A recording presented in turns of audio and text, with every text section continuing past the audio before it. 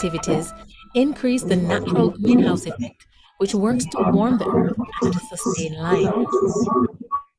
The first climatic change that is therefore often observed is a long-term increase in average temperatures. Overall, the world has steadily warmed due to human factors since the pre-industrial period. The warming of the world has led to other changes in climate, including in rainfall patterns, storm events, and sea levels.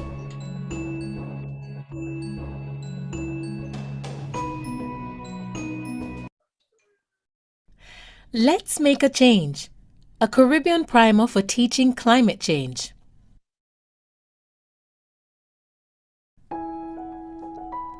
What is climate change? According to scientists, the Earth's climate has been changing for a while, and the role of humans in the rate of the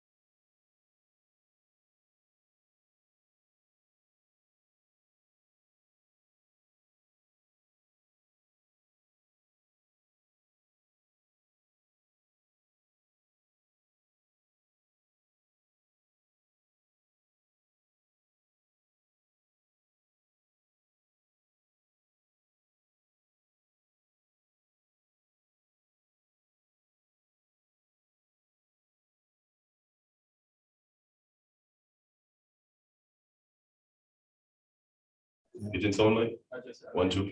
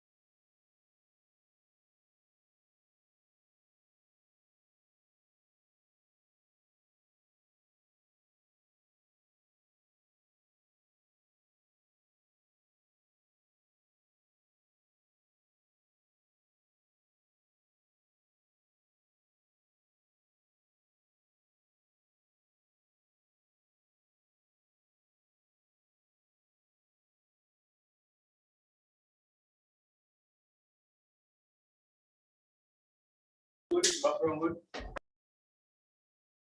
two, 1, 2. All right.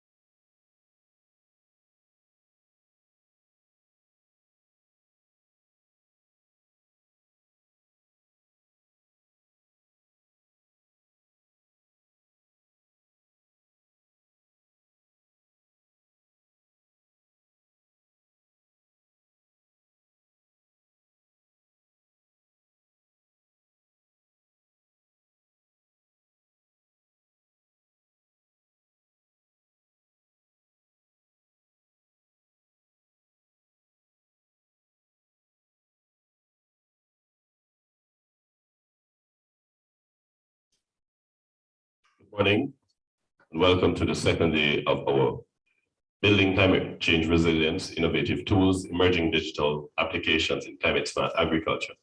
The workshop running for 3 days. This is day 2.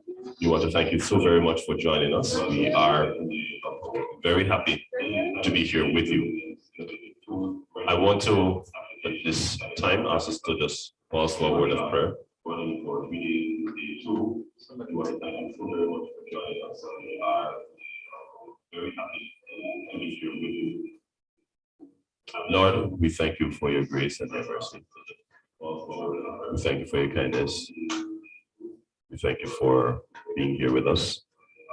And we pray as we enter into this session that your spirit will be with us, your hands will guide us, and we pray that you will give us journeying mercies. We pray that you'll give us the grace that we need to bear with each other and to do well.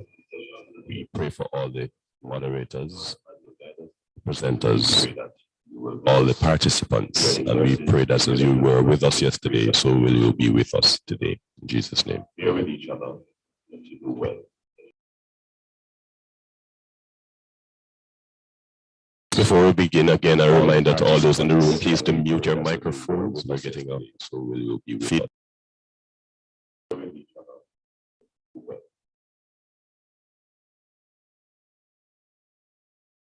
Before we begin, again, a reminder to all those in the room, please to mute your microphones. We're getting up, so will you. All right, so I'd like to, at this point, welcome to make a presentation Miss Gina Sanguinetti. She is from the CCRIF SPC, and we are very happy to have them as our co-sponsor, our main sponsor being the Caribbean Regional Track of the PPCR.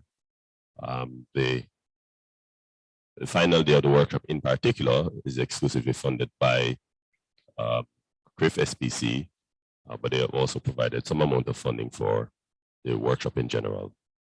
Today's presentation focuses on an important aspect of addressing resilience. So many times persons complain that they are unable to find avenues through which they can access funding. And as such, we are very delighted that the CCRIF SPC has volunteered to provide us with disaster risk financing tools applicable to the agriculture and the fisheries industry, because it gives us a first-hand opportunity to hear what they're doing, to understand what exists, and also to be in a position to interrogate the information and be enriched thereby. Without much further ado, therefore, I'm going to ask Gina to make her presentation. Gina, you have the floor. Thank you so much. Thank you, Dale, and good morning, colleagues. I'm very pleased to be here on behalf of CCRIF SPC. So I'm going to go ahead and turn off my video while I share my screen.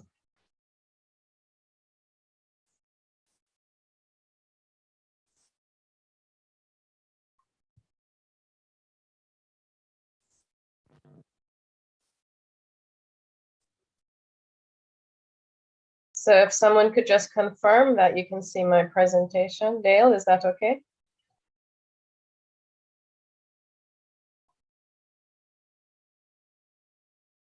Dale?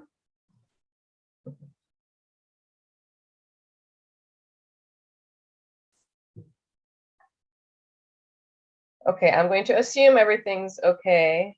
Let me see if I can open the chat. Okay, thanks, Gavin, that you can see it. So good morning again, colleagues. So as Dale introduced, I'm here to talk a little bit about some of the disaster risk financing tools that CCRIF has available specifically for the agriculture and fisheries sector. And so we'll talk a little bit about CCRIF in general and then focus in on those particular aspects.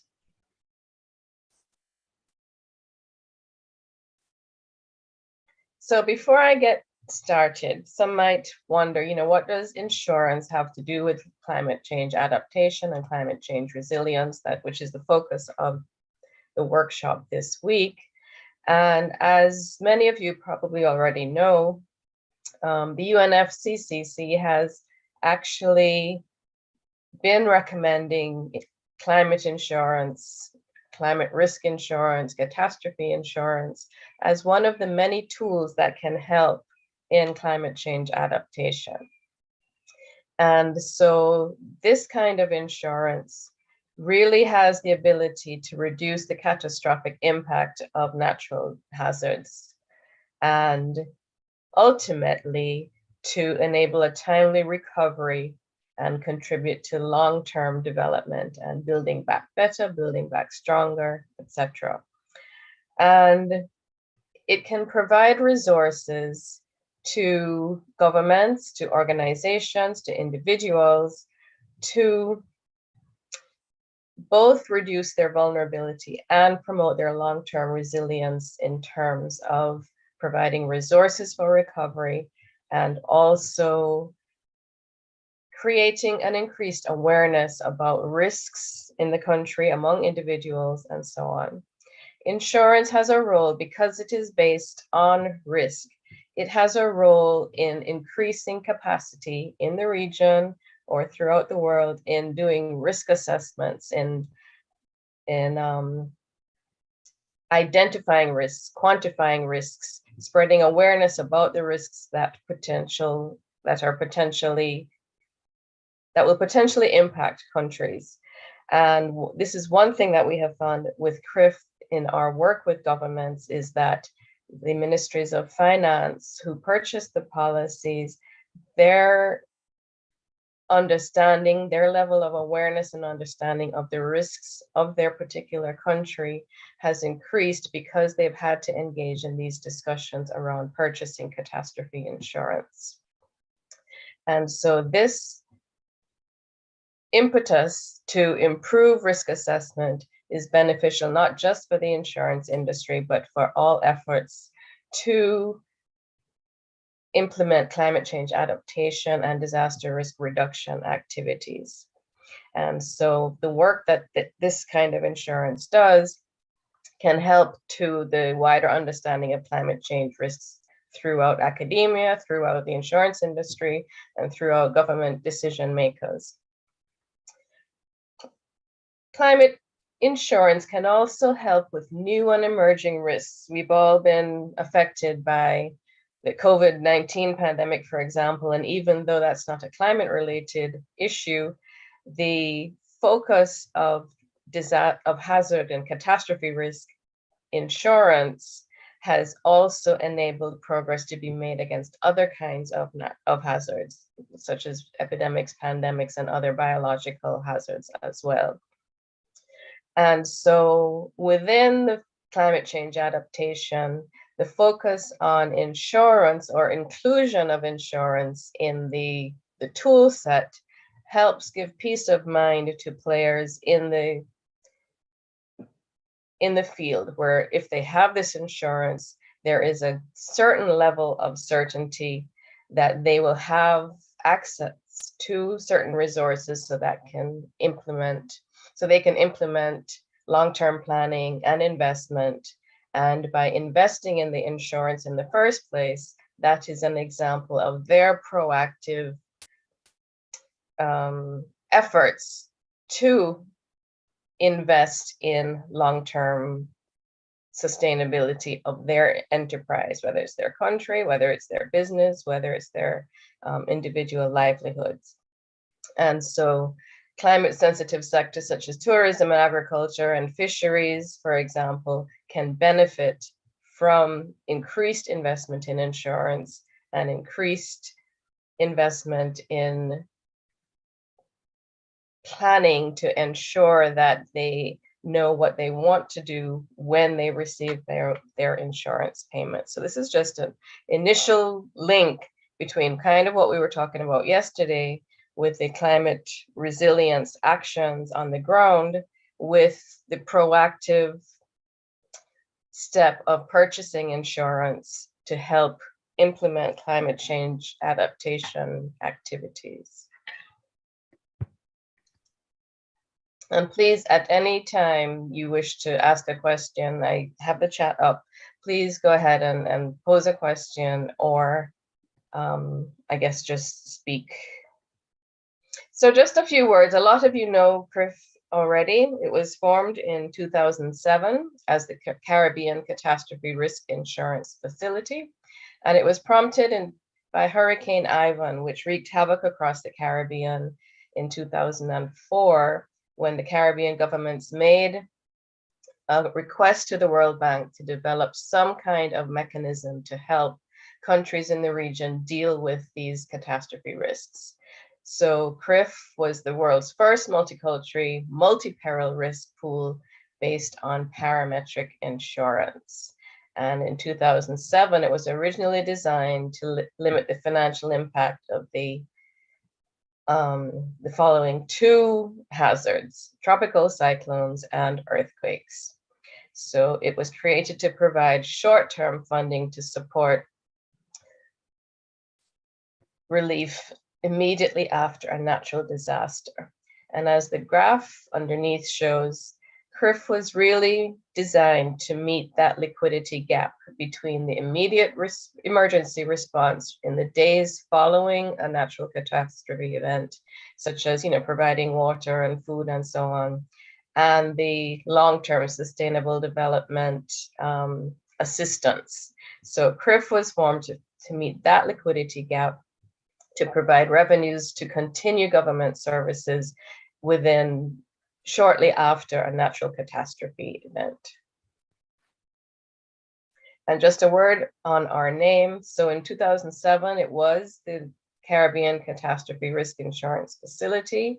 In 2014, we were restructured into a segregated portfolio company and was legally renamed CCRIF SPC. So it's no longer the Caribbean Catastrophe Risk Insurance Facility, but is now CCRIF SPC.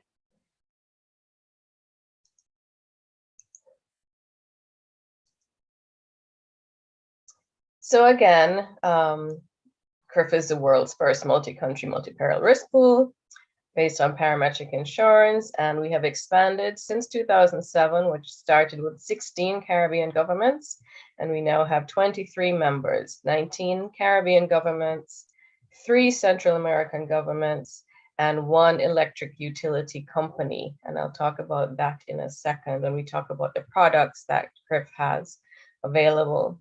So CCRIF basically operates as a development insurance company. We're not just about selling a country an insurance policy. We are full partners with our members and work with them to increase their disaster risk management capabilities and capacities. We work with regional organizations such as the university. This is an example of one of those initiatives.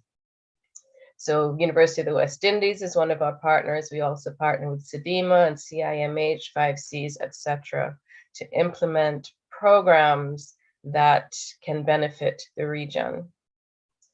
And one thing about parametric insurance, and CCRIF in particular, is that it offers products that are not readily available or affordable in the traditional insurance markets. And so CCRIF positions itself as one component in a country's disaster risk financing strategy. We are continuously in discussion with governments to ensure that they understand that CCRIF is not a panacea. Yes, it's an important part of disaster risk financing, but countries and individuals and organizations need to have other disaster risk financing tools as well as other tools in the disaster risk management arena, which focus on disaster risk reduction activities. So we are in no way trying to say that if you purchase a CCRIF policy, that's all you need to do. So we're very mindful of that.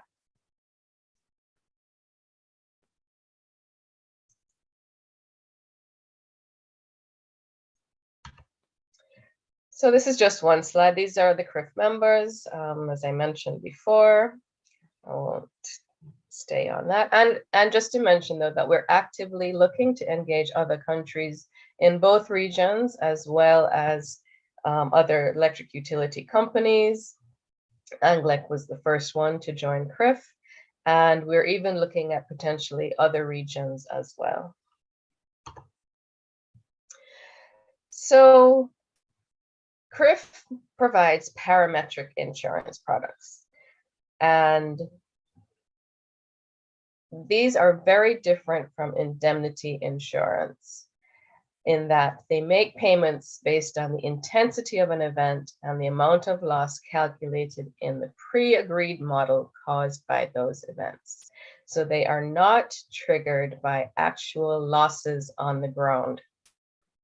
So you do not have to wait for loss adjusters after an event to go to a country, evaluate the losses, and then determine whether the policy is triggered or not. So therefore, parametric insurance policies are triggered very quickly, and payouts can be made very quickly after a hazard event. And this is one of the main advantages of parametric insurance policies.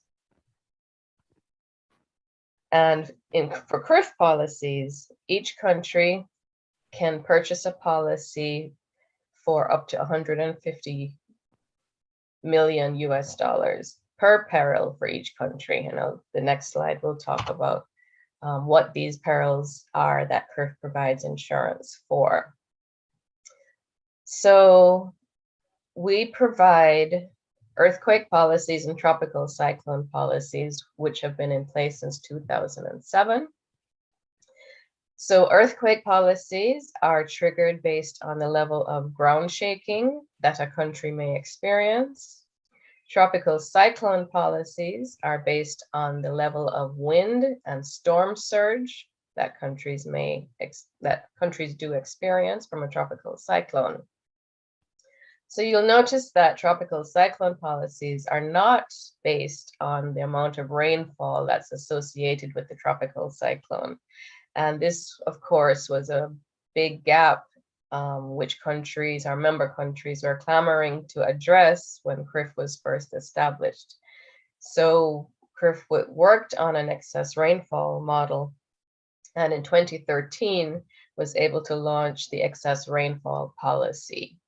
And this, therefore, is based on impacts from rainfall, and that may occur during a tropical cyclone or any other time throughout the year. So they're independent policies, and so for a given tropical cyclone, a country's tropical cyclone policy could be triggered, and or their excess rainfall policy could be triggered.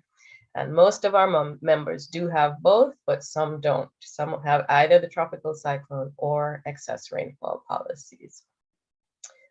And then more recently, in 2009, CCRIF launched its fisheries policy based on under the Coast Initiative as the Caribbean Oceans and Aquaculture Sustainability Facility.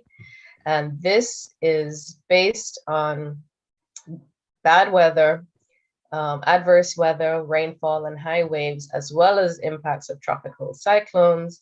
And the key thing is that it's based on the impacts to the infrastructure in the fisheries sector, and the benefits, the payouts. Once the government receives the payout, the policy is structured so that the payout funds are disseminated equally amongst all the beneficiaries in the fisheries sector.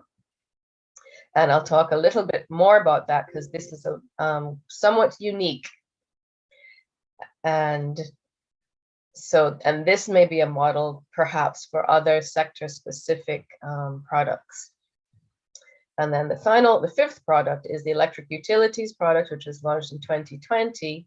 And as the name implies, it provides coverage for electric utilities in the region, specifically for their transmission and distribution infrastructure and the impacts caused by tropical cyclones, so by wind and storm surge. So that is the most recent policy, and that's the first policy that's not specifically for the national government. As we know, electric utilities in the region, some are government, some are private, and some are a mix of both. So it's the actual utility company that purchases the utilities product. So since 2007, CRIF has made 54 payouts totaling $245 million to 16 of the member governments. And CRIF's customer proposition is that all payouts are made within 14 days of the natural hazard event. And it has stuck to that since 2007. As I said earlier, that's one of the key advantages of parametric insurance. Shortly after an event, CRIF can inform the government if their policy has been triggered and how much the payment is likely to be, and they can start planning on how they can use those resources. And in many cases, based on requests from the government, they have received funds within at least part of the funds within 7 days of the event. And there are no restrictions on the use of CRIF payouts. The countries purchase the policy, they pay the premiums. When they receive the payout, they are able to use the payouts for what they deem fit based on their priorities. However, CRIF does request, or require rather, that the countries do report on how they've used the payouts. And as you can see from the graph, most of them have used it for general repairs and recovery activities, such as repairing roads, bridges, providing food and shelter, and so on. But a number of them have provided funding to specific sectors that were particularly affected by the given event. I remember after Hurricane Thomas, St. Lucia, the government of St. Lucia used the payout it received to support the banana farming industry in that country. And there are other examples where governments have decided to use the payout received from CRIF to support their agriculture industry or their tourism industry, and so on. So this is up to the national governments to decide how they wish to use their payouts. And that assistance could be, for example, in providing cash payments to farmers, or it could be used to repair agriculture infrastructure or fisheries infrastructure. It's completely up to the national government.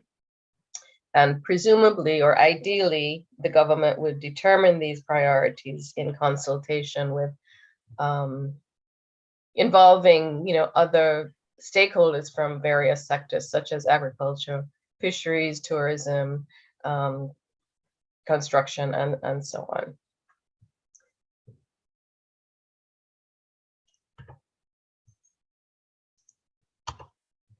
So just another word about the coast product for fisheries, because that's somewhat unique.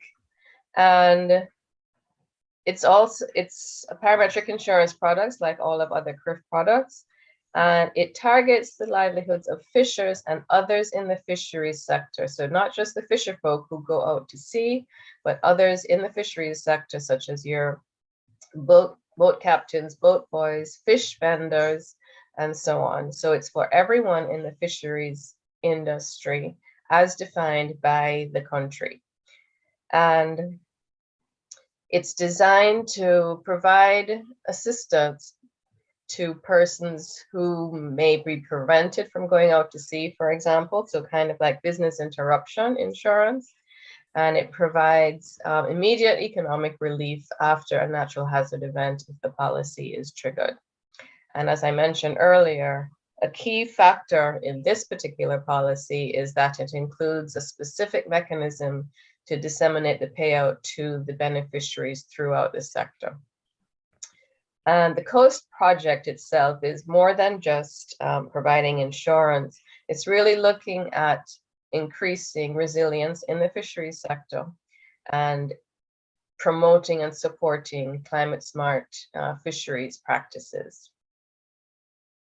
And so it supports transparency in that the beneficiaries are known ahead of time, and there is a mechanism to ensure that they got paid. So it's not just an idea that they should be paid, but that there's a mechanism to track and audit the procedure so that it's guaranteed that beneficiaries receive the payouts. So currently it's available in Grenada and St. Lucia only, but we are looking to expand throughout the region. And just recently, the government of Ireland has provided funding to expand to 5 additional countries in the region.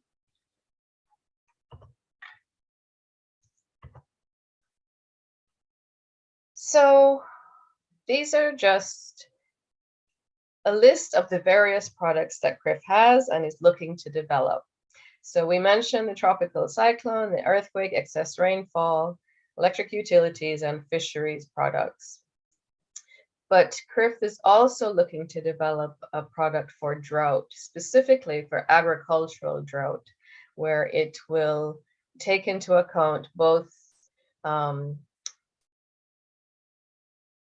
intense dry spells that might affect a farm, as well as long-term crop yield reduction over an entire year. And so it's looking, so this is not just for, or the drought product is specifically focused on the agricultural sector. So this would be in addition. For example, a country could still have a tropical cyclone policy and use its funds to target the agriculture sector. But in addition, if they purchase a drought policy, then that policy could be triggered as well.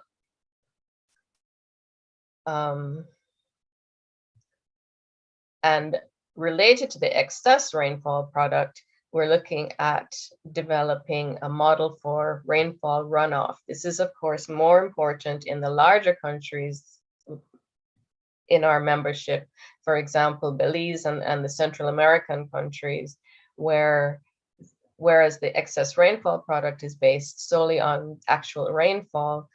The runoff product, which would be associated with the excess rainfall product, would include impacts from runoff from different areas where the rainfall actually did.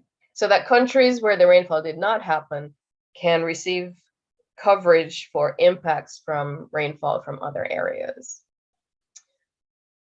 I see a question in the chat. Dale, do you want me to take them as I go, or do you want me to wait? We're open the questions to ask later. Okay.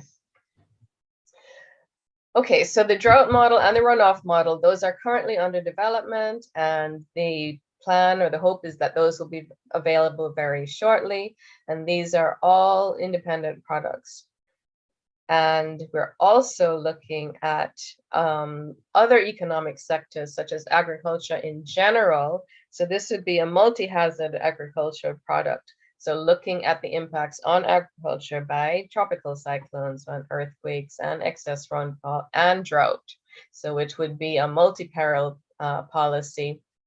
And it would also include impacts on livestock as well as crops. So this has been under consideration for a while. We've been in discussions with partners such as the CDB, who's also very interested in this. And this is something that we is in the pipeline to be developed.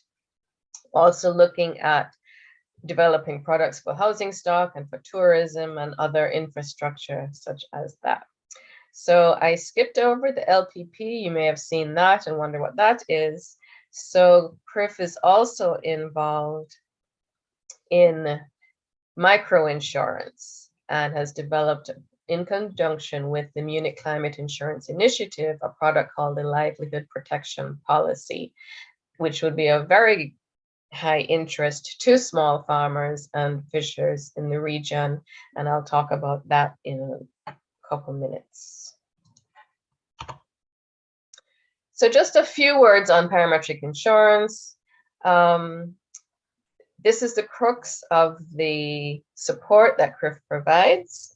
And so it's important that stakeholders, that our members understand what the parametric insurance product is. And so I just want to spend a couple minutes on this. So basically, parametric insurance guarantees a direct payout after a qualifying event. And it does not depend on any of the conditions on the ground, and often can operate in a sphere that traditional insurance cannot. For example, the electric utilities product, while electric utility companies can purchase traditional insurance for their generating infrastructure, they are generally not able to purchase insurance for their transmission and distribution lines.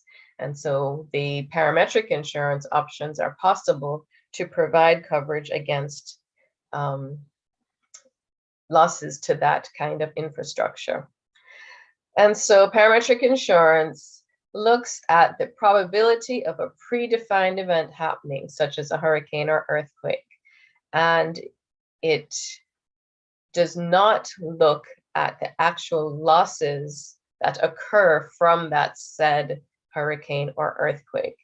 So it pays out according to a specific scheme based on the intensity of that predefined event, or an actual event happening, based on the model created from a series of previous events. And therefore, it's not governed, or it's not affected by the assets on the ground. It's not targeting a specific asset or set of assets on the ground.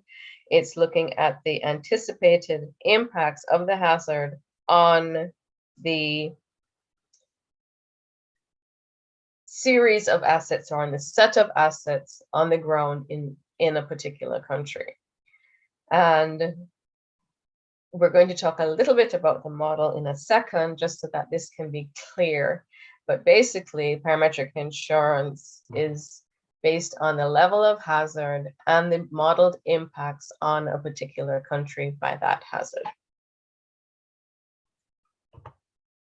So this is how CCRIF parametric insurance policies work. There are other parametric insurance policies that are somewhat simpler.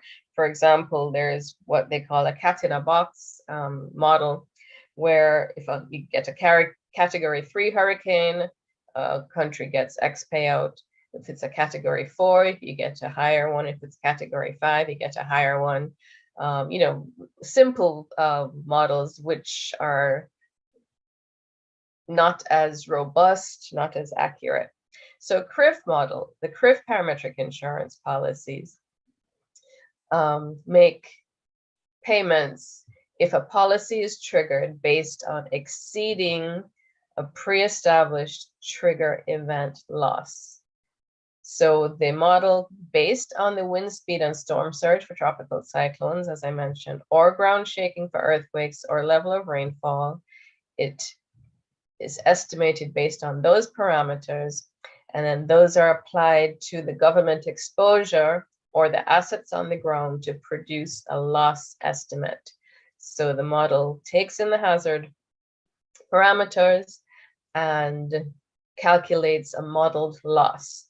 And then if that model loss is above the trigger loss of the policy is triggered, and the payout amounts increase with the level of model loss up to the predefined coverage limit, which is set by the policy that the country selects. So the country decides what the level of coverage that they are purchasing. And of course, that would depend on the premium that they are able to pay. And as I mentioned earlier, CCRIF makes payouts within 14 days after an event. And that's something that policyholders can count on. So I mentioned that CCRIF is involved in microinsurance. So just a reminder, microinsurance is really geared at low-income households, low-income persons, individuals, micro and small businesses. And so it provides them with access to livelihood insurance that they can take advantage of if their livelihoods are affected by a natural hazard event. And typically, microinsurance policies are more affordable for your individual farmer, your individual fisher, etc., or your small business. So whereas farmers may not have been able to purchase traditional indemnity insurance, either because it's not available or because it's not affordable, microinsurance provides an avenue that they can take advantage of.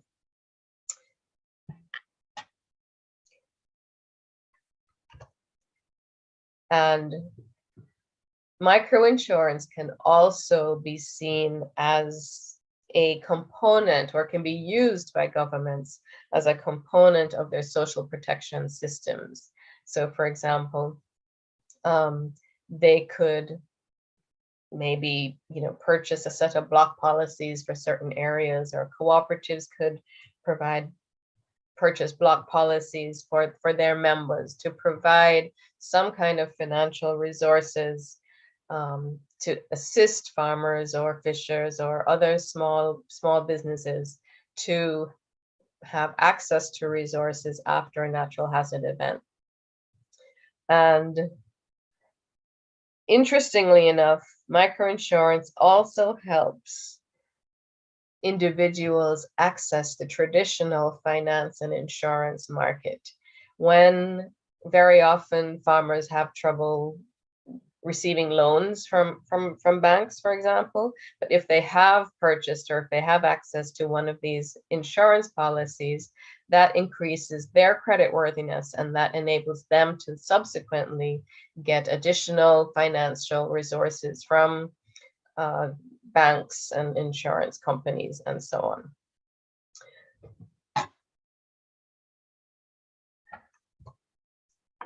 So CCRIF is involved in microinsurance in two ways. One is kind of through the COAST product, where it kind of acts like microinsurance in that the beneficiaries get the payouts directly. But the second one is through this climate risk adaptation and insurance in the Caribbean project, working with the Munich Climate Insurance Initiative, that CCRIF has been involved with since 2014. And this basically has produced what we call the livelihood protection policy, which is available was available in Jamaica and St. Lucia, or it has been, and we're expanding to Belize and Grenada and Trinidad and Tobago. These are the pilot countries that are available, that we are working with right now, with the ultimate goal of expanding throughout the region. And so the livelihood protection policy is targeted, it's purchased by individuals, and it's meant to help protect their livelihoods. And this would include small farmers, which have been the bulk of the persons who have purchased these LPP policies, day laborers, market vendors, any person whose livelihood is affected by adverse weather. And in this case, for the LPP, we're talking about strong winds and rainfall. And so it acts kind of like, again, like a business interruption kind of insurance.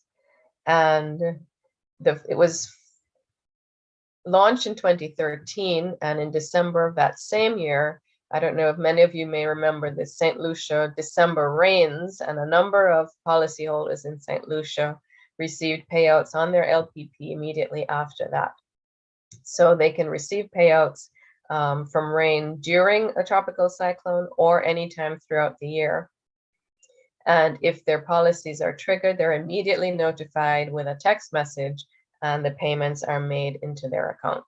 So there's no overhead in terms of filing claims, doing assessments, and so on. So this is where CCRIF is actively engaging with the countries now to move forward on this particular project. This initiative will, as you can imagine, require a lot of awareness raising and sensitization. You can imagine that most people in the sector do not have a favorable impression of insurance and are not likely to get insurance.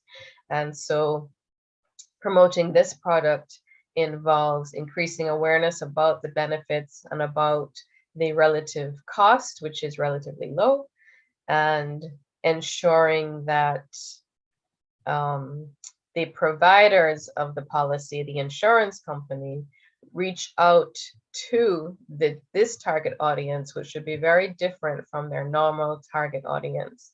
And so the plan would be clearly to work with officers from ag extension officers, such as from RADA and others in other countries, to raise awareness among communities about this particular product. Also to raise awareness among our disaster risk managers as well. So this is the bridge between the sovereign insurance and the individuals. So while a country can and should purchase sovereign level insurance, individuals within the country can purchase these kinds of policies to ensure that they take care of their own business, as it were.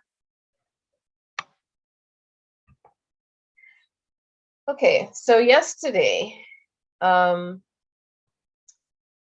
Dale spoke about crop modeling. Today, we are going to talk about catastrophe modeling. This is the basis of how CCRIF works. We're not going to talk about modeling per se, but just as I think Dr. Corr yesterday said that looking at the mathematical formulas help people understand the assumptions and so on that go into the model. Looking at the model that underlies these policies and these products help the consumer or the policyholder understand what goes into these policies, what they're purchasing, and can actually enable them to use some of the information that is used to develop the model and develop that are underlying the policies. So the CAT modeling or catastrophe modeling basically is what's used to understand the level of risk based on the hazard and allows countries to tie in the level of hazard to the projected impacts, which is the underlying basis of all CCRIF products. And so just these are the specific models that underlie the main CCRIF products. And just for our records, when we say a tropical cyclone, we're referring to anything with wind speed greater than 39 miles an hour. So it includes tropical storms as well as hurricanes. Earthquakes, we look at anything with a magnitude over 5, but which generates a peak ground acceleration of at least 0.01 G. And then the excess rainfall is looking at the amount of daily rainfall across the country, and it has to cover a specific, at least a specific percentage of the country's area. So this is the main model construct, and this is not unique to CCRIF, but this is the basic model construct for a catastrophe model. So it looks at the hazards. It has a hazard module, exposure module, vulnerability module, and these feed into the loss module to calculate your model loss, which is then compared to the insurance policy to determine whether the policy is triggered, and if so, what the value of the payout is.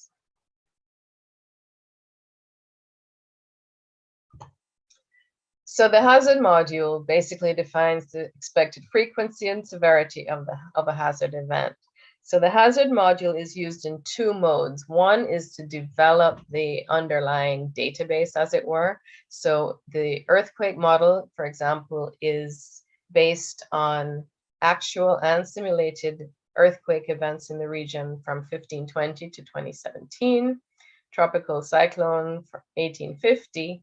Starting in 1850, and the excess rainfall is based on actual and stochastic events just since 1998. So you can see that that is more recent, and that's updated more continuously. And so developing the model, that's how the hazard module is used. In operation, this is the module in which the hazard parameters are input. So for a particular tropical cyclone, Hurricane Dorian, for example, the actual wind speed and storm surge and location of the hurricane, which affected the Bahamas, would be input into the hazard module. And then the exposure module has the assets at risk. And so the hazard data is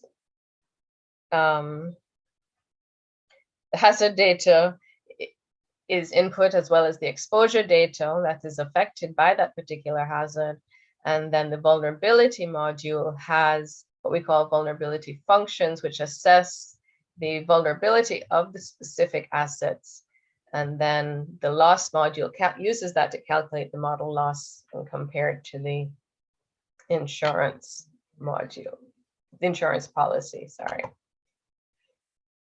So basically, the tropical cyclone model uses data from NOAA and the earthquake model from USGS.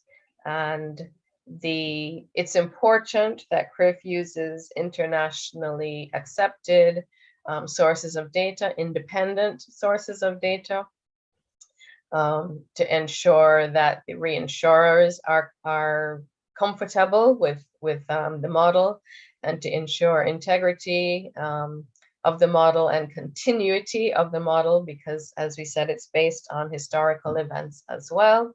And of course, we don't want the source of data to be, for example, rain gauges in the Bahamas may have been affected by Hurricane Dorian, so we would not have wanted to depend on data from those gauges in calculating the model losses. So these are the sources of data, and those are the kinds of exposure that are included. And so as you can see, it includes crops as well as built infrastructure, buildings, airports, power utilities, and so on. And so the exposure module records the location and the economic value or replacement value, as well as the physical attributes of each element of the infrastructure. And then the vulnerability module relates the wind and storm surge intensities to actual damages in the past to create these damage ratios, to create a vulnerability function.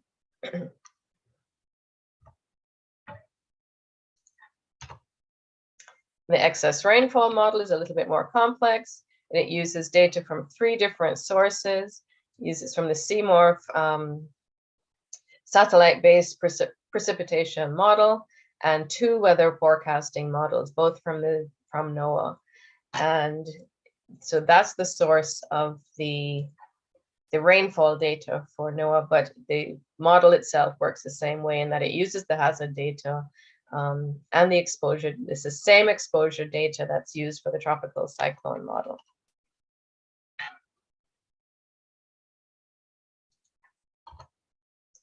And the coast, as I said, this is a bit different. So it has 2 components, adverse weather and tropical cyclone.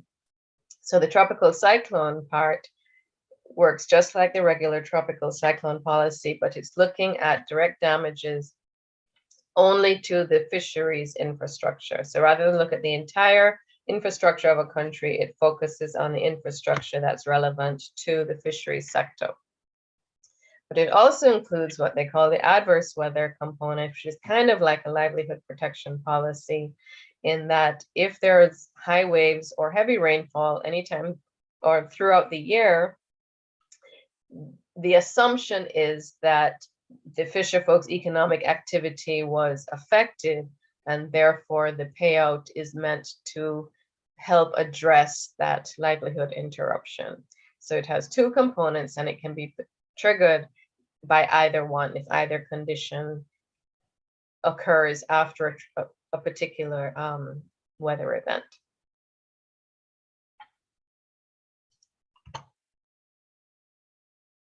So that's just showing some of the details. So the infrastructure, it looks like boats, fishing beaches, and so on. that are affected by the particular hazard event. So just a brief, so the hazard module, this is just showing, so it has, the one on the left is for wind speed, so it shows you wind speed maps, and storm surge levels, so it determines what those are for a particular event.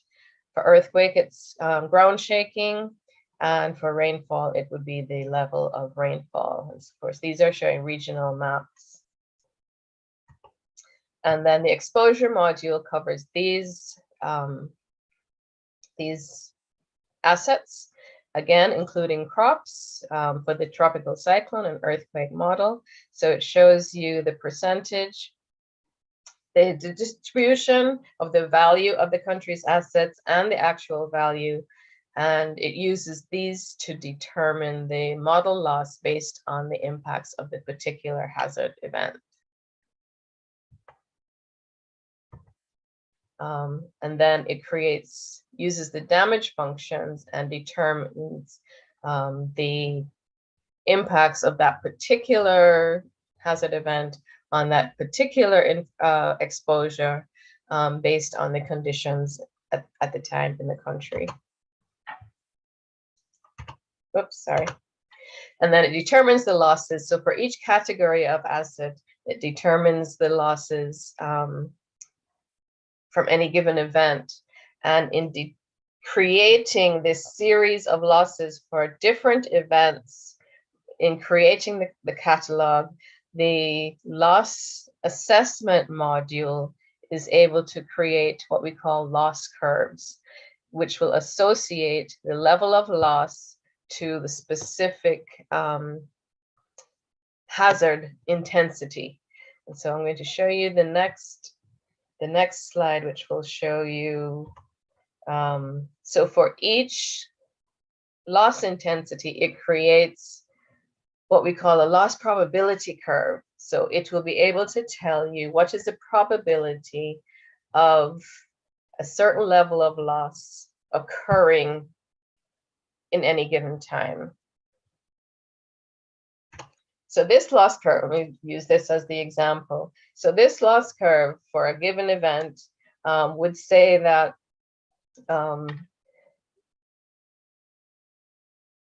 for 100 years, for example, it would be $2.5 billion would have a return period of 100 years. That would mean that once every 100 years, that country is likely to be affected by a hazard event that causes $2.5 billion US dollars, meaning that it has a 1% chance of occurring in any given year.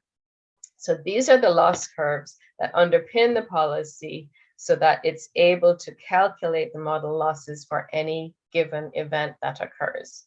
And these loss probabilities are the basis for the policies that countries purchase, that countries select. And each country has a different loss probability curve per peril, so that we have one for tropical cyclones, one for earthquakes, and one for excess rainfall. As well, each electric utility company would have its own loss probability curve for tropical cyclones, since that's the peril of interest.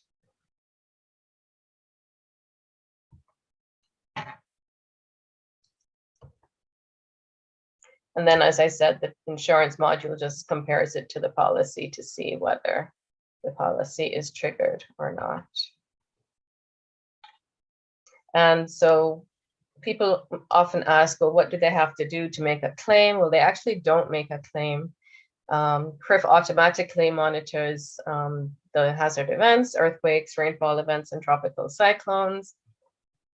And if a country's policy is triggered, we notify the Ministry of Finance and we make arrangements for payment. There's really no claims process, as it were. Countries don't have to submit a claim in order to get a payout. And this applies to the microinsurance product as well. As I said, if a livelihood protection policy is triggered, the policyholder is automatically notified and payment made.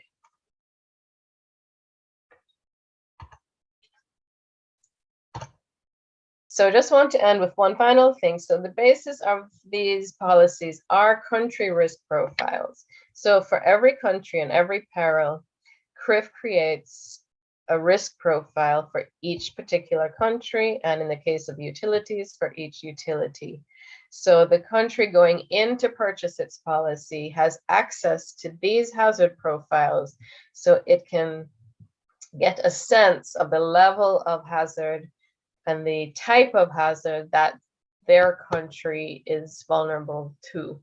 And so by linking these hazard profiles, these country risk profiles, with the decision-making process and purchasing of insurance policies, countries can make the links between the financial and insurance systems and the actual hazard and risk of the particular country. And so, as I mentioned earlier this morning, insurance is kind of, catastrophe insurance is kind of a bridge between the financial systems and the natural hazard risk management systems.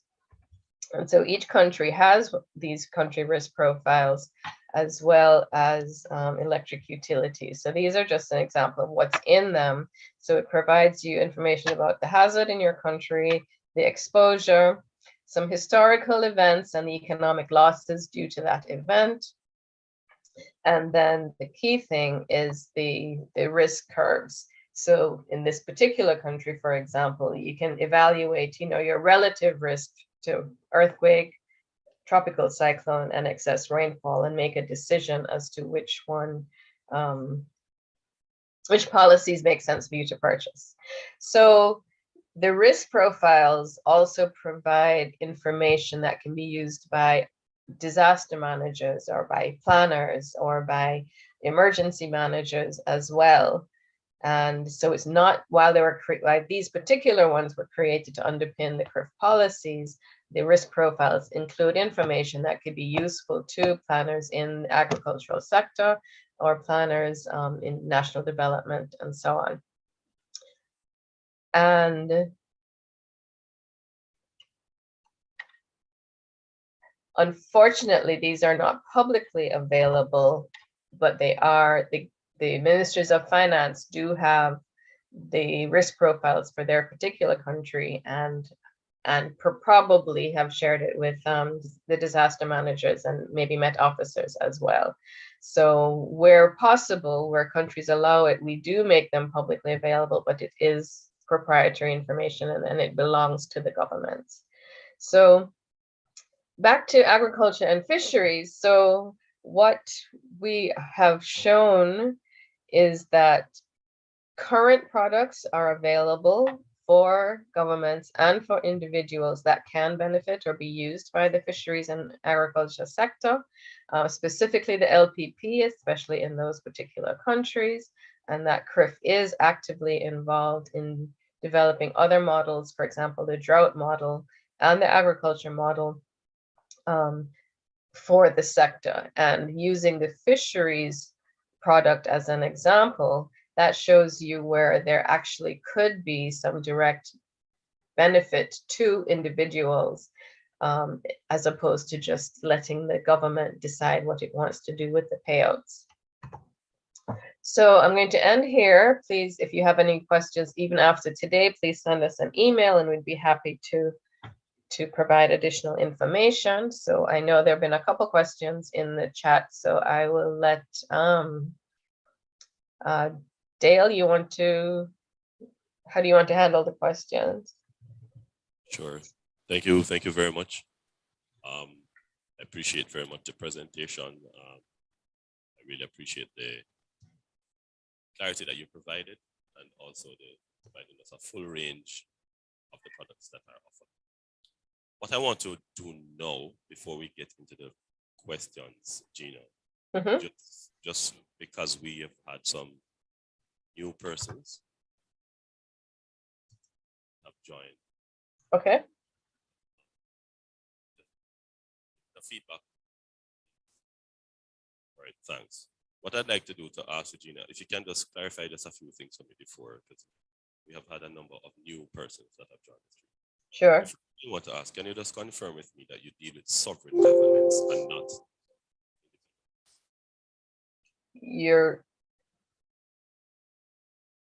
I'm sorry, I missed that. Could you say that again?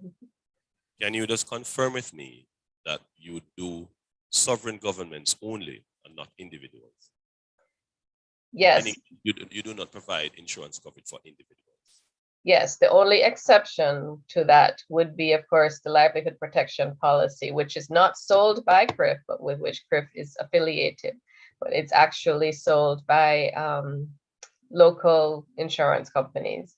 And in this case, Guardian Insurance is the company who we're working with throughout the region to offer the livelihood protection policy to individuals.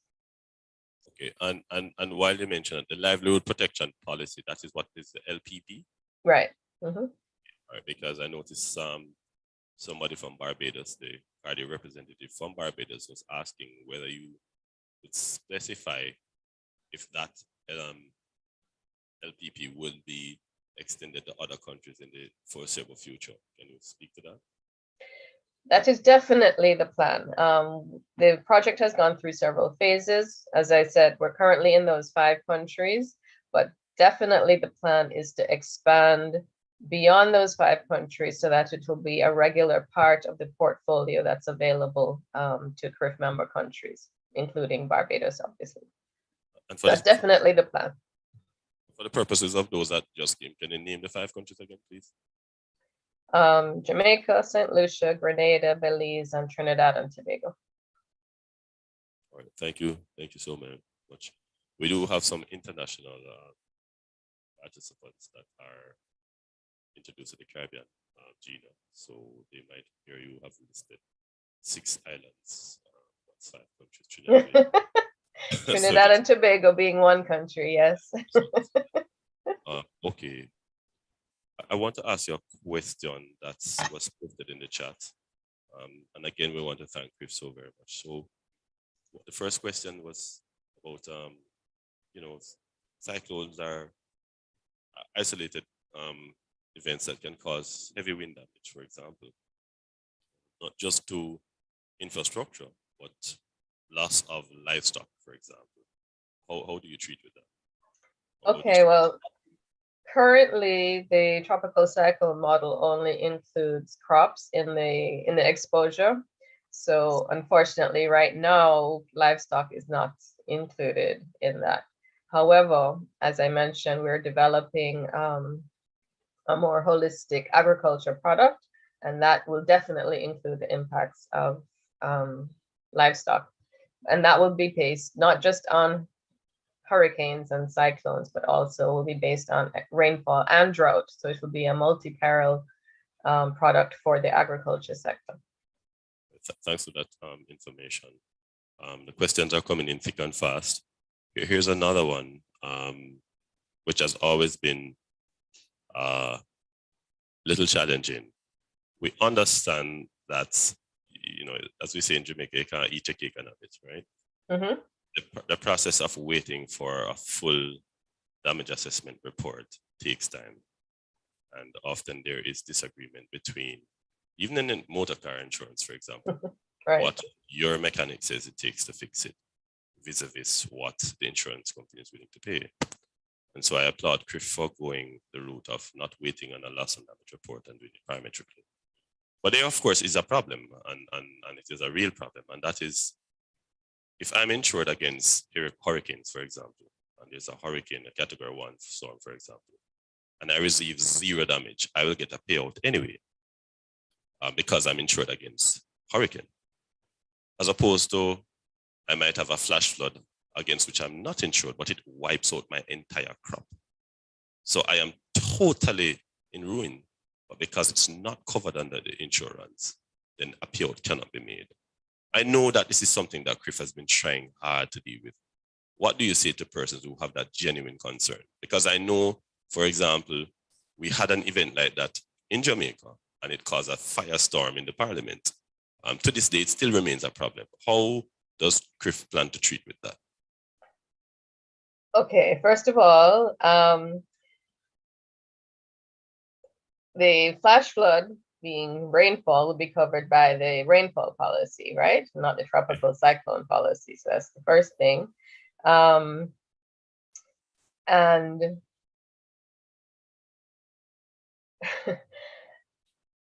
the rainfall model is continuously being improved and updated. And for example, the current model uses the factor, for example, of soil saturation, because I remember in Jamaica 2 years ago, there was the instance of Zeta and Eta, which occurred, right after each other. So each individually, the impacts may have been less, but because they occurred so close together, the impacts, cumulative impacts, were sufficient that the rainfall policy, Jamaica did receive a payout under the rainfall policy for that. So flash floods, again, we want to make note that the policy is called a rainfall policy, right? And not a flood policy. Just because, as we all know, there's a lot that goes into flooding, more than just the amount of rainfall. Looking at our gullies and our solid waste management practices and so on. And so I would have to say that CCRIF's excess rainfall model has been increasing in effectiveness and accuracy. And of course, remember before 2013, it did not exist at all, right? So because I remember, I think Hurricane Dean was another issue where Jamaica had several impacts and there was no payout on its tropical cyclone policy. And that's of course before the excess rainfall policy was in existence. So I think CCRIF is just tries to be responsive to its members and to make sure that its products cover their needs and are continuously improved to increase their effectiveness and their accuracy. We want to make it as easy as possible for the policy to be triggered and not the other way around. Sure, no, excellent answer. And I know, as I said before, it's a very delicate balancing act between trying to be responsive, trying to be the quick response mechanism that can provide liquidity in time of distress. So I appreciate it and I understand it. So thank you very much for that. I want to, Gina, with your permission, do a 30-second poll of the audience. We have 93 people online right now. Okay. So I am going to ask a question, and Gina, I can guarantee you that most people get it wrong. All right. Get it wrong. Okay. Yes, but that's fine. That's fine. Okay, so here is it's a multiple choice. Of these hazards, which do you think kill most people? A, earthquakes. B, volcanoes. C, hurricanes. D, heat stress. And E, flash flood. All right, so want us to give the options again? What was A again? Earthquakes. I just made up that straight out of my head. B is volcanoes. C is hurricanes. D is heat stress. And E is flash flood. All right, so let's see, Gina. All right, so so far we have flash flood, heat stress. This is a ding-dong battle. Flash flood, heat stress, earthquakes. I'm sorry, and what was the question? What causes most what? Which of these hazards results in most deaths? Most deaths, okay. Humans, by the way, I should say. Yeah. All right, so far, heat stress is marginally ahead, but earthquakes is making a strong comeback. And we are in the home stretch now, Gina. We can see the finishing line. Some people seem to be sitting on the fence, so they don't know which one it is. I noticed volcanoes hasn't gotten any votes at all. So volcano is not in the parliament at all, actually. There you go. You got Oh, one now. you got done. Well, there's just got one. But hurricanes don't get any. I don't understand what's going on. All right, so that's interesting. So earthquake is very, very close now. It's one hurricane. Okay, so there's one hurricane. Can you check on YouTube for me? Somebody check on YouTube and see if our YouTubers have. Flash flood is making a comeback as well. Gino, we are in royal trouble here. So, all right, we're going to give it. Oh, we have Ronald Moody from Met Service in earthquakes. I will also say that David unused troops at heat stress. David, Nadine Wilson says heat stress. All right, so we have about, I don't know, about 12 heat stress, 12 number A. Earthquakes, we have about 7 earthquakes. We have about 3 hurricanes. And someone said each country is different, but generally in the Caribbean, earthquake. That's a funny answer. Atta, come off the fence and tell us which one. You have to tell us globally which one. All right. Actually, the answer is heat stress by far. Way, way, way, way more than everybody else. It is particularly so in countries. Well, here's a risk profile, Gina, and this is a question for you. So in countries that have a significant swing between winter and summer, it is obvious, right? The temperature difference can be as much as 50 degrees. So in the winter, for example, it can be -30. But in the summer, you can get a plus 20. So that's a swing of 50 degrees. So the shock, I guess you're talking Celsius, I see. yeah. Well, however you define it. Well, yeah, but obviously. But the swing would be the same in terms of the amount of degrees, right? So for example, if you're talking Fahrenheit, in the United States, it can be 90 degrees, for example, Fahrenheit, which is 33.3 degrees Celsius. But then it can go to below 32, and 32 is 0 degrees Celsius. So you're talking about a 60-degree drop, which is even more. So the shock to the human body is just great, and especially for our elderly persons, it is particularly difficult. In the Caribbean, we are hot all year round, but there are times when it is hotter than others. And we still have heat stress problem. In fact, the CIMH, and I think Adrian Trotman might be online, they have now started a heat stress index. The question then, Gina, is, since this is the #1 killer, is there any consideration from CCRIF to start looking at heat stress, even in a peripheral way? Actually, we've already started. Okay, great. We're actually working in partnerships. I mentioned we have partnerships with different organizations, and one of them is the Adrian Arch Rockefeller Resilience something center. It's a long acronym, but actually, and the focus of that partnership is actually looking at heat stress. So it is an initiative that we are actively working in. There's a component of it called the Cooler Cities Initiative, and CCRIF is an active partner or participant in that initiative because, as you said, we do realize that heat stress is a significant natural hazard.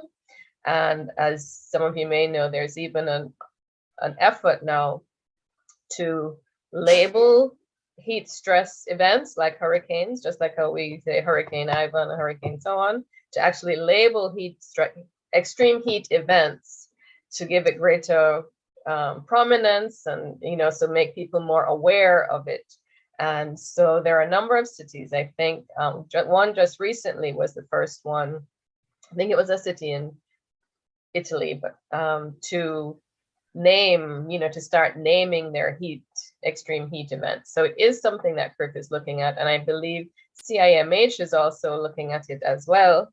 And of course, we partner with them too. So it's possible that we could work with them also on this issue.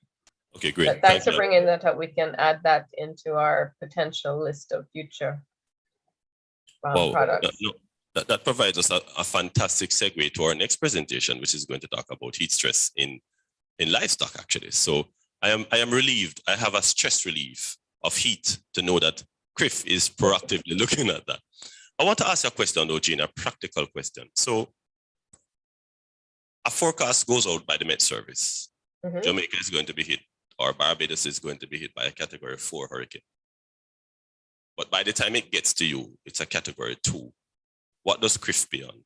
On the Category 4 or on the Category 2? CCRIF pays out on the strength of the winds when it affects Jamaica. It doesn't know what category it is. It just pays out based on the strength of the winds that affect Jamaica. All right. Okay, so the exclusive economic zone of our islands is 200 times the size of the country. The land mass itself. So if it affects the exclusive economic zone, we get payout on that, right? Meaning it might be over water, but it don't affect the land because it's no. Remember, the second part of it is not just the strength of the event, not just the intensity of the event, but the assets at risk that were exposed. And where are those assets? Those assets are on the ground, on land. So it looks at the impacts of those winds on that infrastructure on the ground and determines the modeled losses. All right, so what about your keys though? Because Jamaica has keys, the Pedro Keys, for example, that is 60 miles south of Jamaica. And there are very good assets out there. Compared to Kingston? Well, there are assets out there. There's people out there. There's land out there. There's houses out there. Point taken. Point taken. And I'm not sure if in Jamaica's case, the outlying keys are taken into account in the exposure, but I will make an example, and I can investigate that, but I will make an example of the Bahamas, which, as you all know, is very widely, covers a huge geographic area with many different islands, some of which are more populated and have more development than others. And so what we did maybe 5 years ago, whereas they used to have a tropical cyclone policy for the entire country, what we did a few years ago was to divide the country into 4 geographic regions so that the Northwest islands in the Bahamas have their own policy, the center and the South islands have a different policy, because what was happening, or what could happen is, because a lot of the resources are concentrated in Nassau, if damage occurred to a less populated island, they wouldn't trigger the policy. So what happens now is each geographic region's policy is triggered independently so that it more accurately reflects the resources that are affected.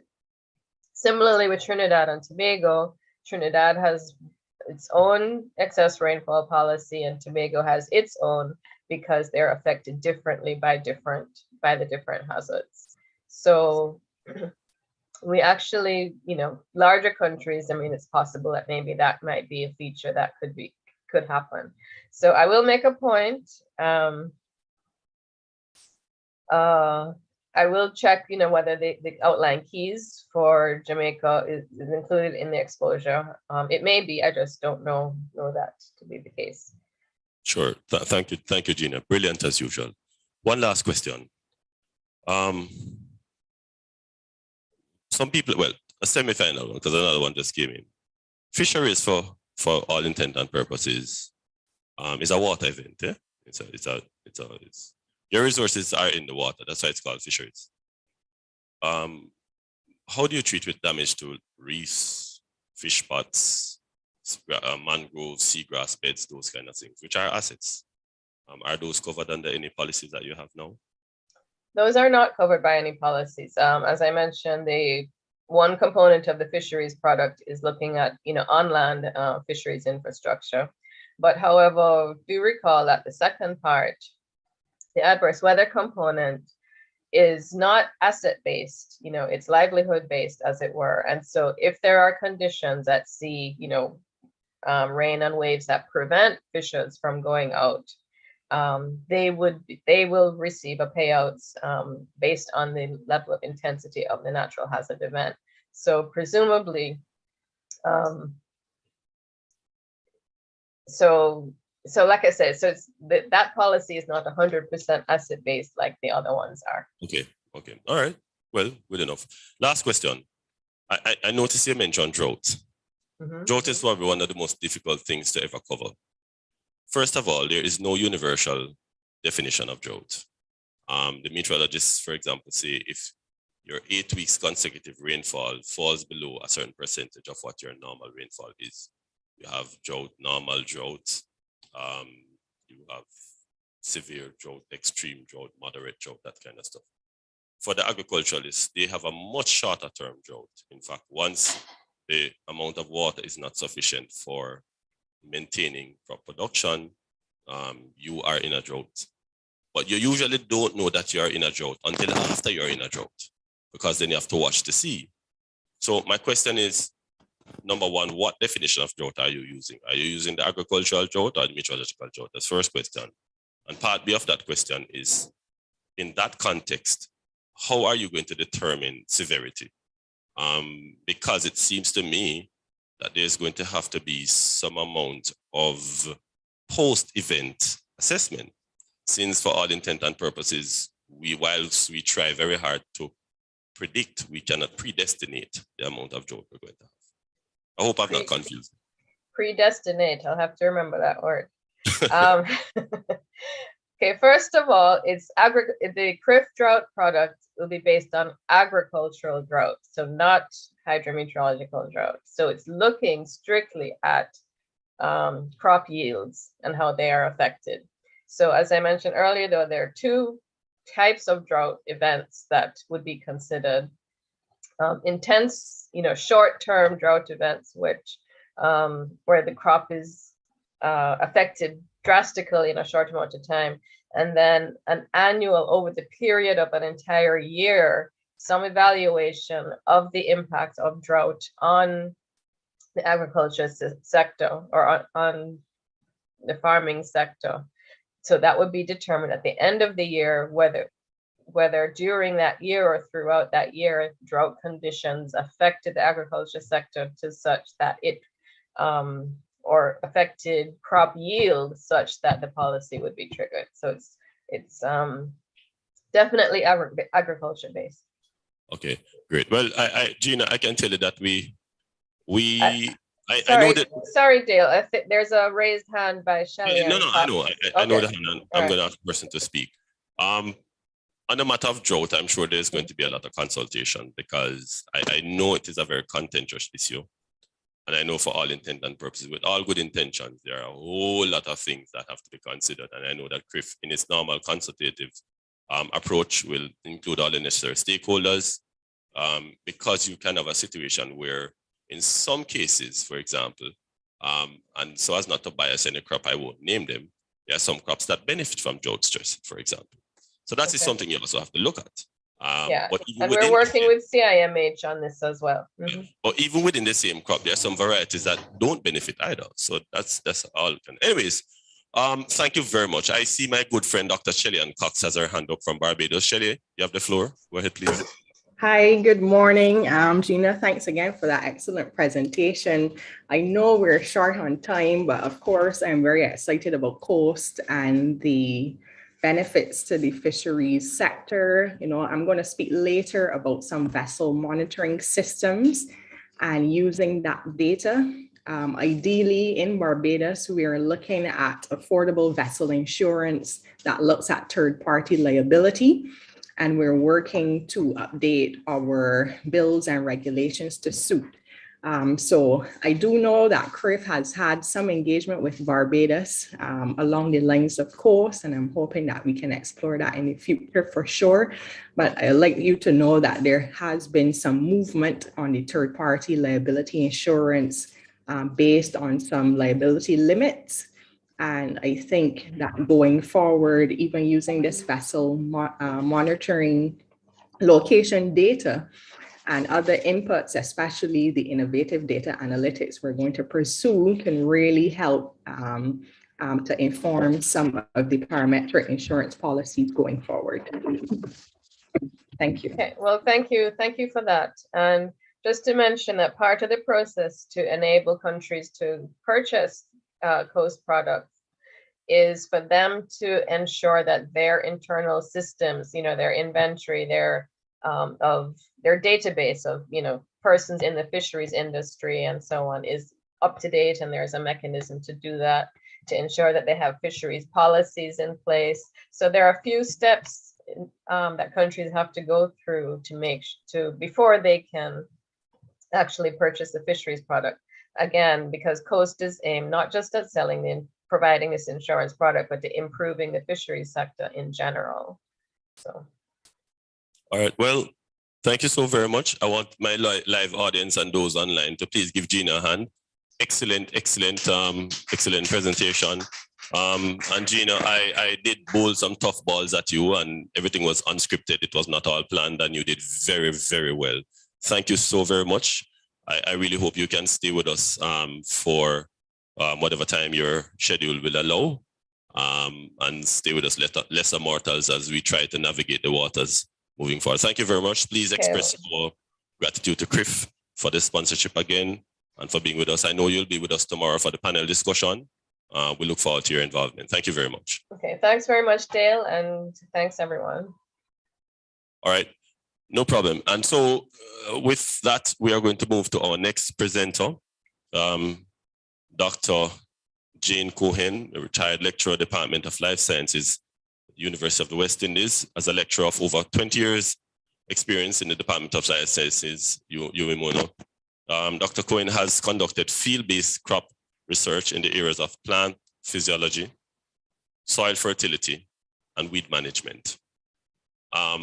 Because we are broadcasting here in Jamaica, I just want to be careful here. When I say weed management, we're not talking about the smokable one. We're talking about weeds that grow up and cause problem in the field for crops. So our focus is on environmentally sustainable systems for Jamaican agriculture.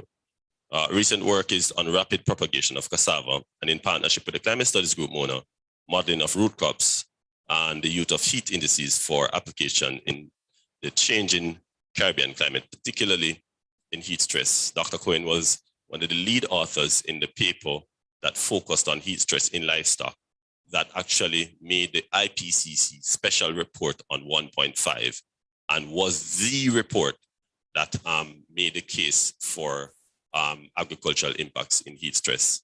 I gather, not from my admission, but from the admission of the very erudite professor, Professor Michael Taylor, it is one of the most cited papers for livestock and heat stress. So Jane, power to you. Thank you so very much for joining us all the way in the UK. For special interest, let me declare interest that Jane was my PhD supervisor along with Prof. Taylor. So she's like a mother to me. Thank you so very much, Jane. Thank you for being with us. You have the floor. Greetings to everyone from a rather cold corner of the diaspora. Are you all hearing me? We are hearing you, but we're not seeing your picture.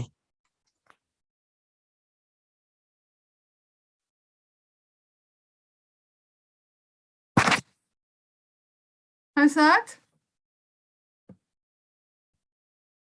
Camera down a little bit more so we can see a little bit more. Ah, that's better. Okay, Wonderful. That's fine. Right. All right.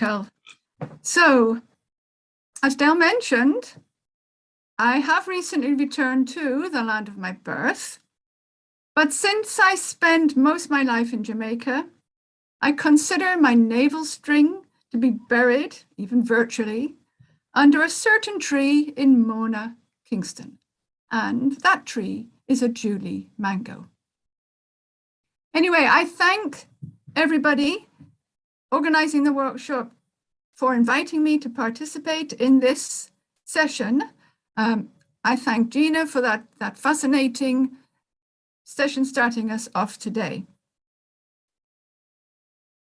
As Dale mentioned, I am basically a plant scientist. Now I am going to give a presentation on investigation of heat stress in livestock in the context of climate change.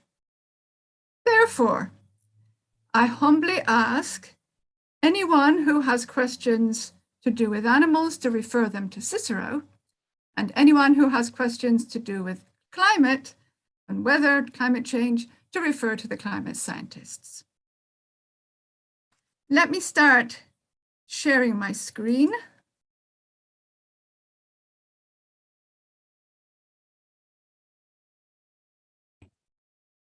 Jane? Right. Jane, can you hear me? Yep. In other words, you're saying don't stress you. Definitely ask me any questions. Right. Can you see my screen? Yes.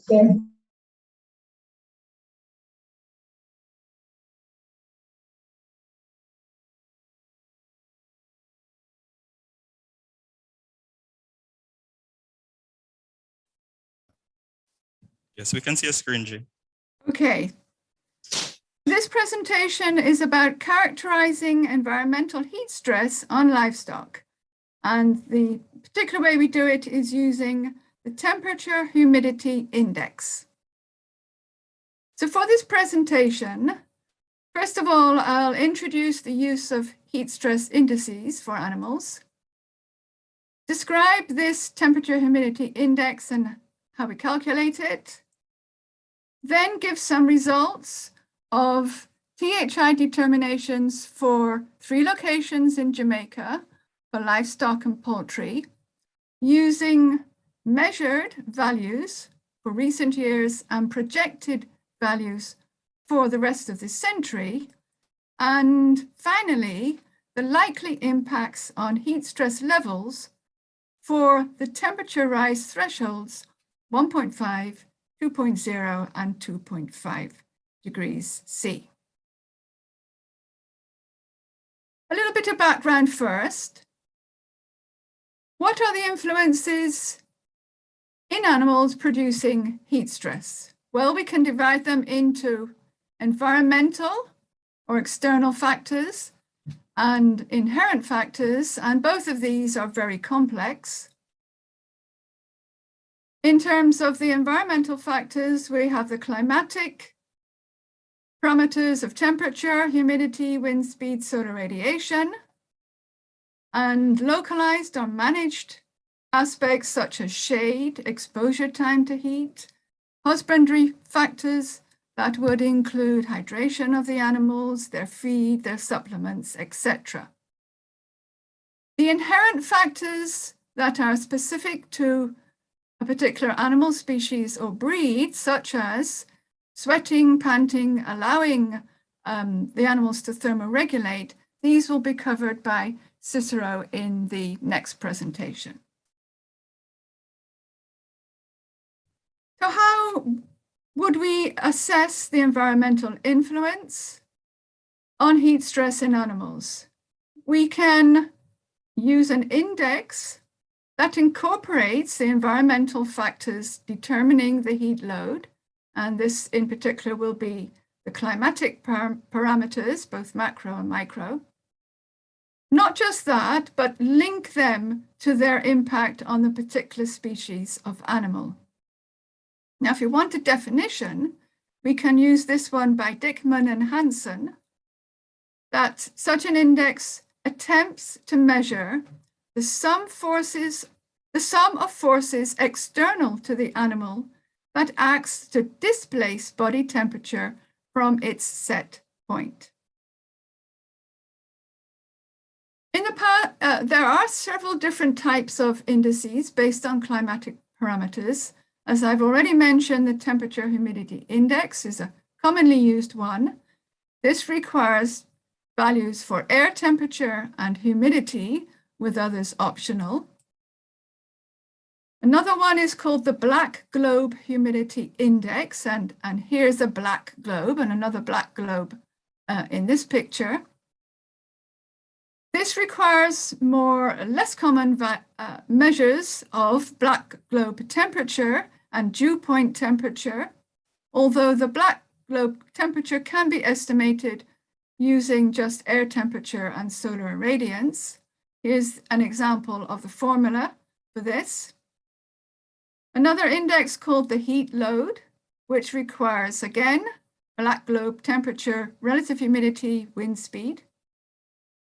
And finally, we'll have some indices that are related to respiratory rates, the respiratory rate predictor, the breathing rate equation as used by USDA, that require a whole range of weather measures: black globe temperature, relative humidity, wind speed, solar irradiance. And these are important ones, but there are others as well.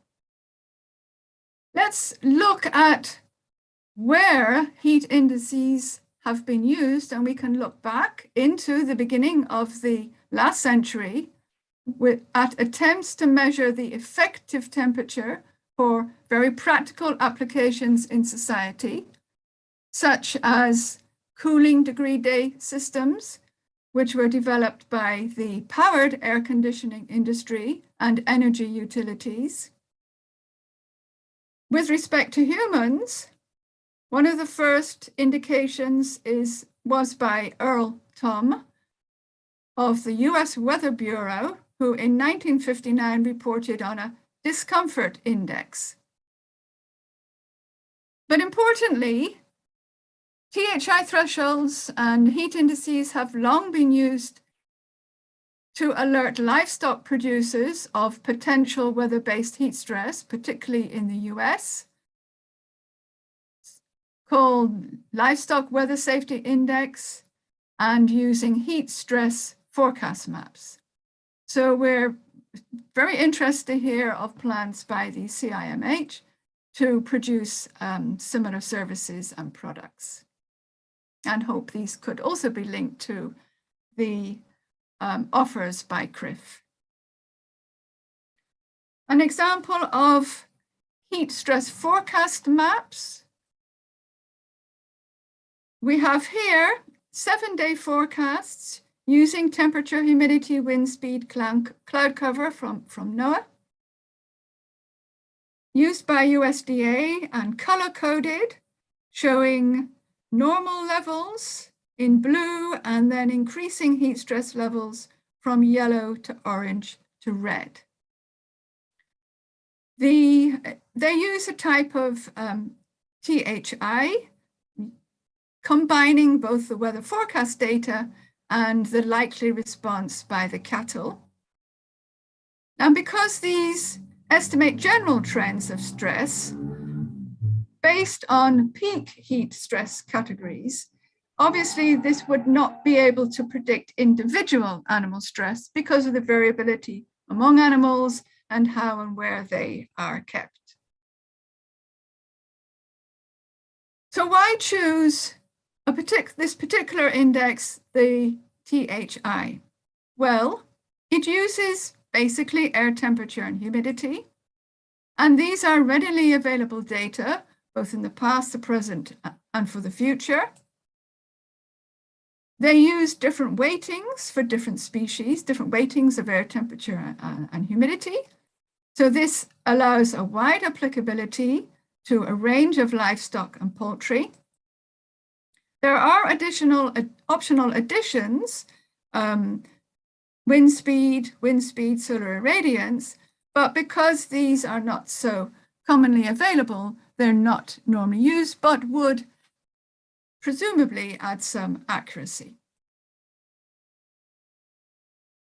Some background to the use of THI. It has been used in research worldwide, particularly in Brazil, South Africa, the US, Southern Europe, and traditionally for cattle, using values of THI and relating to animal physiological states. Close to home, here in the Caribbean, we have a report of using THI values to assess heat stress on layer hens in Cuba. Lalo and colleagues have looked at grazing time of sheep in Trinidad, suggesting that the sheep came under heat stress, and also the effect of heat stress on egg production in Tobago. So there are already there already has been some use of heat index for the Caribbean livestock industry. Now we'll move on and look exactly what is the THI. As I said before, it's an index based on temperature and humidity. The impacts of the two are added together, but in different proportions by multiplying the temperature and the humidity by different constants. And these will depend on the relative effect of temperature versus humidity on the species. A number of formulae have been developed by different researchers. These vary slightly, and they are still being refined. In our study, we chose formulae based on reported usefulness in research and applicability to tropical conditions, and for ruminants raised outdoors. So having got TH values, they have been categorized into ranges for the different species and breeds that indicate different levels of heat stress. So a particular THI range that is less than a threshold value would indicate normal conditions, no heat stress, and then higher levels would indicate increasing stress, moderate alert, severe danger, and very severe or emergency. Here's an example from the US of the so-called Livestock Safety Index, showing 3 categories of stress.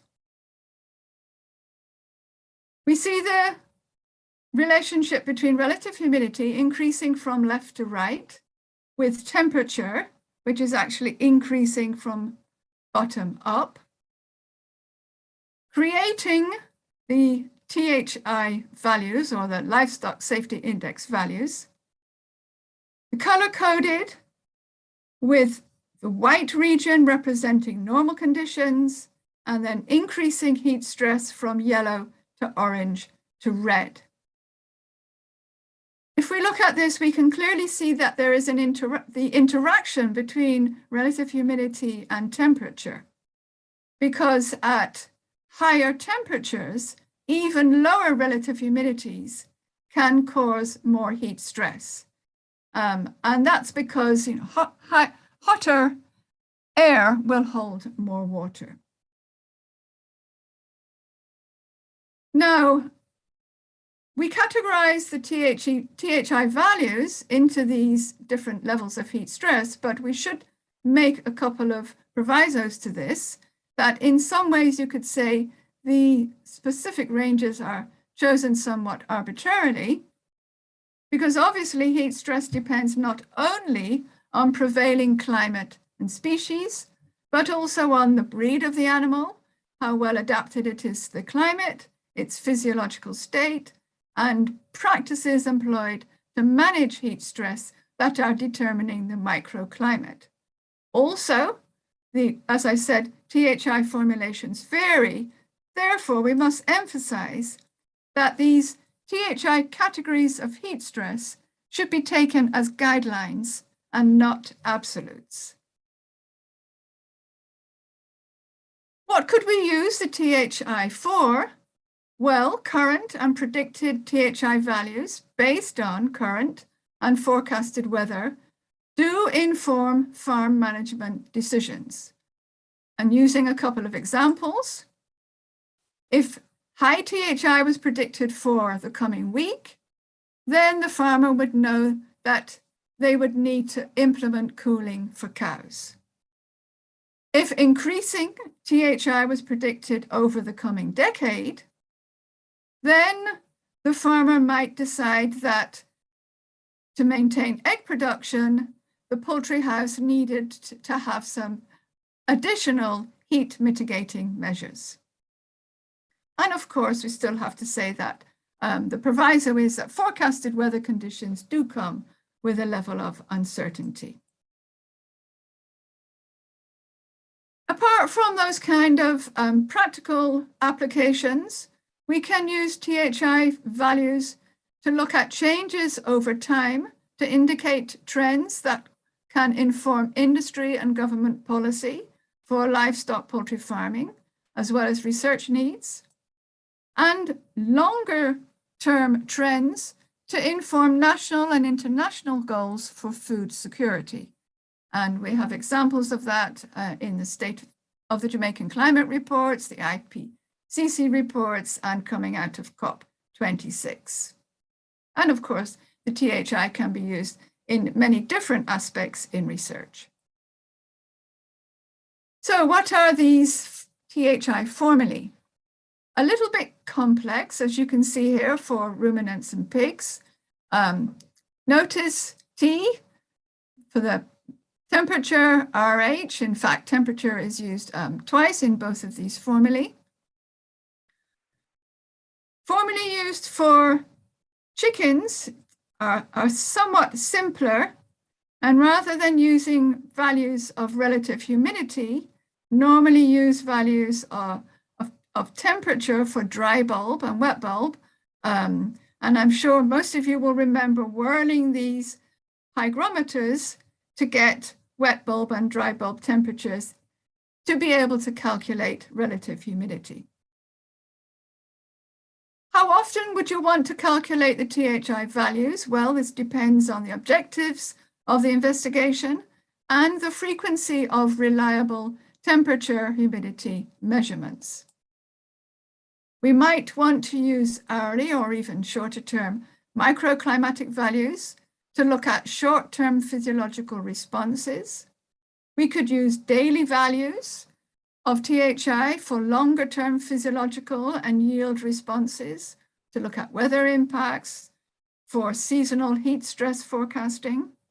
And then we could go to monthly values to look at climate variability and climate change impacts. So now zoning in to our study with THI, and this is the title of the paper that Dale just mentioned, characterizing heat stress on livestock using the temperature humidity index, prospects for a warmer Caribbean, in the journal Regional Environmental Change issue that looked at 1.5 degrees and small island developing states.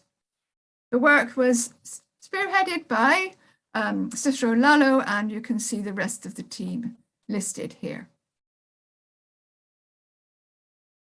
For our THI calculations to determine temperature, in most of the formulae, we need dry bulb temperature.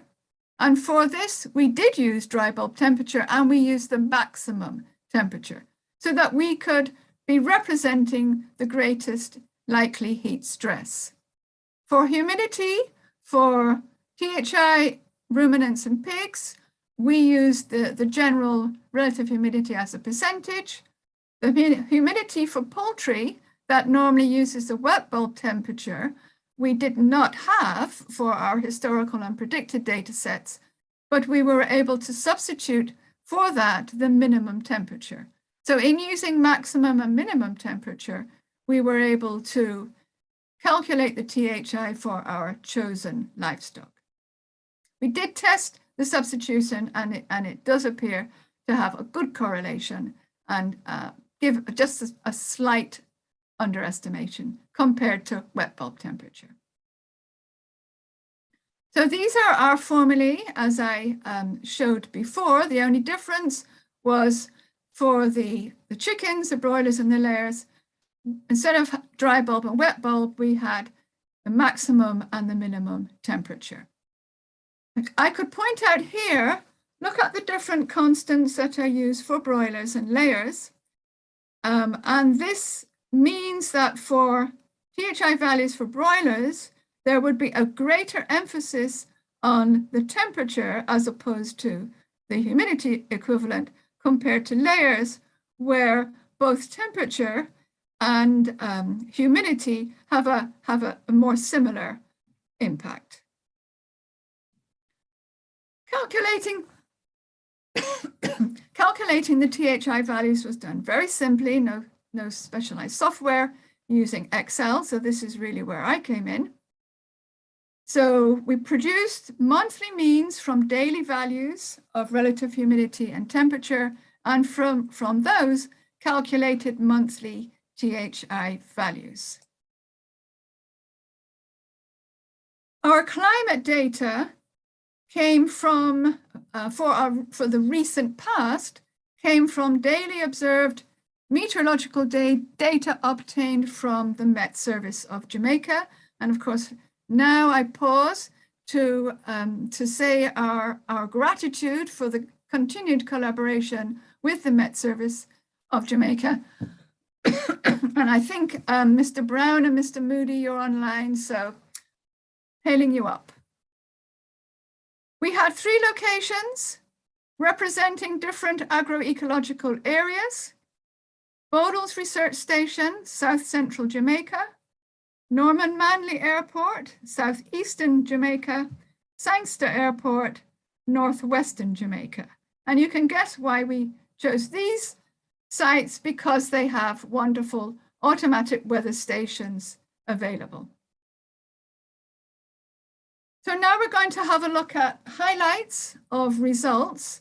And I'm putting up this little table to show how we would use the THA values to categorize the level of heat stress.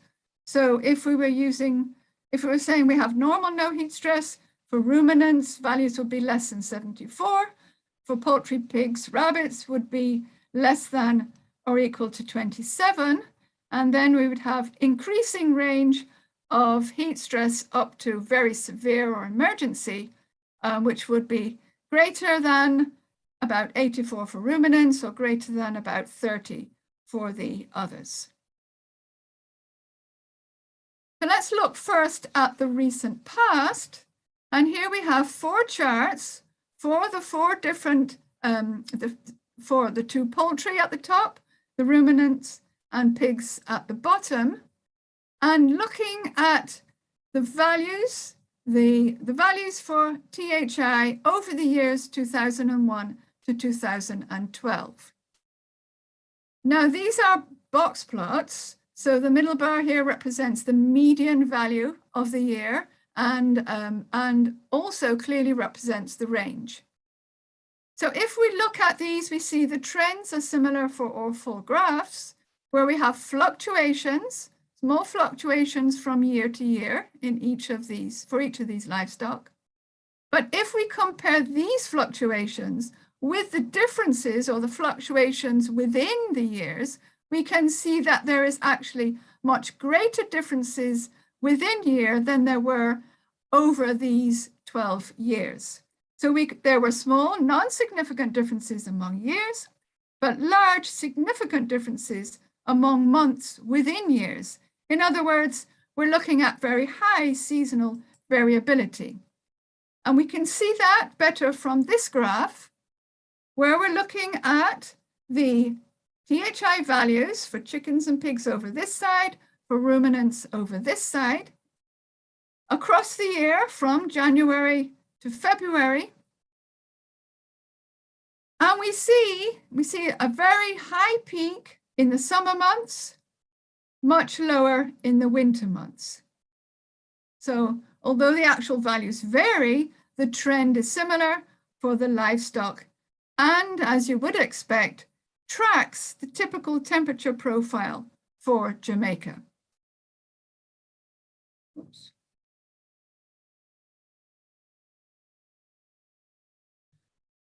Were there any differences amongst our locations? Yes, there were small differences, as we can see here.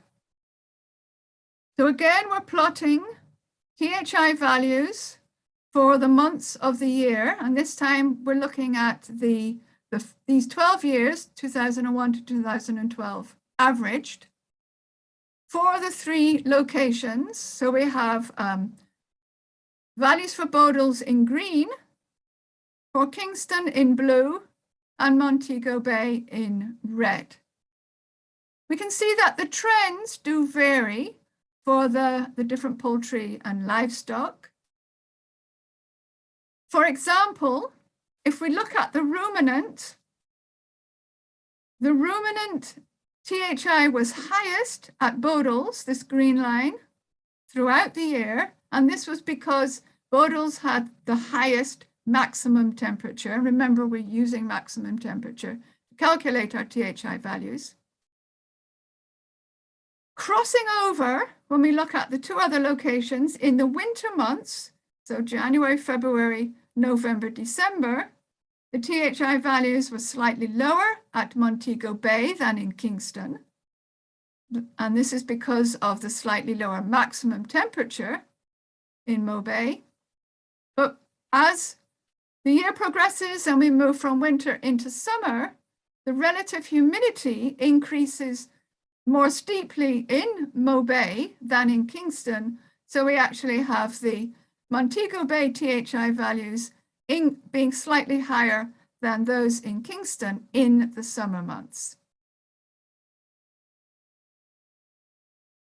If we look a little bit more at this seasonal effect, here we have a table showing the THI mean values for winter in this column versus summer in this column for our four animals.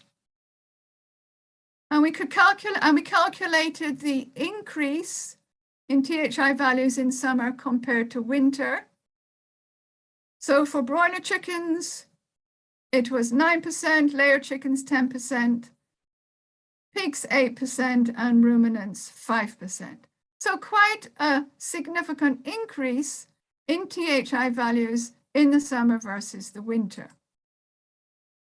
And if we look back at how we would categorize these THI values in terms of heat stress, we can see, remember we said that for chickens, anything over 30, we get to very high stress. So we can see that most of these THI values fall into one of the categories of heat stress, even in some of the cooler winter months. And I would add that the values that we calculated are consistent with the high values reported for other tropical and subtropical regions. Let's move on now to what we're expecting in the future. We've already got heat stress. What's going to happen as this century proceeds? We obtained future climate data from the Regional Climate Modeling System, abbreviated PRECIS, which provides data for the years 1850 to 2100.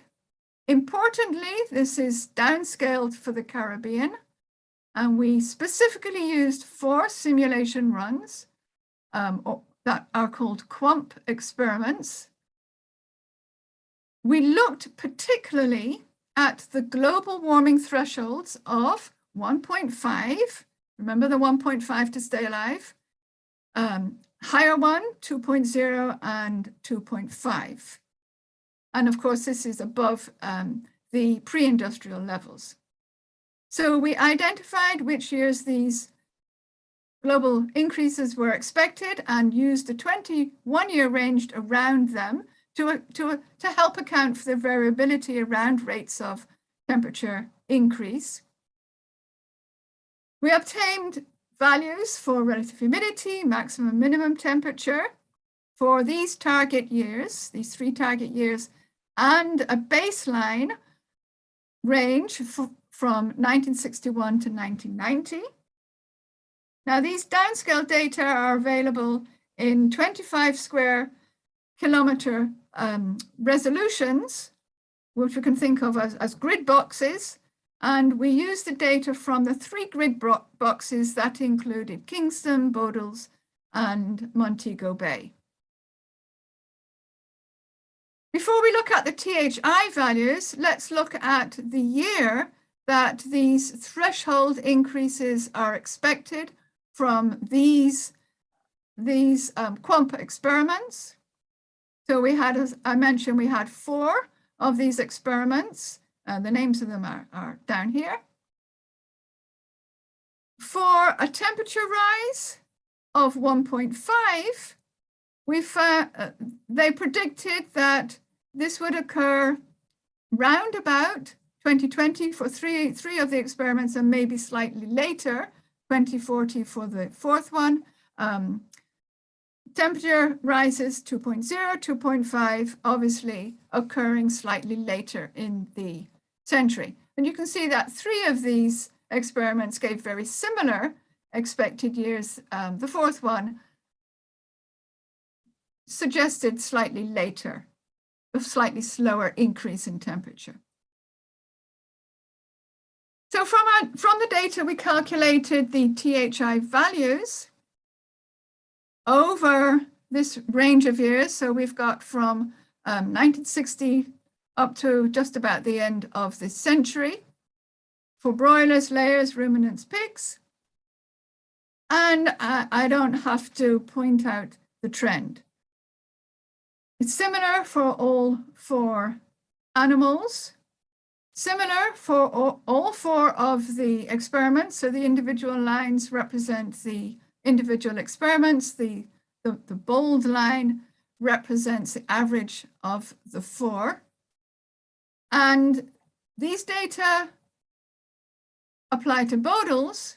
And when we looked at them for Kingston and Montego Bay, we found similar trends and similar magnitudes of increase.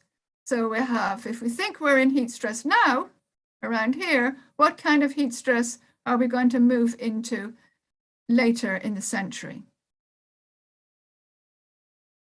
We actually calculated the increase in THI units that would be expected. So these were the increase in THI units with respect to the baseline period 1961 to 1990. We're not looking at pre-industrial era here, but in our more recent past. So the blue columns represent an increase of 1.5 degree global temperatures, the mauve 2.0 and the red 2.5. So we could see we would expect a THI unit increase of almost 1.5 if we had a 1.5 degree increase, but see what greater THI increases would be expected at the higher warming levels. And this is the same for all the 4 animals. These graphs help us put it into perspective throughout the year. So again, we're looking at what happens across the year from January down to December. And we're comparing it to the heat stress level. So these horizontal lines, these black horizontal lines, represent the threshold of heat stress when you're moving into the very extreme or emergency level. The blue curves, as you can see here in each of the graphs, the blue curves represent what we could think of as the current situation, which is actually taken from the data for 2001 to 2012. And as we saw before, we are seeing heat stress, particularly in the summer months. So if we look for broilers, winter months, November, December, January, February range, we're at least below the most extreme heat stress, but moving into extreme heat stress by the summer. Similarly for the other animals. If we look at a 1.5 degree increase, which is this purpley line, then you can see that for broilers, when we're 1.5 degrees higher, then we would expect the broilers to be at extreme heat stress throughout the year, no kind of relief within the winter months, and higher THI levels with the 2.0 and the 2.5 degree temperature increase. Slight differences for the different animals. Possibly layers are suffering less from heat stress and will still suffer less compared to broilers. with increases in global temperatures. Ruminants expected to suffer greatly, already under heat stress, and in future even more, continuously throughout the year. Pigs, a little bit more similar to layers. But anyway, we do see an increased future threat for all animals throughout the year. So putting this together, so currently we could say that heat stress is moderate to severe in the hot summer months, and even the cooler winter months are not always exempt. There are differences across the 3 sites that suggest that heat stress mitigation actions will vary according to location.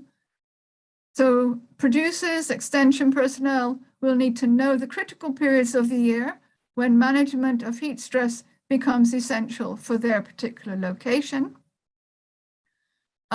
Just to remind you that our results really do represent the worst case scenario, but we need to plan for that because they have been calculated using the current maximum daily temperature and also at low elevation. And there are many mitigating factors that we did not take into account, such as duration of heat stress, which can be determined by THI hours, that the maximum temperature doesn't last all day long, and there will be recovery periods, and of course, that includes the diurnal variation. So what we're really looking at, just emphasizing that what we're looking at now are the worst case scenarios. In terms of future climate, we expect the Caribbean climate to produce steadily increasing heat stress for animals, which will threaten livestock productivity. The projected increases throughout the century mirror the increases in temperature projected for the Caribbean. We are expecting drier conditions, which will influence relative humidity values.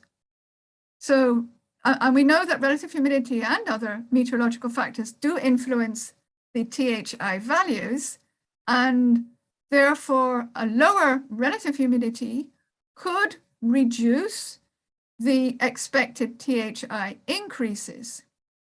However, the changes in relative humidity will be relatively small, or they're expected to be relatively small, and these would not mitigate the effect of the very significant intensification of temperature. We also need to consider changes in rainfall patterns, sometimes too much, sometimes too little, floods, droughts, and these will reduce pasture and fodder production, which will also negatively impact livestock. So if we think that the mean year of occurrence of the 1.5 degree global increase is likely to be around 2027, this was the mean of our ensemble members, and it is also similar to other research findings. 2027, not too far away. So, although the highest THI change would occur at the higher temperature increases later in the century, we are looking at potentially damaging heat stress predicted within this decade. Conclusions. In ambient field conditions in Jamaica and of course across the Caribbean, animals already experience considerable periods of heat stress. 1.5 represents a significant global warming threshold above which persistent heat stress may be experienced. A global increase of 2.0 or higher will result in even further increases in THI and the highest levels of heat stress all year round. Livestock in the Caribbean under these circumstances could only achieve normal thermoregulation under energy-intensive heat mitigation systems. And Lalo will speak more about this shortly. In the absence of mitigation, the negative consequences on animal physiology and consequent production will be felt sooner than later and greatly exacerbated in the long term. So this work helps support the call by small island developing states to keep global temperatures to no more than 1.5 degrees C above pre-industrial levels. For those interested, you will receive references. I have included all the important references that we used for our study. So I'll just finish by saying that although the use of THI is not novel, it's been used for years now, so it's not innovative per se, but I think we should be looking at how we can make its use and its practical application and under innovative conditions. What kind of, possibly we can have mobile apps, certainly we can have bulletins and forecasts that will be forecasting conditions that are likely to give heat stress and what level of heat stress. So with that, I finish the presentation.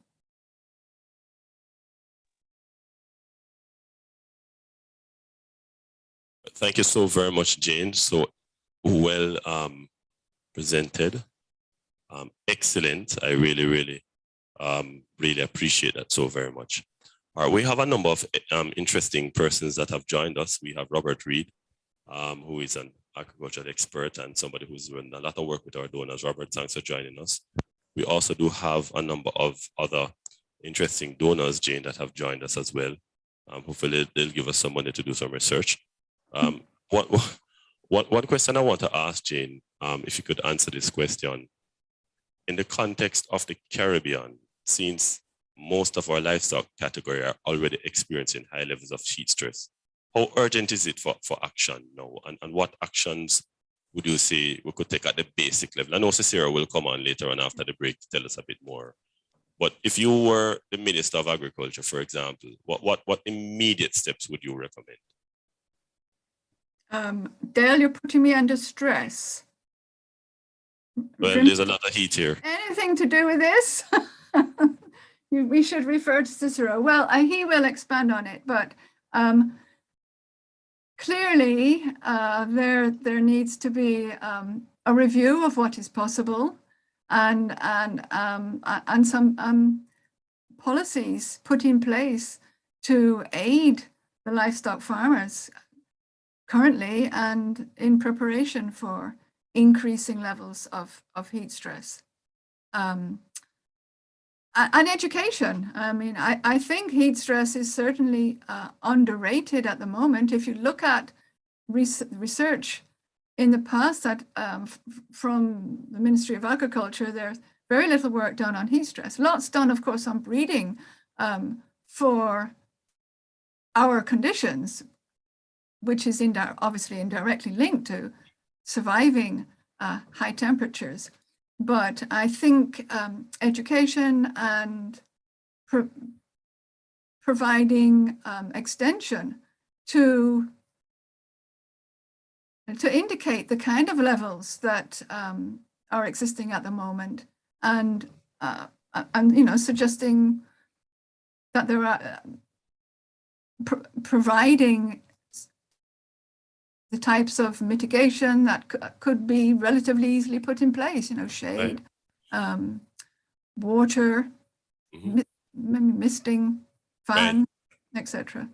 Well, Jane, you've answered it brilliantly. In fact, one of the biggest problems we have right now, if you recall, we had an assessment of the uptake of climate-smart agriculture in the agriculture sector. And one of the shocking things that came to my attention as a lead consultant was that we have several extension officers for crops in a parish, but only one livestock officer for the entire parish.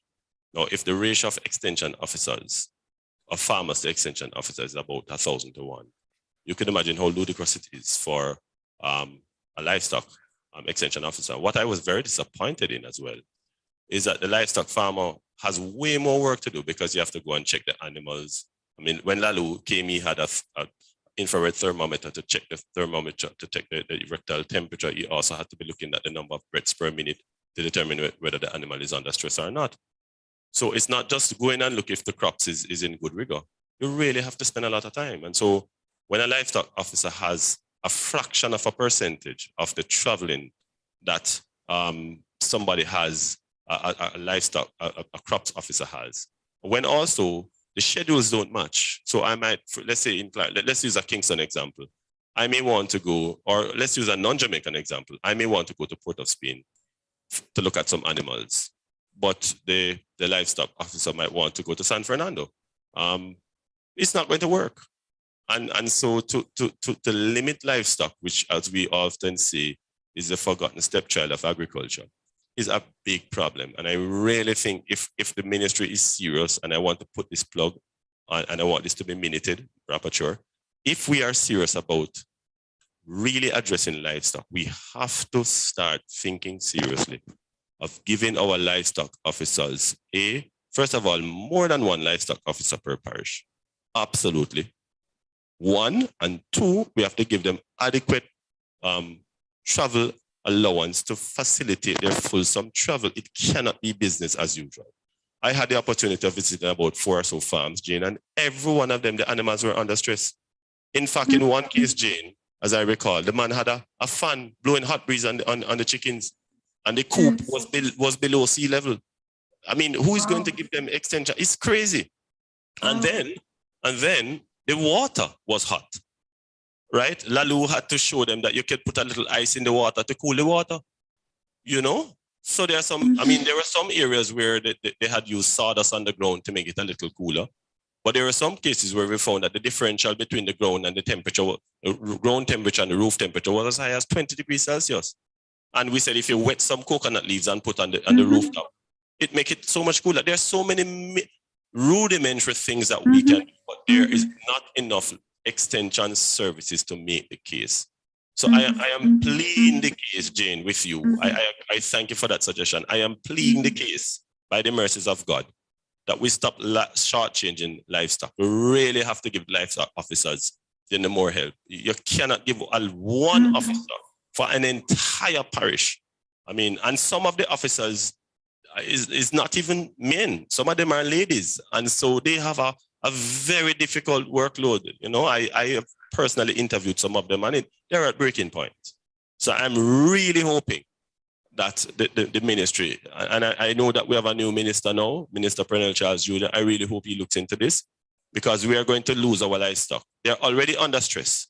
We can't put them under human stress on top of that. So thanks for that, Jane. Lalu, I know Jane, if I can put a question to Lalu, if you don't mind. Please do.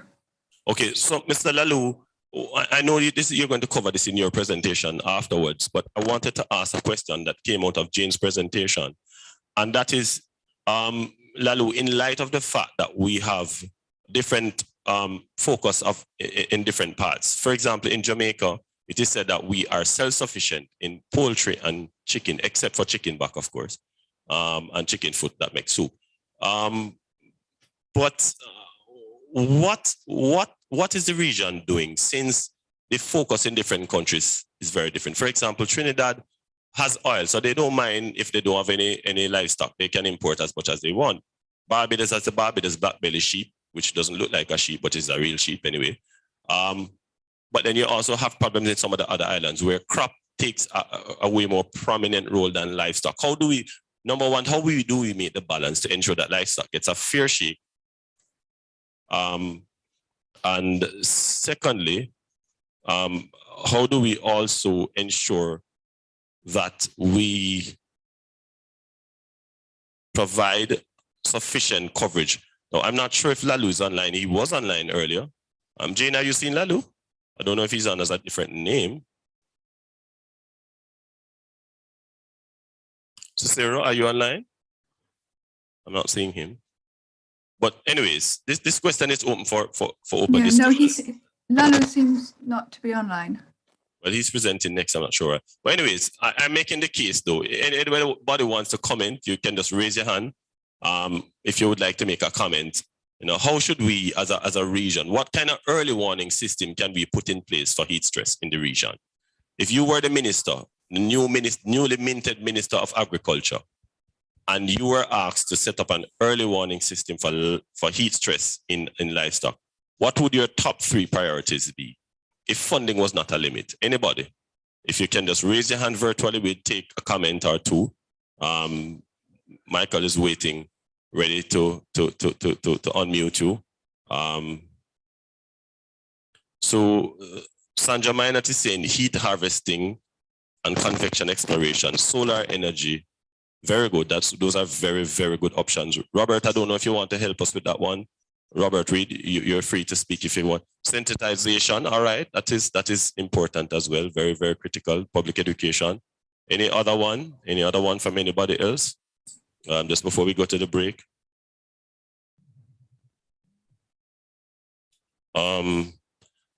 Sustainable water structure training, selective breeding, all right, recycling of water.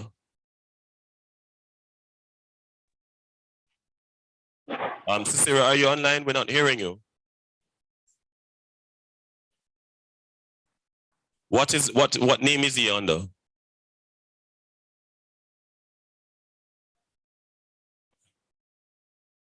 Margaret Lalou. No, see. Tell him to raise his hand, please. All right, so Maxine Brown, can you go ahead? Can you unmute Maxine Brown for me, please? Maxine, go ahead, please. Okay, good morning, everyone. I hope you're hearing me clearly. We are. Oh, my location. Okay, so I just wanted to say that I am happy to hear that somebody, outside of the general dealings with livestock is seeing what is happening and is sharing that concern about how we are to approach livestock production. And I think what we need are persons who have the data to speak up loudly as well. So when the research is done, and yes, the papers are written, I think the individuals who own the research need to start doing things to get to the policymakers to let them know that we're not just speaking from our feelings, but there's actual research data to show it. And it's important because our cattle breeds that we have developed are currently at risk. And I don't think we're looking clearly on how the heat stress may be affecting them. We're already losing them. We are bringing in new animals under a current program now from overseas. Are we looking at how the heat stress may be affecting them, given that they weren't bred here or would have grown here? So I think persons who have the data need to engage policymakers to let them know that this is a real issue. They are well aware of climate change, but like you have indicated, a lot of focus is on crops. So we need individuals who have the climate change information in the same way that you're stressing it and can show them the devastation from crops. I think that is what they need to see, the devastation that can happen to livestock if that is not taken on board.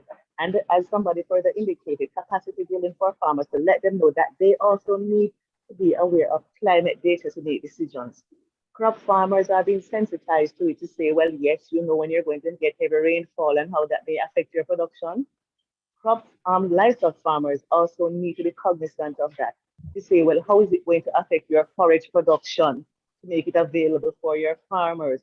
How is it going to affect your animals? We have farmers losing piglets from being too cold, and all these different sort of impact that it can have on your animals. So I'm really encouraged by it to see that, yes, somebody who is, from a climate perspective, persons are pushing for more support for the livestock sector. So I just think we need to keep that momentum going. And for all the climate persons who have that data to engage policymakers from a livestock perspective. Thank you very much. I'm very passionate about it. I could go on and on with it all the time. So thank you for that. Dale.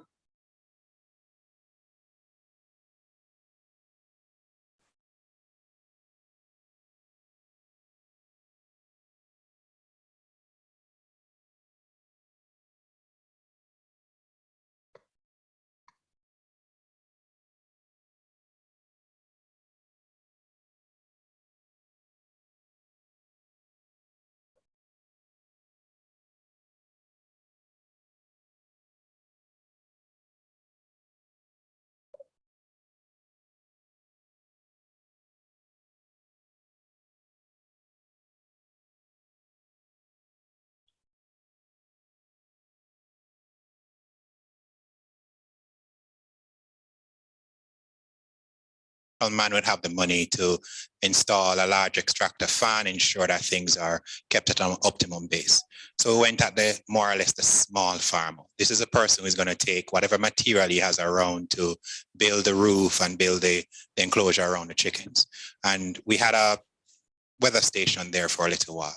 And in some instances, you'd be surprised to see what kind of temperatures the chickens would get to. And for that, there was also some mortality of the chickens as well. So, you know, you go in, you tally, you make a note of how many died at night and stuff like that. So there was nothing necessarily to keep the chickens warm at night either. What radiative cooling offers, and this is a science solution, is that we choose your building materials, or we apply something to your building materials, be it paint or something else. And what that does is it keeps you cool during the day. And in some sense, we are trying to get to a point of keeping you, if the chickens require warmth at night, the material itself will actually retain some of that heat to keep you above the outside temperatures. So that is something that is currently being worked on, and it's hoped that at some point in time between now and the end of the year, we'll have something to produce from that. Well, that is very, very encouraging, because with the radiative cooling plus the whole notion of solar radiation management, which has now gotten significant traction in the climate change debate, that would be particularly useful. And it's a simple solution as well. Yes. So thank you very much for that. Thank you for bringing that to our attention. Dale? Yes, sir. Yeah, I'd just like to add something. One of the observations that I have made in going through the region, especially for small farmers, is when you look at the house design, there are issues. The roofs are much too low. So of course, and with the galvanized, and sometimes there's no shade around. This just promotes heat stress for the chickens. And I remember the case, I think we went to St. Thomas, and this lady she was in layers. And when I calculated a loss in eggs, it would have been more than 40,000 Jamaican dollars over that period, probably a 3-month period or so. So these issues are very critical for the small farmers. Yeah, Lalu, that's a good point. In fact, she by her own admission said she lost about for each of her coops, she lost about 4 chickens per day or something like that, if you remember well. Yeah. Yes, yeah. and she had about 4 or 6 coops. So imagine losing 24 chickens every single day because of heat stress. One of her coops was directly under a tree, Dr. Campus, that was considerably cooler than the other ones. So Lalu, I wonder if maybe one of the recommendations, as Jane was saying, coming out of anything having to deal with improvement is the kind of material, the building material that you use. Because the galvanized zinc is cheap, everybody just go with that. But it may not be the solution at all. But the other thing is that although you use galvanized, you could insulate inside the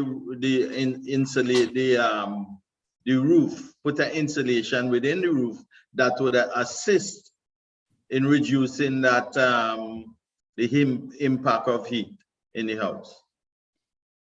So, you know, there are simple measures that the farmers could take, and they need to be advised. And I agree with you about having more livestock extension people. And then they would need to have specific training in climate change and method of attenuating climate change on the livestock. Yes. All right. So somebody was asking a question or making a clarification. To my certain knowledge, there is one livestock officer per parish. That is my understanding, not per extension area. I think I wrote the report on this. I'm fairly confident I can say this without fear of successful contradiction, unless somebody knows otherwise. The problem is within a parish, there are several different extension areas. And so when you have one livestock officer per parish, you really cannot offer any extension services. And I've had personal interviews with persons on this. All right. somebody saying, Atto Lewis is saying a recent trend is to place a ground-mounted solar PV at a height that the livestock can shade under. And this also aids the performance of the PV. So thanks for that. Or somebody say can place a PV on the roof. Somebody please check on WhatsApp, YouTube to see what they're saying. Somebody was adding to Maxine's response. Maxine, somebody's picking up your response saying that researchers need to engage the technocrats at so that can make the rest of this out.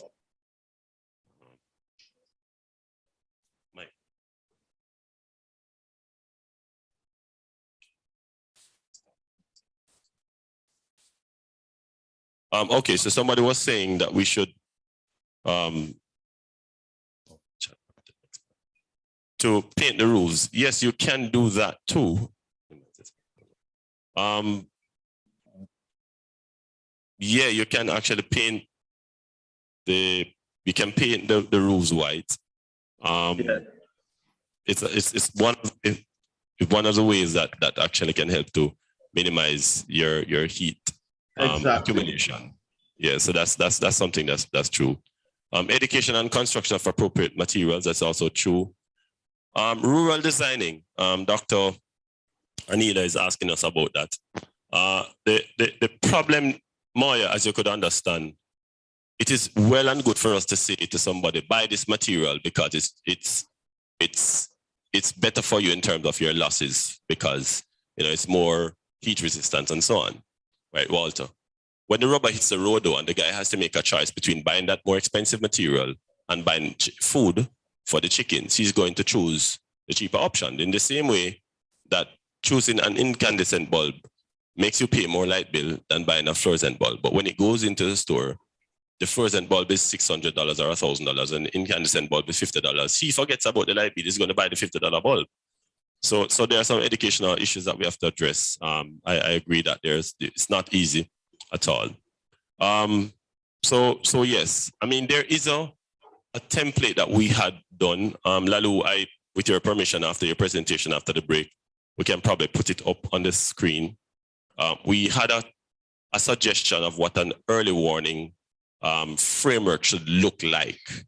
Now, Jay, this was not for the Caribbean, it was just based on a Jamaica consultation. So we can show everybody, we can explain what the agencies are, so you'll have an understanding what the equivalent agency would look like in your country. So Jay, I'll send that slide to you.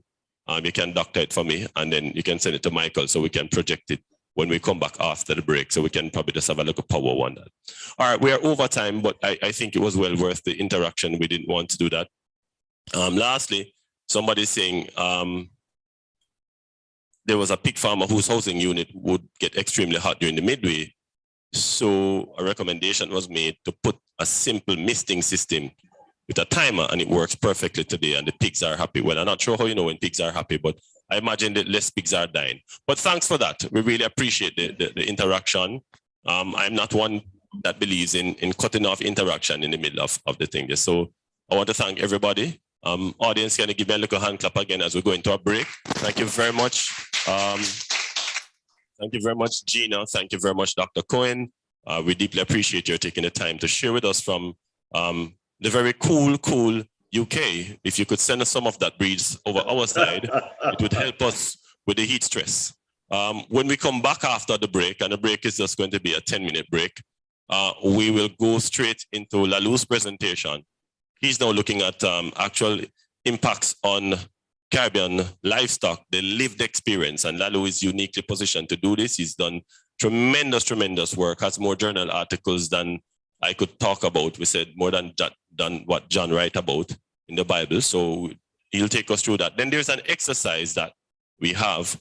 I'm going to ask in the break for Michael to share a file in the chat. It's an Excel file or via email. I don't know how we're going to do that, where we'll give you some exercises, and you'll have to try to determine the level of heat stress that each animal category is experiencing.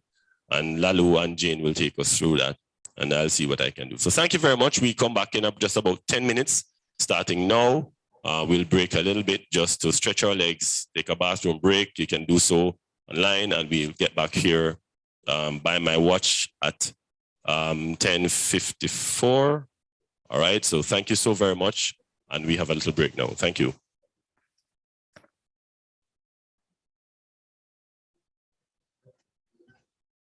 Primer for teaching climate change.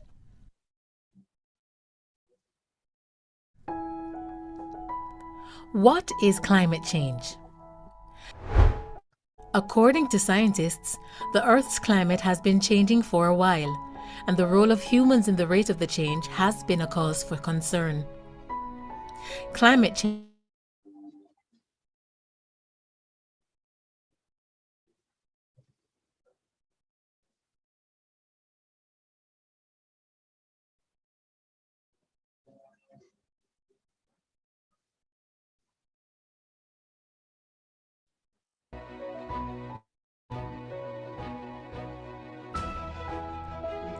Climate change is caused by various natural and man-made factors. Natural factors include volcanic eruptions. Man-made factors, also called anthropogenic factors, include activities resulting from population and economic growth, such as transportation, electricity, or agricultural production. Most times when we refer to climate change today, we are referring to the changes we have seen due to human factors. These activities release greenhouse gases into the air. These greenhouse gases released from human activities increase the natural greenhouse effect, which works to warm the earth and sustain life. The first climatic change that is therefore often observed is a long-term increase in average temperatures. Overall, the world has steadily warmed due to human factors since the pre-industrial period. The warming of the world has led to other changes in climate, including in rainfall patterns, storm events, and sea levels.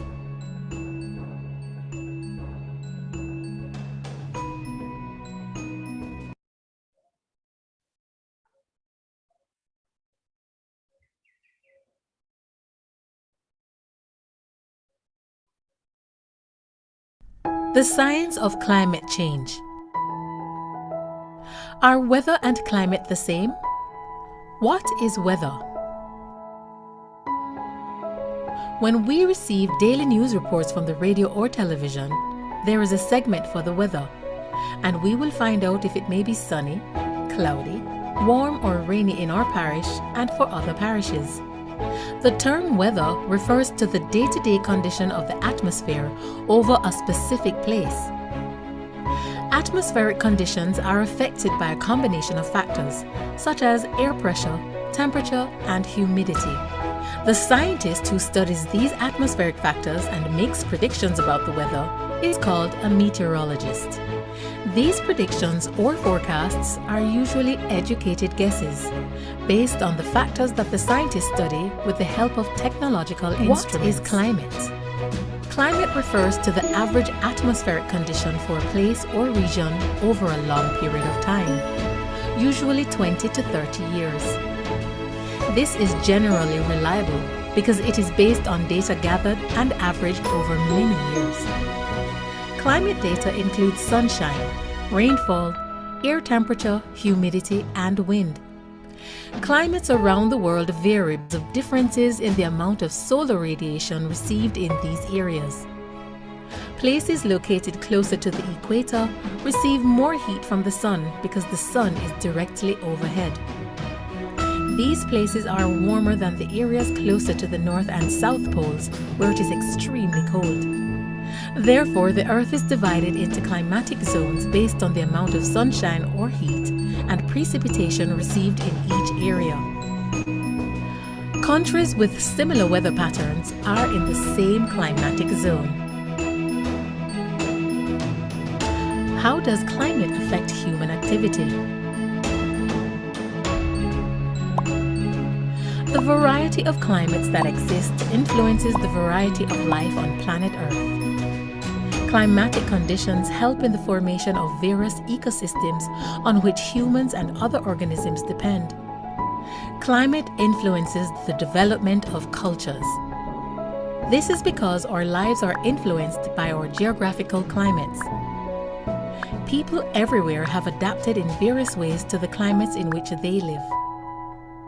Climate influences our clothing, types of housing, agricultural practices, and vacation time. For example, persons in countries with cold weathers may go to countries with tropical climates during winter. Climate change is taking place globally and regionally within the Caribbean. In the region, some of the evidence for climate change includes warmer temperatures, greater variability in rainfall patterns, rising sea levels, and increases in frequency of extreme weather events, such as floods and droughts. Climate change is a very present and a real threat and can cause a range of environmental, economic, and social impacts for the Caribbean region. Examples of these impacts include coastal erosion, loss of coral reefs, mangroves, and other ecosystems, saltwater intrusion into coastal agricultural lands and aquifers, escalation of frequency and intensity of hurricanes or tropical storms, increase in frequency and severity of coastal inundation and flooding, disruptions in precipitation causing droughts, and availability of potable water supplies. Some islands being rendered inhospitable and expensive relocation and rebuilding exercises in others. Introducing SpeechLo, the most natural sounding text-to-speech software on the market. Hey, I'm Joey, and I'm one of the 30 AI voices from SpeechLo. You listened to this video until now and you probably couldn't tell I'm not a real human voice. That's because I understand exactly what each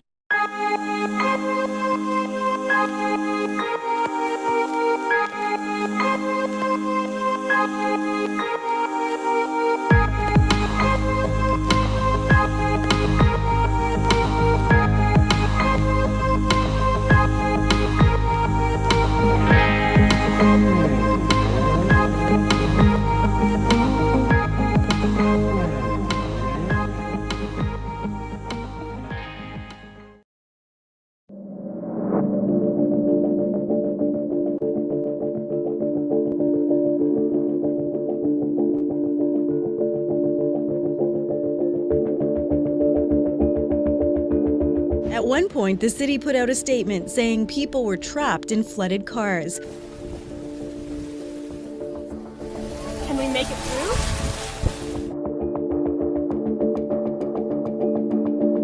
The Trans-Canada Highway is closed as floodwaters rise. 75,000 homes under orders to evacuate. Damage is estimated in the billions of dollars. It could be days before power is restored. Devastating floods are a continual threat in Canada. As weather patterns change, communities are struggling to protect property and lives. In British Columbia's lower mainland, there have been 2 large-scale Fraser River floods in the past 125 years. The region has also seen very high water more recently, reminding us that here too, flooding is a fact of life. Every spring, mountain snowmelt and rain make the Fraser River run high and fast. Sediment carried by the river during these spring freshets is what formed the Fraser River Delta, making it some of the richest land in Canada, both for wildlife and agriculture.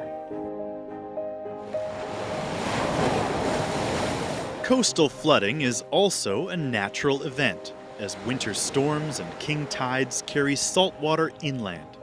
But experts say the lower mainland needs to prepare for larger and more damaging floods in the future. So at present, we have risk on the river from flooding, and this is going to get worse in future for 2 main reasons.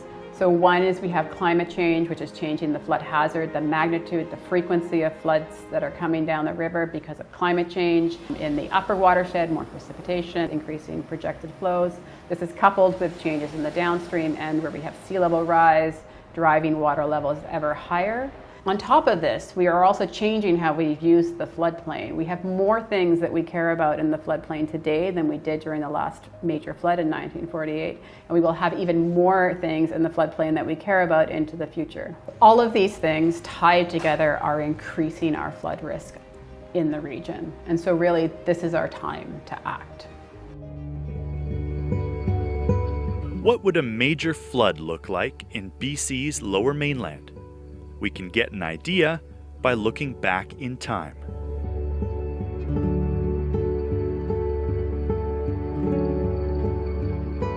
The Fraser River flood of 1894 was the biggest in written record. At its peak, the river flow was nearly 17,000 cubic meters per second. That's like emptying 400 Olympic swimming pools every minute. In the 1890s, there were several thousand people living in the Fraser Valley, a small fraction of those in the valley today. There were a number of dikes in place. However, virtually all of those failed, and the water spread over the full floodplain. 2 generations later, the river rose again. In the spring of 1948, massive snowpack throughout the Fraser watershed melted rapidly. Thousands of people fled their homes in Abbotsford, Chilliwack, and Mission as the river lapped at their roof. 220 square kilometers of rich farmland was soon underwater. I took a boat one morning, at corner of South Sumas Road, and was going to go to the store, and the whitecaps were so big that I turned around. And that's the way the lake was for days. Big whitecaps, just like on the ocean. Before that dike broke, people remember seeing the pressure of water on the outside of the dike was pushing the water underneath the dike, and it was coming up in spigots, in jets of water in the field and lifting the sod off the ground there. So there was such a tremendous pressure from the river that, the land was acting in really interesting ways.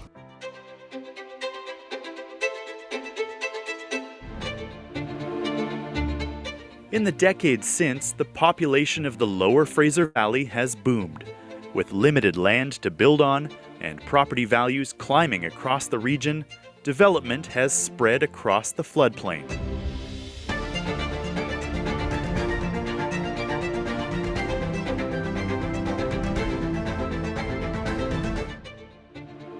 The nonprofit Fraser Basin Council helps facilitate sustainability projects, including regional work on flood, so authorities can better understand flood hazards and work toward reduced flood risk in the Lower Mainland.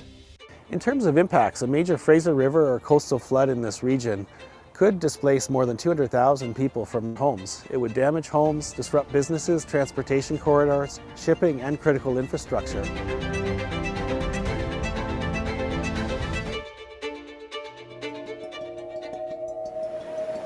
Floodwaters don't respect boundaries between jurisdictions.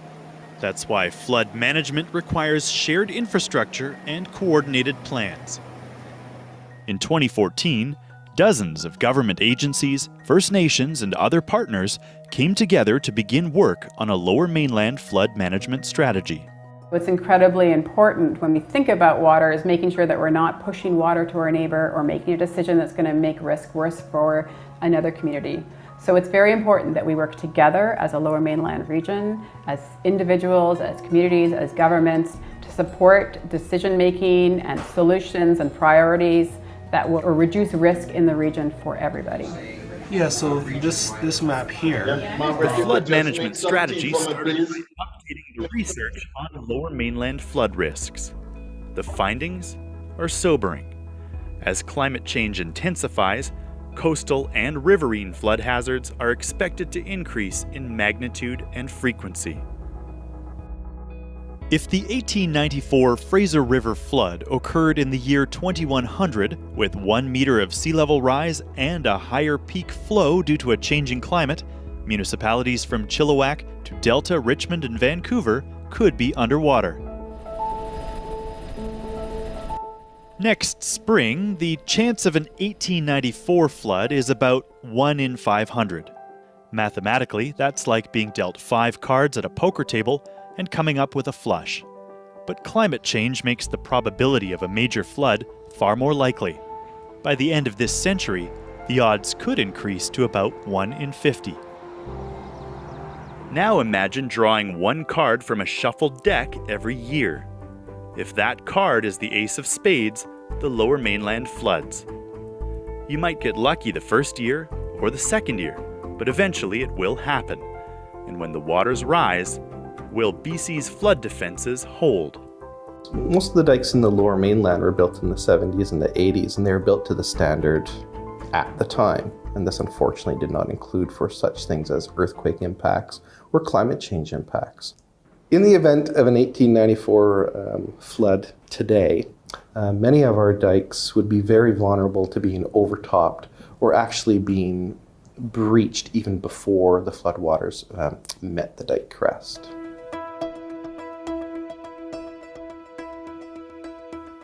Here's what popular locations around the Lower Mainland could look like if the water reached 1894 levels, or if there was a 1 in 500 year flood in 2100.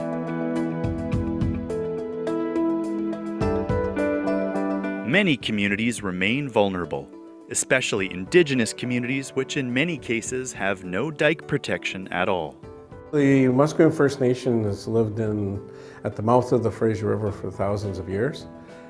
When I think about flood, it's definitely concerning to us because of our location, as well as climate change in regards to sea level rise, king tides. Lower Mainland local governments are generally responsible for maintaining dikes within their boundaries and making decisions about floodplain development. In addition to keeping dikes operational, an increasing number of communities are also updating local flood plans and making dike upgrades to better manage flood risk. Still, everyone recognizes that regional collaboration and greater investment are needed across the region.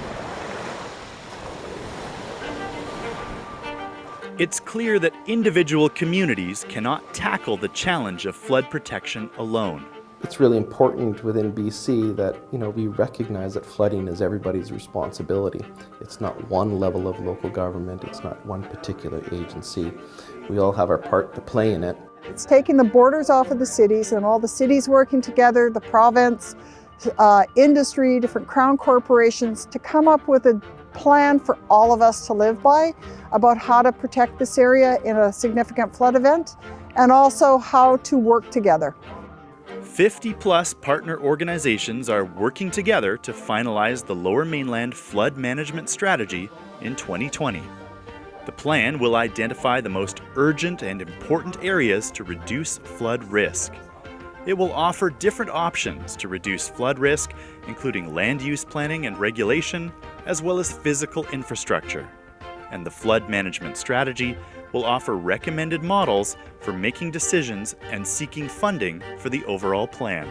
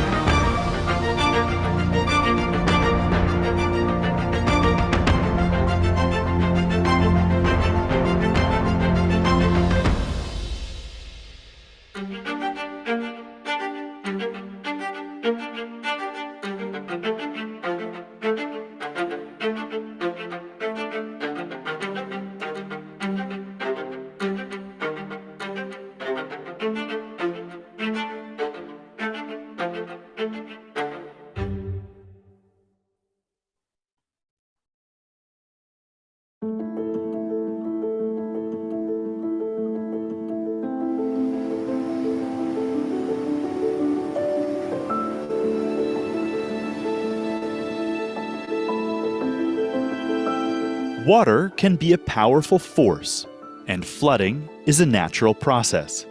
Here in British Columbia, melting snow raises rivers every spring, and sea level rise can bring coastal floods. When communities, governments, and businesses develop and use lands that are subject to flooding, this increases the risks and the consequences when the waters rise. In extreme cases, it can damage or destroy entire communities. To plan and be prepared for floods, we need to understand how water moves. That's why a new computer model has been developed as part of a Lower Mainland flood management strategy planning process. On the Fraser River, we can anticipate some fairly extreme flows.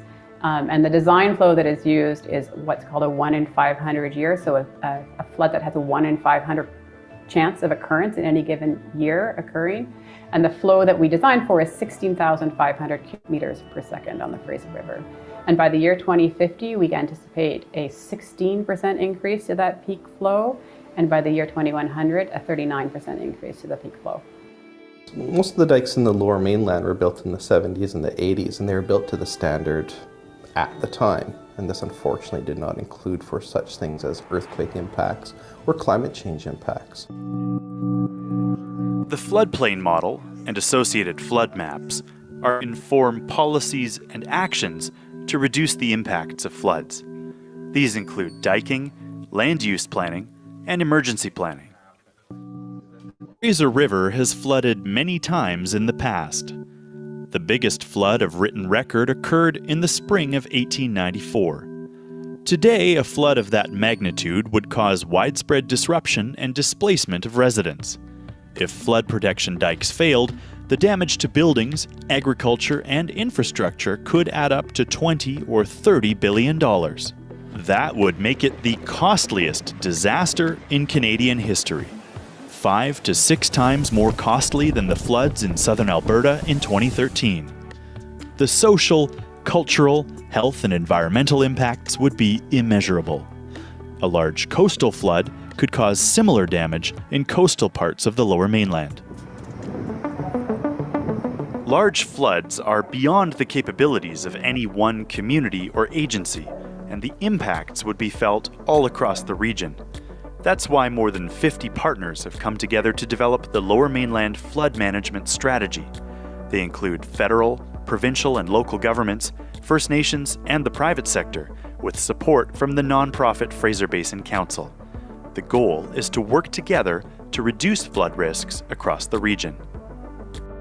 Floods cannot be entirely prevented, but with planning, the risks can be managed and negative impacts can be minimized. To be effective, a regional flood strategy for the Lower Mainland will need to have broad support from all levels of government and other partners across the region. That will require agreement and alignment on some key questions. For example, where are the most important opportunities to reduce flood risk? What options and approaches make the most sense for the Lower Mainland region? And how can all jurisdictions work together to fund and implement the flood strategy? The fact is, BC is not facing this challenge alone. Coastal and riverside communities around the world face increased flood risks because of climate change and continued development in floodplains. We can draw on expertise from other jurisdictions, as well as traditional knowledge here in the Lower Mainland. Luckily, we have many tools available to support us to reduce our risk to flooding. Some of them include flood protection infrastructure, like dikes like we have in place today, but also include things like our land use decisions and planning, how we build on the floodplains, and in terms of actually having a flood event, how we respond and recover during that emergency event. We have a whole suite of tools. The challenge at this point is to figure out how we're going to make decisions about what to use. And to do that, we really need to understand our shared priorities and values. Examples of these values include human safety and vulnerable populations, including First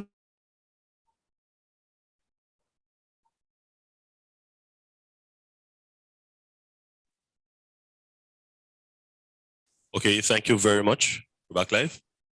We're back live. I did say 10 minutes. There was what I didn't mention because of heat stress is that there was an exchange rate of 2 to 1, so it took 20 minutes. But anyways, we're back. Thank you very much for joining us. We have Dale, you seen my shared screen? Not yet, but just give me a minute. Lalo, let me introduce you, please. You're worthy of your introduction, Mr. Sir. Okay, so I'd like to use this opportunity to introduce our next speaker, Mr. CCRIF. He was for many years a lecturer in the Open Tropical Forage and Animal Production Laboratory, Department of Food Production and Agriculture in the Department of Food and Agriculture, the University of the West Indies, St. Augustine campus in Trinidad. He's been engaged in livestock research regionally for over 30 years. Lalu, as we call him, his mission statement is to use my God-given gifts and talents to enhance protein security in the CARICOM region through livestock production and to train the future generation in animal production so as to ensure protein and food sovereignty for future generations. He's worked with Sugarcane Feed Center for 10 years as the livestock productionist and 25 years at the University of the West Indies St. Augustine campus in Trinidad and Tobago. Lalu, though he sounds Trinidadian, is a born and bred Jamaican. He's just married to a Trinidadian and lived there for too long. I just add that for free.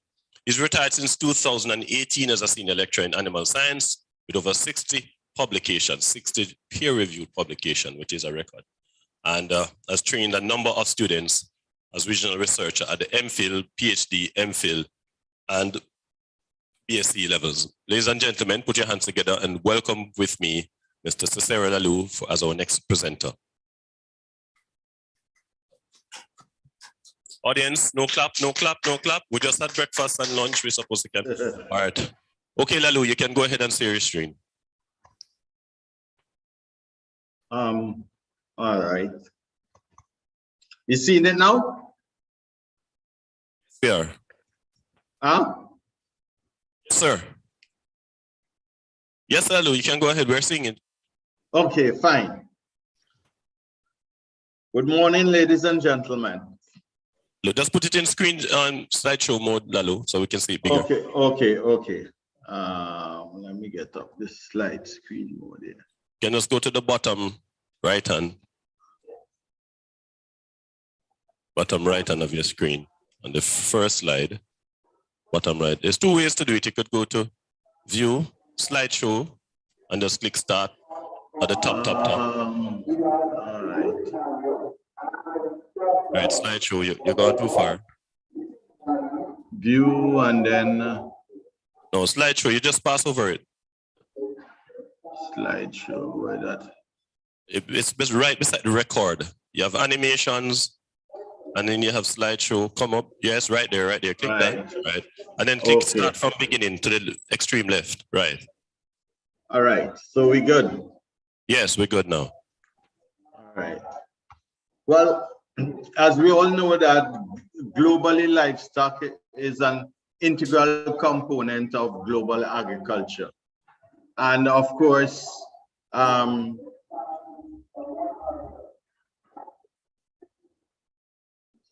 contribute directly and indirectly to human food security and many value-added products to their welfare and well-being. The English-speaking islands of the Caribbean, or CARICOM, are particularly vulnerable with respect to the impact of climate variability and change. Generally, temperature will remain fairly constant, with the highest value occurring in the period between June and August, and present a major challenge for livestock and livestock farmers, since there's often need for cooling to prevent adverse impact on their production and reproductive performance, and also their thermoregulation. As we all know, and Jane spoke about this, that the climate change will exacerbate these challenges in the Caribbean, especially with respect to increasing temperature. Both the IPCC and the Caribbean studies have reported that the range will increase from 0.7 to 1.8 degrees by 2050, and 1.1 to 3.2 by 2090, which also a critical temperature. The critical global warming or global temperature rise is to be expected to be at the 1.5 level. Above that, you saw what Jane spoke about. We're going to be under serious stress, right? So we know that there will be an increase in warming in the Caribbean based on what Jane have spoken about. And of course, we look at what happened in terms of the THI. Now, we are expected that there will be, which has been predicted by the climate change group in Jamaica, that we expect to have very hot days and nights in CARICOM, and this will continue to increase between 30 to 98% of days annually by 2090. Now, one of the significance of this is hot nights, because with our livestock, they generally can hold within their body about 1 to 2 degrees Celsius. But the cooler nights will allow the animals to give up this heat so they could reset their body to deal with the next day onslaught of the climate. If the animal cannot do this, then this will further increase the stress on the animals, with its, of course, negative impact on production. Just to share with you just a pictorial representation of heat stress, how it impacts the dairy animal, because one of the animals that are in terms of ruminant that is particularly sensitive to heat stress is the dairy animal. And I know that in Jamaica, milk production, and with most of the other Caribbean, are very critical from the dairy cow. I will just put a plug here just to say that we in the Caribbean have been negating the dairy goat for milk. I remember as a boy growing up in the country in St. Thomas, my regular morning drink was goat milk. But you don't see it around very much today. However, when we look at what we expect to happen with the dairy cow, you will see that there will be an increase in respiration. You will see that there will be impact on reproduction, milk production, and also milk composition changes that will take place, and an increase in rectal temperature. All of this is, of course, driven and controlled by the hormonal changes which takes place in the animals. So you have various hormones, prolactin, oxytocin, estrogen, and so on, and growth hormone, and the glucocorticoids, which of course will impact how the animal respond to the effect of stress. Now, when we look at some of those potential stressors, you have the environmental stressors, which Jane elucidated in her talk when she talked about the humidity, the wind, the rainfall, the solar radiation, and so on.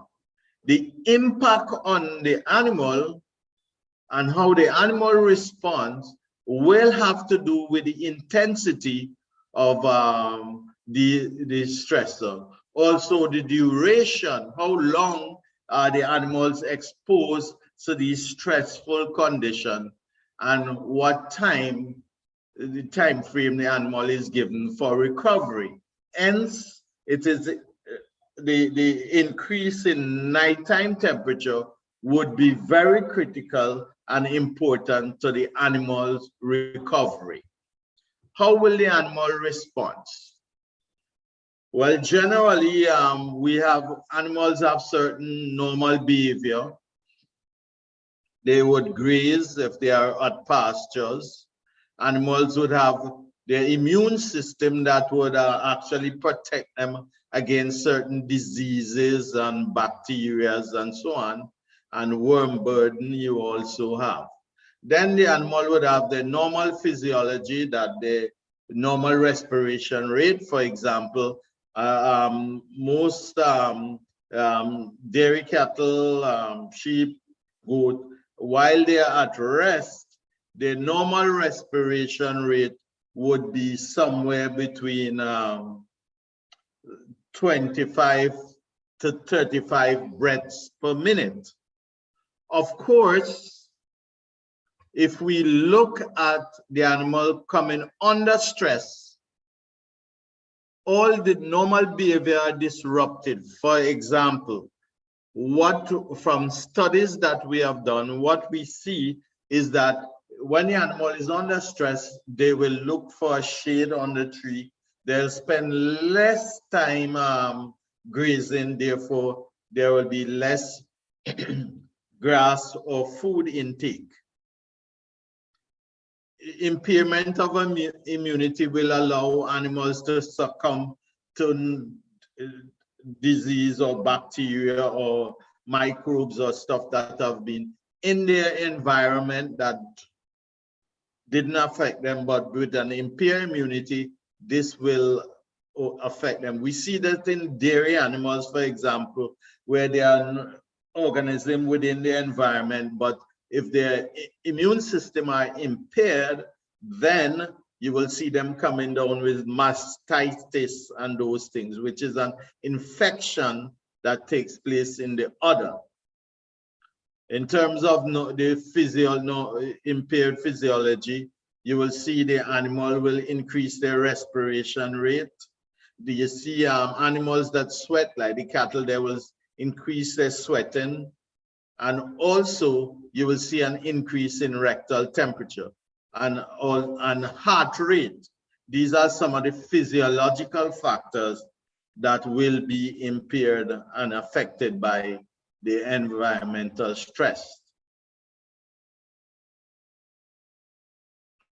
What are some of those physiological signs that we would notice of heat stress? Of course, I just mentioned some of them, but just to give you some figures, for example, with breaths, animal respiration rate between 80 to 120 breaths per minute would indicate that these animals are under moderate stress.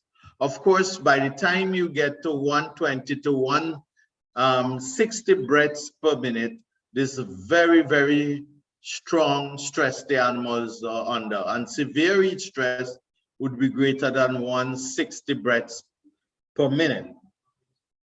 Now, for some species, as the respiration rate increase and so on, you could lead to things like respiratory alkalosis, which is what happened in some of these species, that as they continue and the heat stress continue to impact on their respiration. And of course, when we look at the rectal temperature, that's critical to lactating dairy cows, for example, is a range of 38.5 to 39.5 degrees Celsius. Now, what I should also mention is that these response are also influenced by the cow adaptability. For example, we have Jamaica, who that's an adapted animal developed in Jamaica. So you find that they would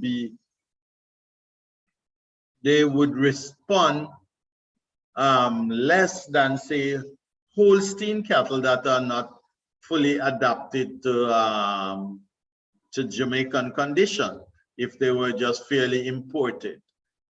For example, here in Trinidad, we at one stage we had the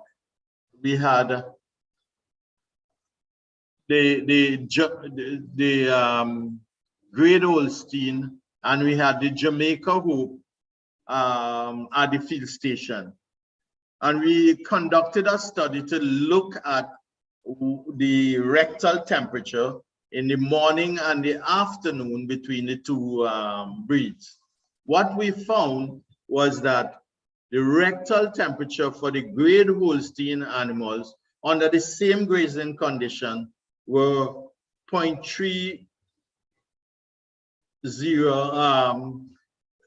degrees Celsius compared to 0.27 degrees Celsius for the Jamaica Hope.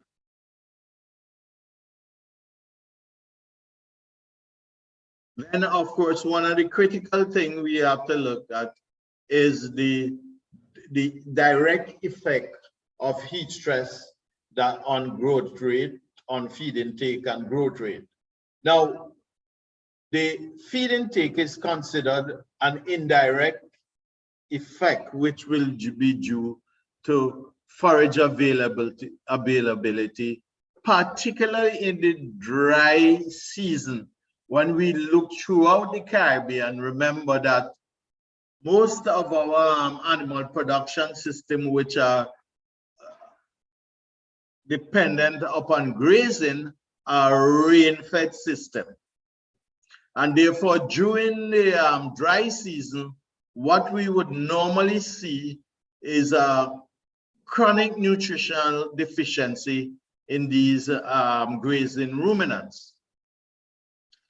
There are economic consequences to that. One example is that in Tobago, where they're largely growing sheep, we have itinerant butchers from Trinidad, and they would go to Tobago during the dry season to purchase animals. Why? The farmers would have serious problem with feeding the animal, with the forage supply and so on. And therefore, generally, they would buy or purchase these animals from the farmer far below the price of those animals. So the farmers, from an economic standpoint, they lose. We talk about the suppression of the immune system, which increase the animal's susceptibility to various diseases. One that is very common in our part of the world, especially among our small ruminants, is worm burden. Of course, for your larger ruminant too, and therefore this has to be managed. And if the animal immune system is depressed, then the animals succumb more readily to those worm burden, which could actually lead to death of that animal. The question that we have to ask, though, is how do we adapt our livestock production system to meet the thermal challenge of our current and future climate, as to put what Jane was alluding to. So we need to adopt risk management strategy for the considering perceived thermal challenge, and then potential consequences and response according to reduce the impact of such challenges that we would face. Some of our mitigation action would include provision of shade, modification of the environment by housing.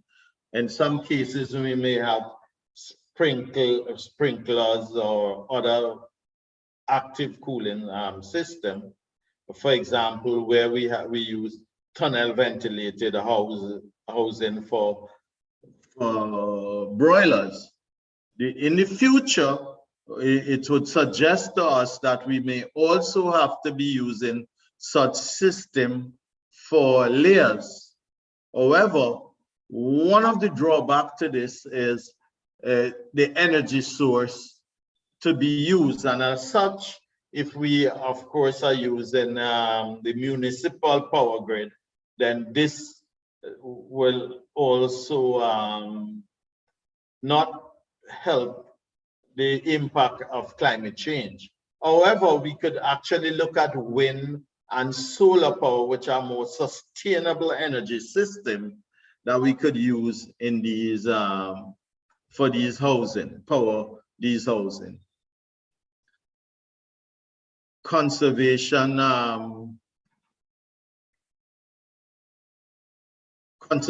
of forages to be able to use, such as making hay or silage, which is done in Jamaica, I know, and it's a bit of a challenge. Having that hay that you could feed to the animals during the time when forage availability are low due to drought problem or issues. Now, I'd like you to take a look at this this graph, and the very interesting thing was that at the university field station here in Trinidad, we had imported some Jersey heifers and the thing about these Jersey heifers, they were pregnant. I remember at the time one of my colleagues said, "You guys are in livestock are really crazy. You're bringing pregnant animals into our climate." By the time they reach to the airport, they will all abort, and you know, you would lose all of that. You all have to be very crazy. However, we brought these animals in. We had a very, very brilliant colleague. God rest his soul now, he has departed. He was a physiologist, and I spoke to him at length about this and my concern. One of the things he did, he said, "Cicero, we'll organize as soon as these animals land, we give them some heavy doses of vitamin C," which we did. Nevertheless, these animals were also had to be turned out to pastures. So what I did was to monitor these animals for a period of time, basically up to about 15 weeks, while they go out to pastures. And we took their rectal temperature. So the pattern you're seeing is that these animals, it took actually about 8 weeks at pasture, and those pastures had good shade. By the time those animals started to adapt to the system, as you could see how close the difference is between the morning and the afternoon rectal temperature. So during the first 7 weeks or so, the animals were under stress. We also did some look at some other profiles, which I didn't present here, but we looked at the blood profile, and of course that showed that the animals were under stress because there was a reduction in the amount of eosinophils that were present that slowly rise after time. Now, we also looked at some physiological parameters for the Jamaica at Bodles, and we also did that for Surge Island dairies, which of course are two different ecological zones. As you could see, if we look at the rectal temperature in the AM, there were 3 genetic lines at Bodles that we looked at. One was design, count, and chief. But you would have realized that there are really no significant difference in the morning temperatures, right? But when we look at what happened in the PM, you could also note that they basically all the temperatures for those animals were quite similar. However, if we look at the respiration rate, in the morning, they were normal, as 30-31. In the afternoon, they were similar. You see they were in the region of 41, slightly increased.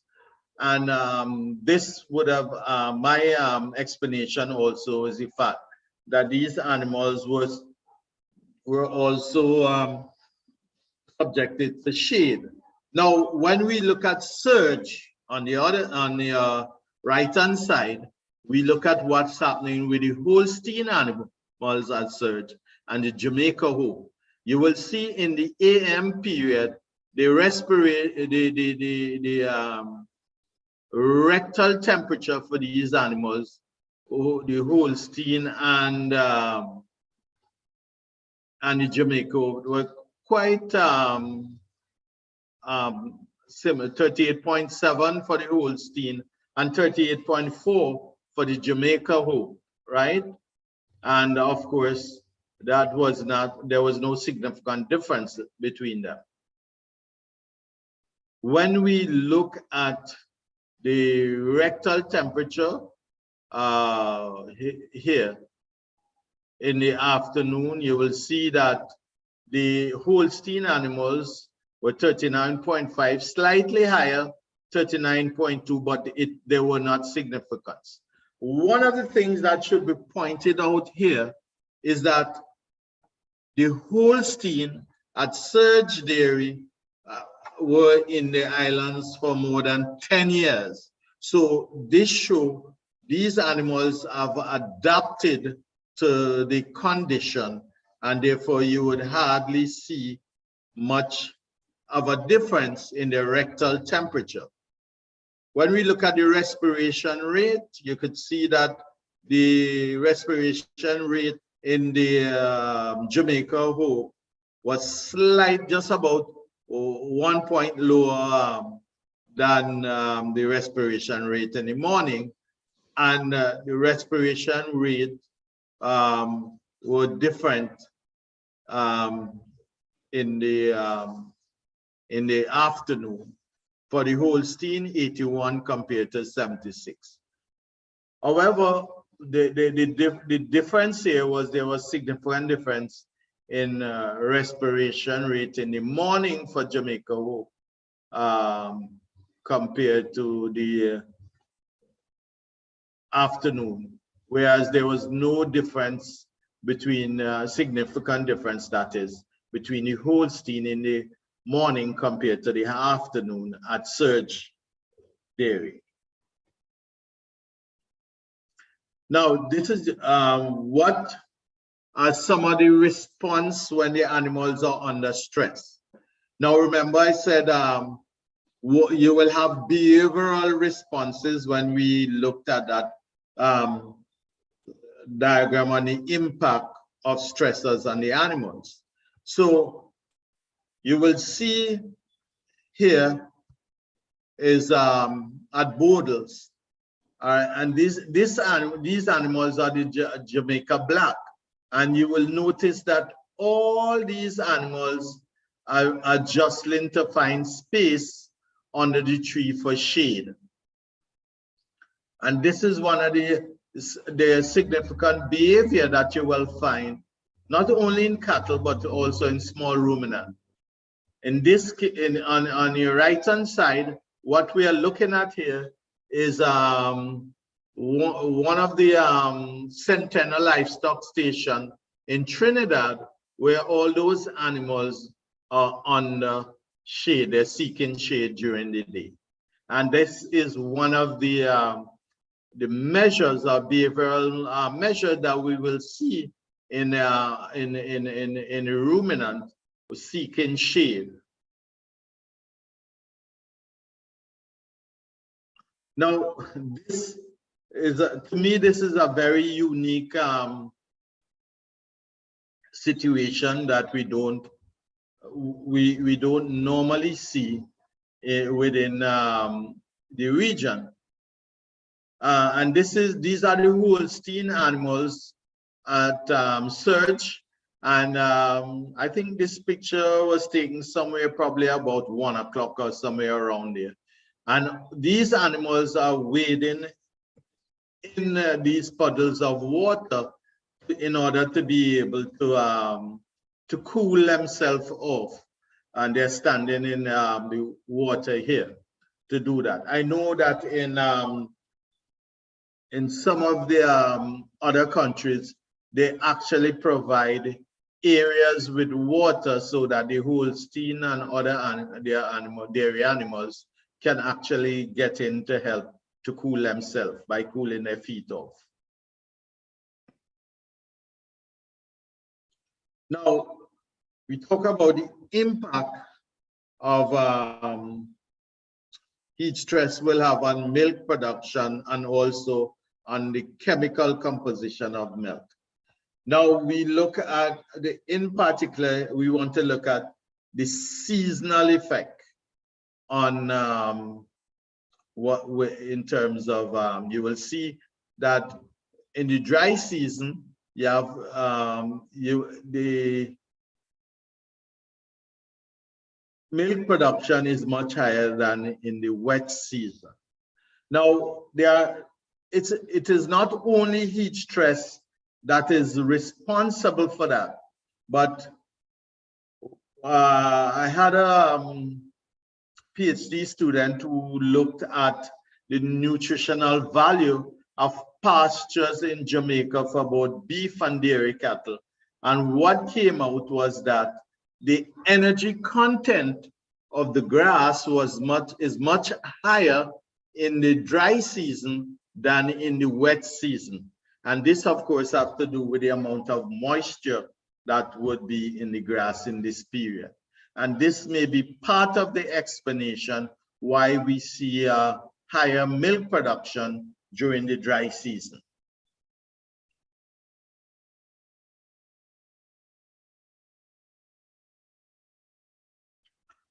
Again, we look at some milk composition parameters, but the most crucial one that we want to look at is what happened with your milk fat.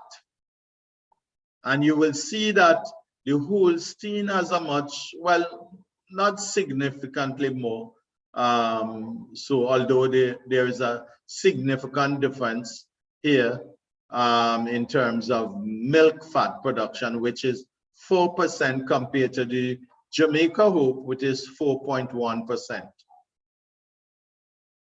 No difference in total solids, but when you look at the solid non-fat, you will see there's significant difference in 9.4 for the Holstein, whereas the Jamaica Hope is 9.3. So you will see there are some differences there. You'll also see that there are differences between the dry and the wet season for the fat content in the milk, right? So the composition is also will be affected by heat stress. Now we look at sheep. These are what we call in Trinidad the Barbados black belly type. And one of the problem with the production system in many of these areas, these animals have to walk long distances to and from pasture. And this increase what we call walking stress on the animal. And of course, they tend to reduce the growth rate of the animal and increase the maintenance cost to these animals. Now, one of the behavior that we also observe when we look at hair sheep. Here was hair sheep that actually are at pasture without shade. And what we noted is that most of these animals will try to push their head under the belly of the next animal. And there's a wise guy on the side. He decided to lie in the shadow of the rest of those animals. And this is one of the behavior that we have observed with our hair sheep in the region. We also did some studies at in St. Elizabeth with the imported Doper, and they had the Doper cross with the St. Elizabeth sheep at Hounslow. And we'll notice, we look at the rectal temperature between the Doper and the crossbred. And you will see that you have lower temperatures in the crossbred than the Doper. We look at what happened during the different season.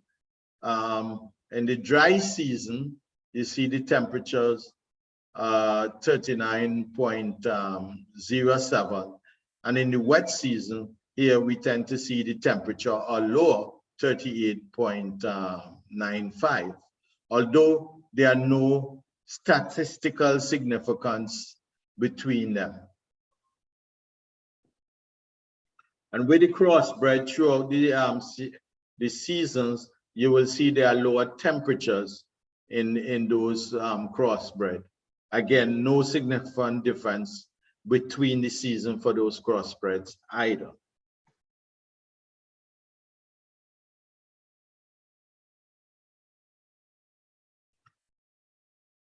At the Borders Research Station, they also carry out breeding work, research work on goats.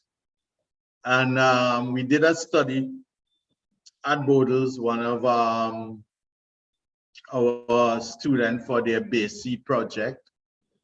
And we look at the respiration rate, the heart rate, the rectal temperature for the purebred Boer goats at Borders. Of course, these animals had access to shade and water.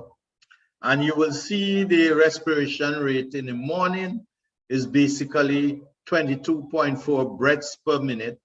And that in the afternoon was 29 breaths per minute. And this was significantly different between the morning to the afternoon.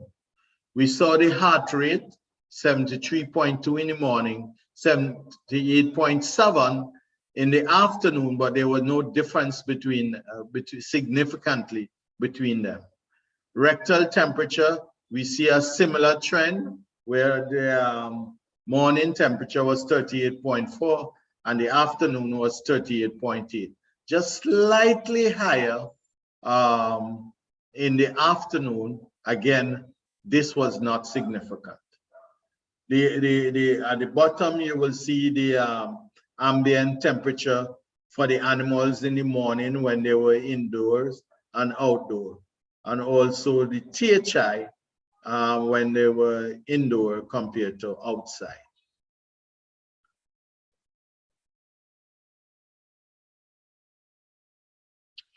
We also look at some of the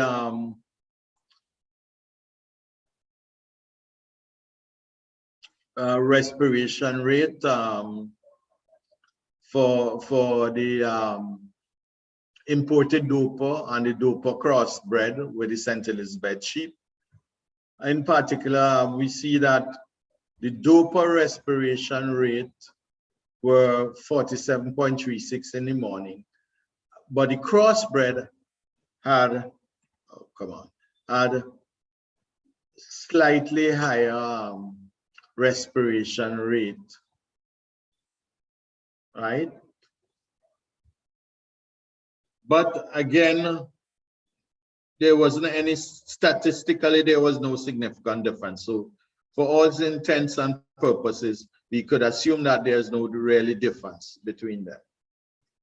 Any difference may have been due to chance. Similar, you will see a similar trend when we look at the seasonal effect on the respiration rate. Now, we want to switch now to look at the effect of heat stress on non-ruminant in the basically broilers and layers. Now, the CARICOM food import bill is up around $4 billion US.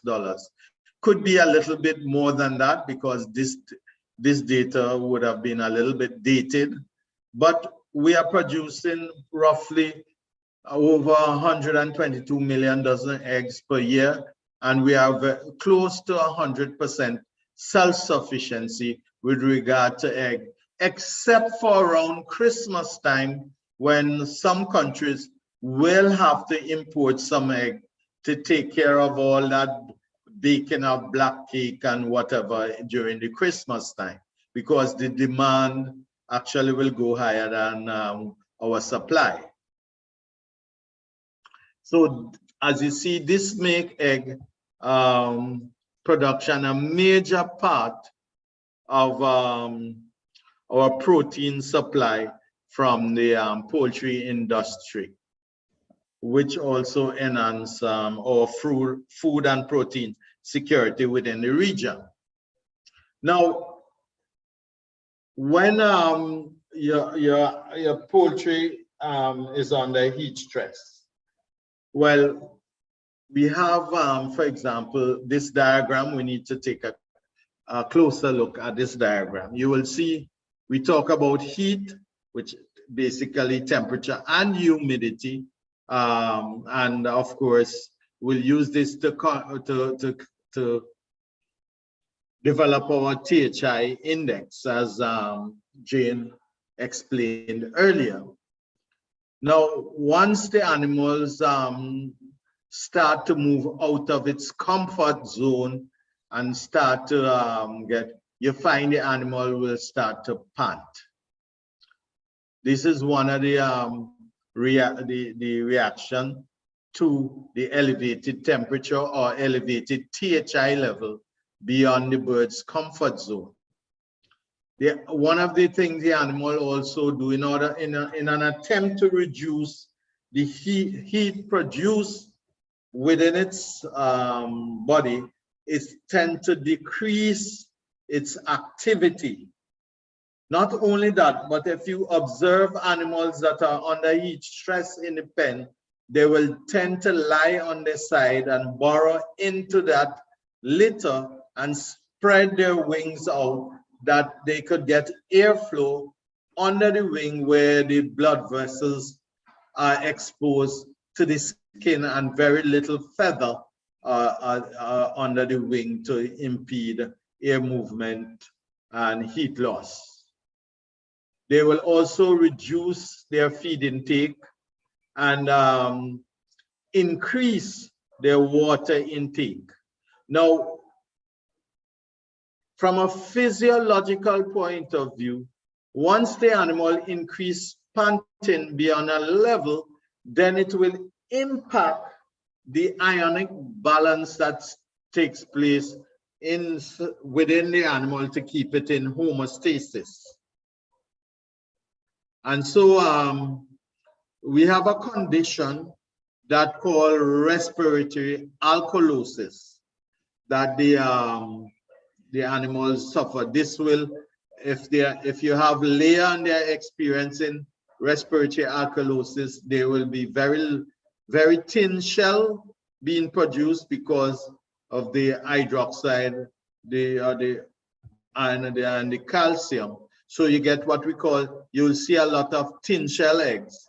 And of course, you end up with an acid-base imbalance. The net effect of this is that it will decrease performance if it's happening with broiler, you will see poor feed conversion. It could increase mortality, and of course, it will impact ultimately on the farmer's profit. If you're dealing with egg, as I said, you will also see poor feed conversion.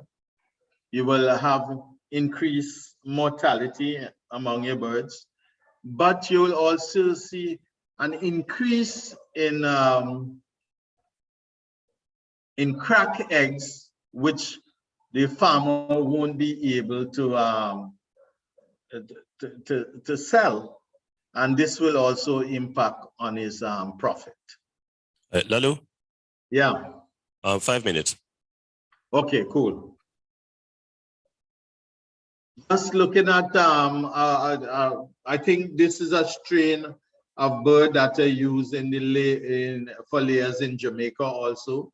This was a study done in Tobago. It's the Novagen Brown. And this just shows the actual production, hen-day production of this bird in open-sided house in Tobago. We look at the THI values, which Jane had already shown for heat stress.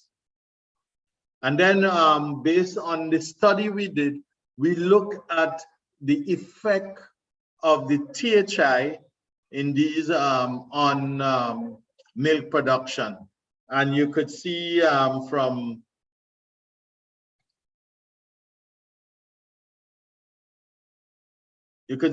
this curve, actually, once you pass that critical zone, remember Jane talked about it, over 30, when we get down to these 32, 31, 32, you get a tremendous drop in the amount of egg being produced. We did some figure to look at what a drop would be in egg production. Of course, we got a loss there of about over 3,000 TT dollars, you know, and I mentioned the case of in St. Thomas. What happened to that farmer egg production? Now, 80% of our meat that is consumed in the region comes from chicken. So that would also emphasize probably just how critical is our protein supply when 80% of our meat consumed in the region come from broiler. And we know there are a number of threats to broiler other than climate change. We talk about disease and these various viruses that we have had around. The two types of housing you're going to find in the region, in the more developed region, you have Jamaica and Guyana and Barbados. More because of the system of production with the integrators, you'll find more and more of those broiler chickens are actually produced on the tunnel ventilated house. Nevertheless, more than 50% of the chicken that is produced in the region come from naturally ventilated houses, as you see here. We did in Trinidad look at what are some of the microclimate in these houses. We looked at, these are 4 houses in Tobago where we did our study, and we look at the microclimate in those houses between the morning and the afternoon, both in terms of temperature and in terms of the relative humidity. Now, generally, most of the temperature inside these houses were outside the recommended environmental temperature range, excuse me, for broilers. and outside the established thermoneutral zone of between 18 to 24 degrees Celsius for bird reared in tropical region. The rectal temperature normally when we look at range from about 40.4 to 40.6 in the morning compared to 41.7 to 42 degrees Celsius in the afternoon. And of course, the rectal temperature of each stress broiler normally range from 41.7 to 41.8 degrees Celsius. Pigs, when we look at pigs, pigs are also non-sweating species and are much more sensitive to hot weather and prone to heat stress. One of the drawbacks is that pigs have a relatively small lungs and thick subcutaneous fat. However, the new genotype of pigs that we are now rearing in the region, what we call the white line pigs, these pigs produce more heat than the older genotypes that were used in the past, and therefore they are more sensitive to climate and climate change events.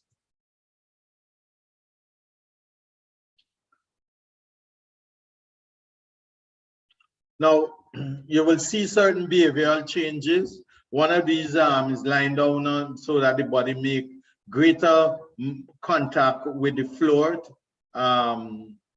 so that they will lose more heat due to conduction.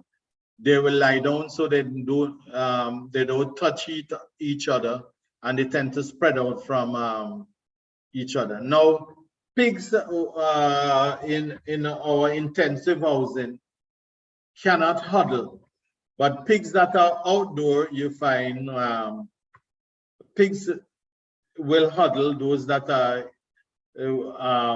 not stressed, but those that are stressed will not huddle. In the intensive system, they do not have the opportunity to engage in wallowing, which make a significant impact on the pigs' ability to lose heat. There is just an example of the pigs. They are lying on the floor, and these floors are really the metal slatted floor, which is good because it will also help to remove heat. And there's a channel underneath which allow air to actually blow through and come up through these metal slats.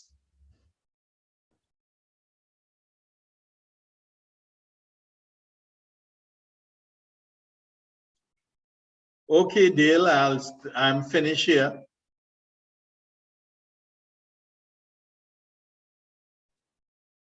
All right, Lalo, thank you so very much. Really, really appreciate it. I am very happy. I noticed this animal is not stressed, so he's jumping up and down. But thank you so very much. You can stop sharing screen now, Lalo. Yeah, I am coming to that. All right, so colleagues, we've had a very good series of presentation on heat stress. We have a little exercise that I want to get into, but there is a question that was asked by Walter, who is one of our guests that is actually in studio.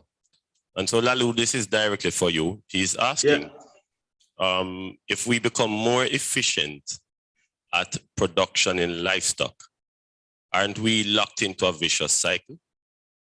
Because it is known that livestock contribute significantly to greenhouse gas emissions in two ways. One, because of the digestive ruminant system in the stomachs of these large ruminants that have 4 stomachs. And B, because of the fact that there is a large methane content in their droppings or in their feces.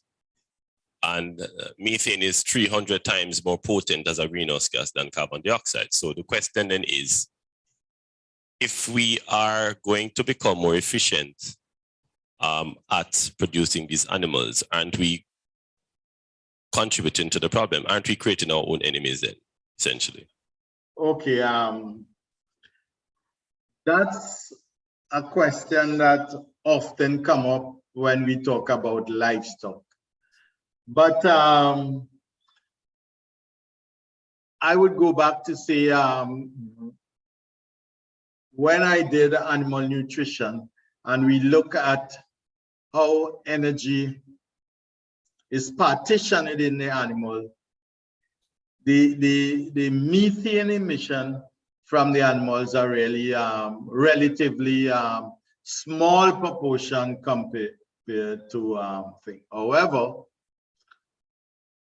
the issue of methane being one of those greenhouse gases is well taken.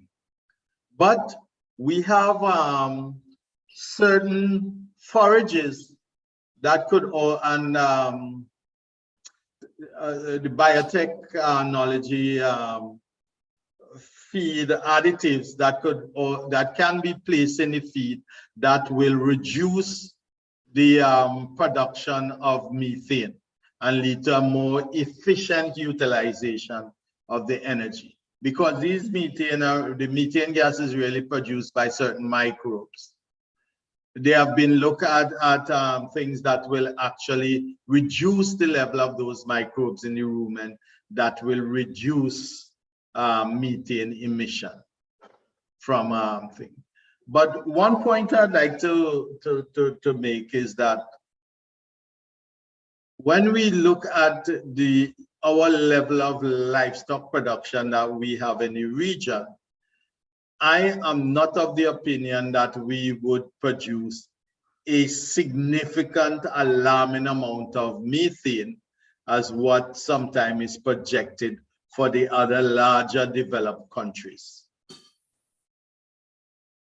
But okay, of course, we have methods of assisting in reducing the methane content that would be produced in our production system. No problem. Thanks for that. We have two hands up, Maxine and Steve, in that order, please.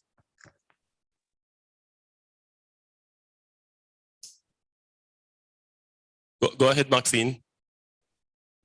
I didn't realize I didn't unmute myself. So good afternoon again. I just wanted to support what the 2 points that Dr. Lou had made.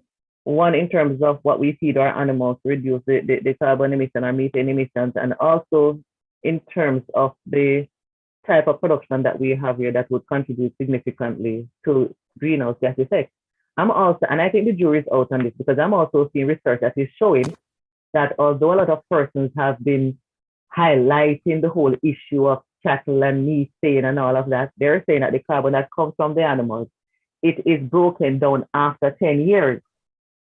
So this effect of having cattle producing that kind of impact on the environment, giving the impression that it just keeps building and building and building, is not true, because after a certain amount of years, it is broken down. So like I said, I know I've seen some studies that have been mentioning that, and I think that is the angle that we need to take it from if we're talking about developing our livestock industry further, because it's really about getting research data that is proving what actually is happening. Thank you.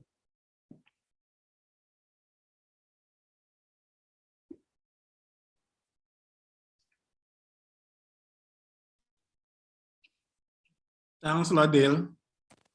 I just wanted to agree with Cicero, as I often do. Great to see you, Cicero. We go Same back. to you, my friend. We go back a while.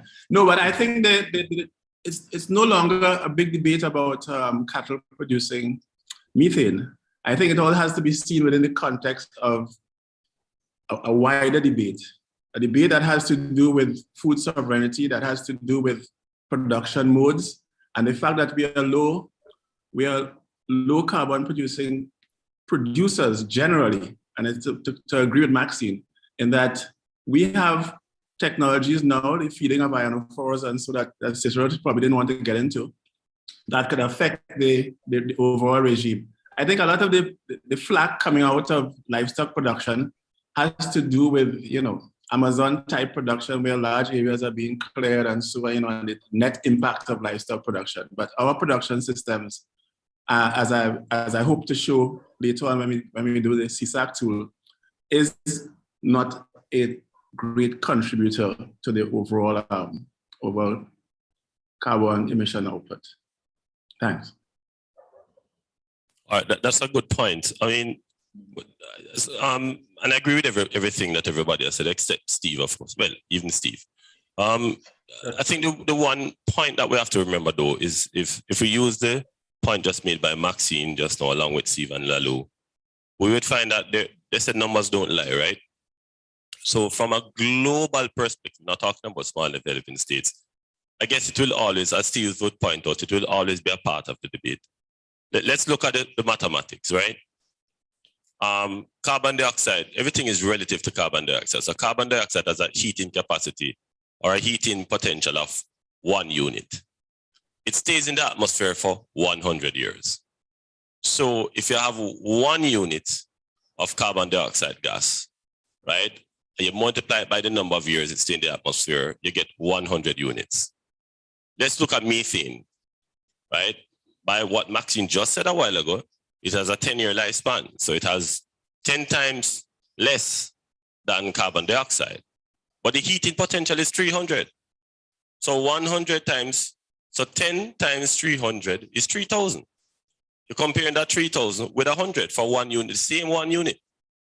So it's not something that will totally disappear in the rubric. And in countries like Argentina, where cattle rearing is the thing, it cannot be ignored. That's the truth. The problem that we have to talk about is litter management. So there are things like biodigesters, for example. There's a company, and because this is being broadcast live in Jamaica and around the world, I can't state the name of the company. But they no longer need to buy propane gas to power their cooking. They have a wonderful bathroom facility. They don't charge you to use the bathroom, even if you're not buying anything. Why? Because they use your effluent, turn it into biogas, and cook them food. And they have saved millions of dollars. I went there and saw it myself. I asked the manager, why don't you share this? Is it that you don't want other people to know? And the manager said, no, I would be glad to share the information. But you know how we Jamaicans stay. We're going to say is do the food them selling. It's just how we stay, right? Even though there's a clear delineation between the production and the gas, right? There are many people also that's using the droppings from chicken feed to run their farms, right? If Riverton was a landfill and not a dump, right, we could have trapped the gas from day one and we wouldn't have the bad smell. We would have methane gas to run the entire Kingston metropolitan area, all right? But most of the refuse that goes to the dump is organic material, all right? And paper and all that stuff. It's not compostable, it cannot give it a gas. And so we have this constant problem all the time. So part of it has to do with how we actually trap the gas. There's biodigesters, the Scientific Research Council, SRC, I think, has a whole raft of different biodigesters that you can use, of different sizes, different shapes. I think Julia Brown, who's the expert there, has done tremendous work on that. So the thing is actually there. But as Lalu was saying, please do not steal my thunder, Mr. Moderator. Can we leave the greenhouse gas emissions to? No, I will. I mean, I didn't know you have a thunder. I know you have a volcano, but we will see. But no, we won't get into that.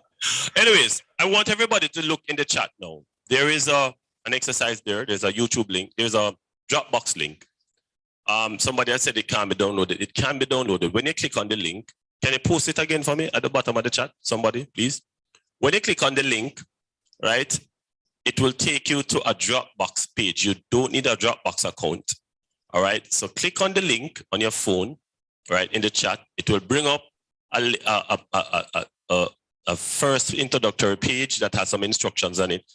Look at the top in the taskbar. You see something, download. Click on that link and you'll be able to download the file. There are several different spreadsheets in the file that Jane is going to take us through. All right. It's really a simplified version of how to calculate THI. If you have anything in Excel, I will click on the link and show you what to do. because it's really a drag and drop link, right? It's not difficult at all. There are a few little things that you need to do. For those of you with basic knowledge in Excel that know how to plot a graph in Excel, it's very simple. Mike, can you enable my screen? I want to share my screen just to show them how simple this thing really is. So I'm going to share my screen in just a few minutes and show you what it is we're doing. So this is, as I said before on day one, this is not a talk shop, it's a workshop. We're here to do work, all right? So I'm going to enable my screen, I'm going to share my screen, and then I'm going to show you how simple this thing is, all right? You enable me, Michael, yes? All right, so let's share screen. Okay, so if you have clicked the link, this is what you should see. The first thing that is going to come up is this page, all right, saying using the THI, the temperature humidity index, or the thermal heat index, to characterize heat stress.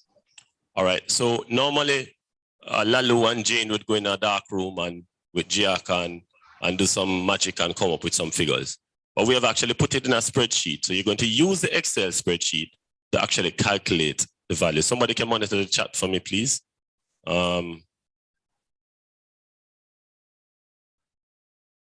Okay, all right.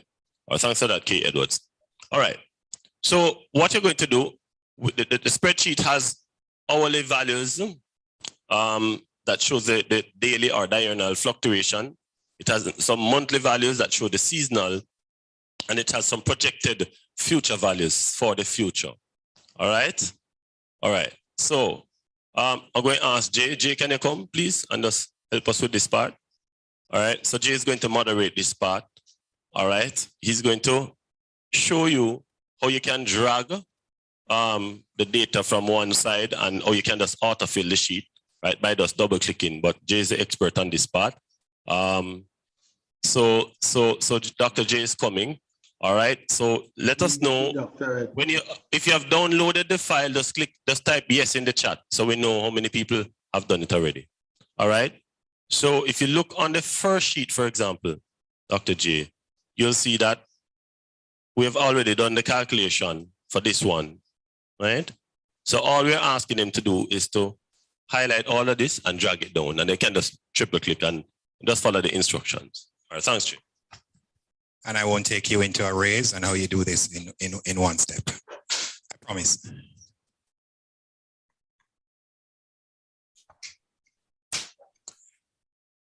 All right.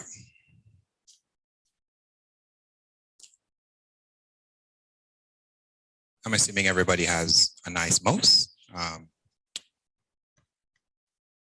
So here we go. I have 9 so far.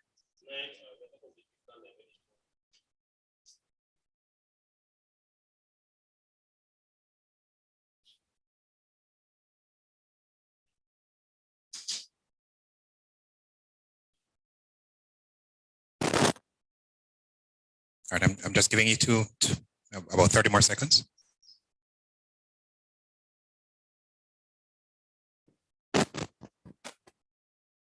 Mr. Moody, thank you.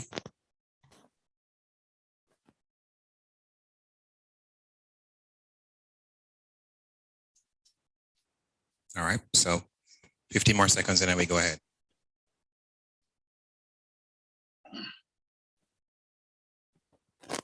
Sir Lalu, field. Somebody says they're unable to on their computer. Yeah. Me too. So Sir Lalu, at any point in time, feel free to jump in. All right, no problem. All right.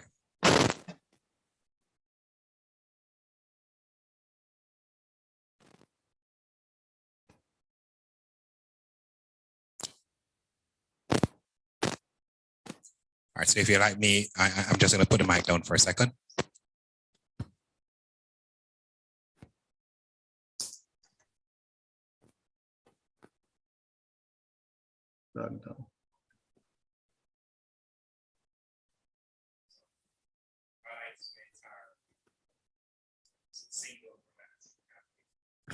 You highlight the entire row. That's a single row that has been calculated for you before. In the little corner, you will see that little notch, and you can simply, in some instances, click and drag all the way down. So you click and you pull down, and as I pull down and let go, it starts calculating based on the formula. Or I could simply, there's this little icon there that says fill with formatting, fill without formatting, or I could just triple click. If I double click, it simply fills all those rows for me, going all the way down with that data. Right, so you realize in one simple go, we've calculated ruminant, pig, and rabbit THI. Sir Lalu? Yeah. Over to you. Okay, great. So if we look at the ruminant THI, we could note that you have the figures would indicate that some during some of the periods, animals would be in the moderate period, and of course, if you were a farmer looking at this figure, then we would say you would get alert. You would be alerted that things are changing, and so you would have to start consider what decision to make in case this THI goes further. If we come down here,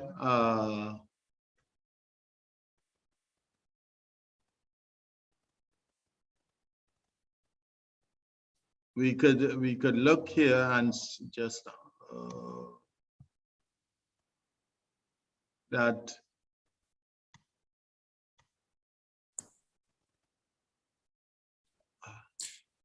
okay, right, so if we like 84.3, you realize you have gotten into the very severe area emergency that you must take some action to help alleviating that stress on the animal. It might be a dairy animal, and again, I should point out, if you have a dairy animal and that animal is giving you over 20 kilograms of milk, that animal will be very sensitive to heat stress.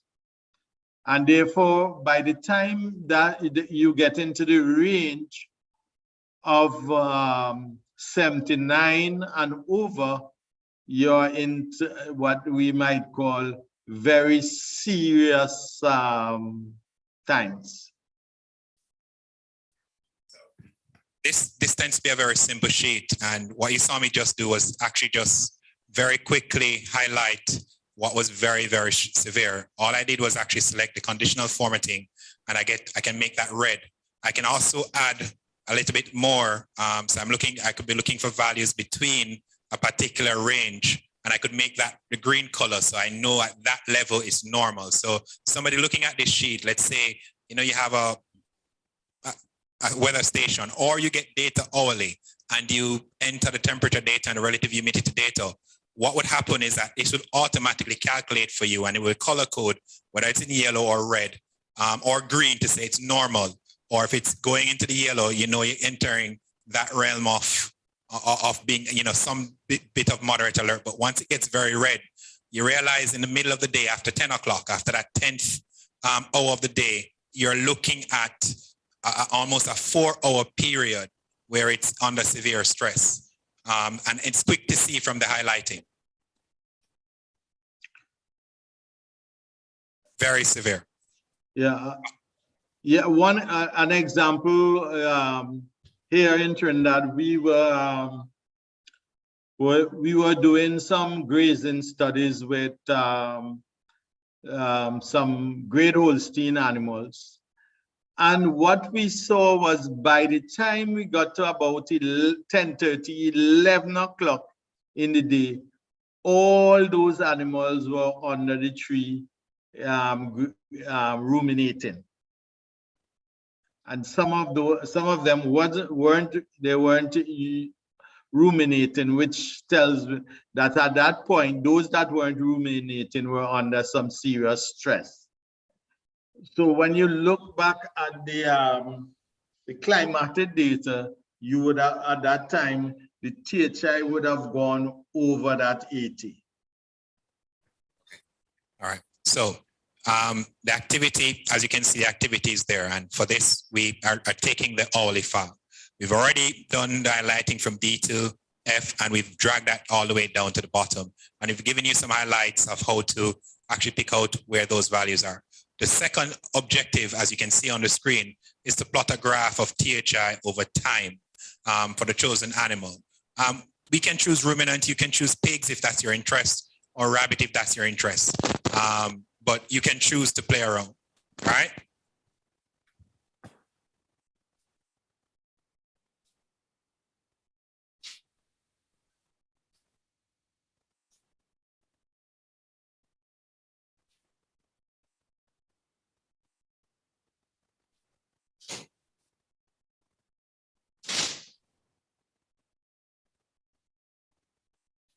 So in Excel for me, it's insert, and I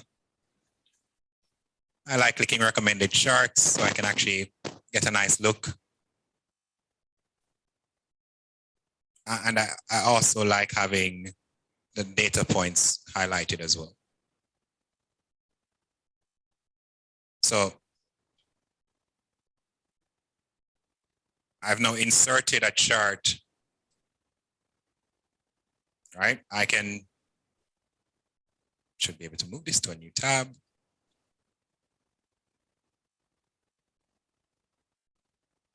You can select the 2D line, but I like this one, I'm sorry. And I'm going to move it to a new sheet. So I have my chart. If I wanted to change the type of the chart to that 2D chart that's there, I can change my chart type. And what you're being asked to do is select the 2D or 3D type of chart.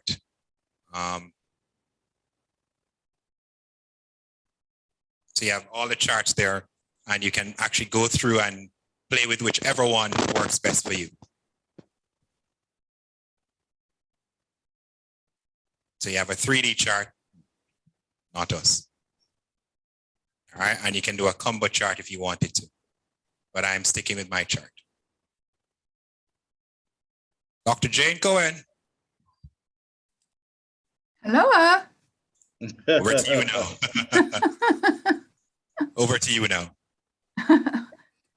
Okay, thanks, Jay. I think you've done the hard part and shown everybody basically what the rest of the exercise is involved in the rest of the exercise. As Cicero noted, and you highlighted, the THI increases from 1 a.m. and peaks around that period, 10 around to 10 a.m. around to 2 p.m. and then decreases again at the end of the day. And Cicero had mentioned recovery periods. So this clearly shows that whereas you will have the peak period in the middle of the day, there is later in the evening and down in the night when animals could recover. Another exercise we can look at, after having looked at these hourly effects, is plotting some monthly data.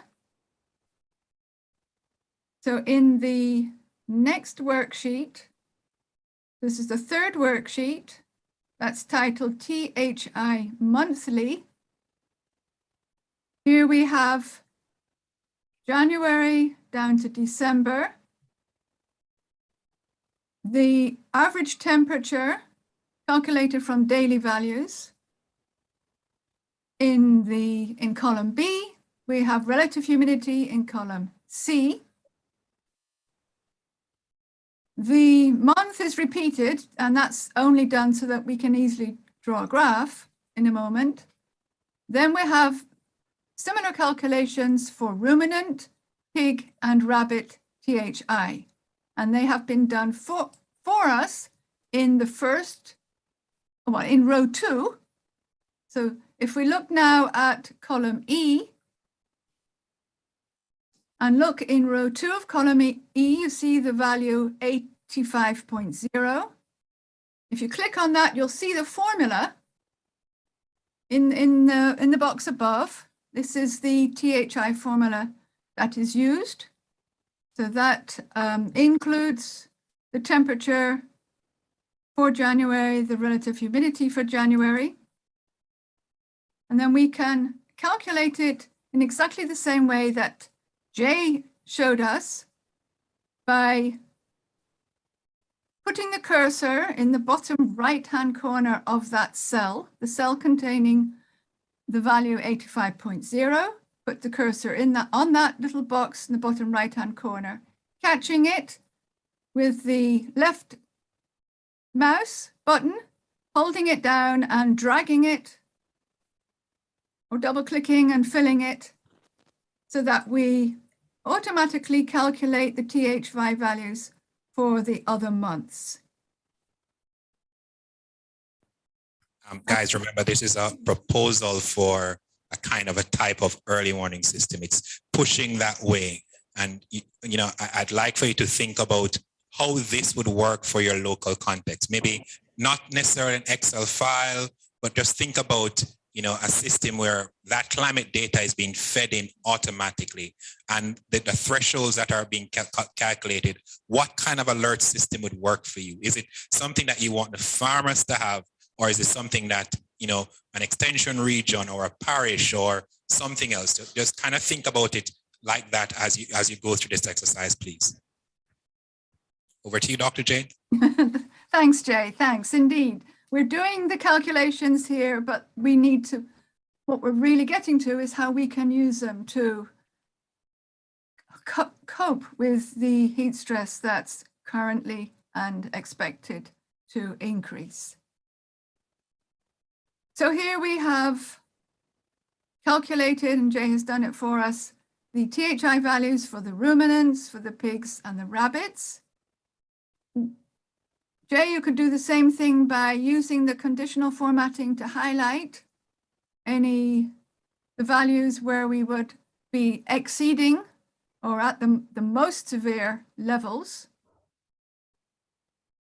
which is for the ruminants, it would be at 84, anything 84 or over. And well, we only need to look at these values so we can see that they are quite extreme. And we can also plot a graph. The first thing I ever do with data is to plot the graph. Plot the graph, you can see what trends are occurring. You can see if you have any odd values and then decide what to do with them. Or any outliers. Or exactly those outliers, which do sometimes creep into your data set and need to be accounted for. Sometimes they're real, sometimes they're just some type of a typographical mistake. So we can plot a graph, could choose one of the livestock. In this case, you would need to highlight the column headed month in front of your chosen livestock. So highlight both those columns and then insert a graph. In this case, you can use again a 2D line, or you can try with a scatter or play around with the different graphs.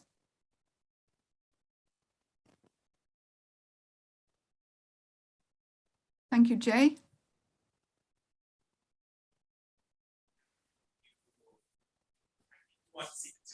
So I think you want to see the 2D line. Would like to see the line that shows the THI with months against month.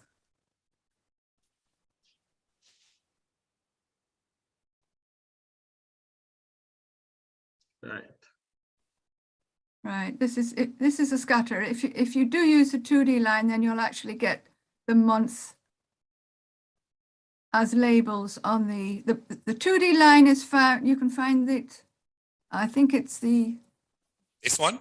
The middle. That's fine. Yes, that's lovely. All right. There we go. Right. A line graph. So we can see how the THI values vary from January. A little dip in February. So presumably here we had a slightly cooler February, and then increasing again. Not much difference between March and April this year, but increasing to a peak. What was that in September? In fact, yes, September is very slightly higher than August. We're looking at the differences here. Really little differences in the values from June, July, August, September, even into October.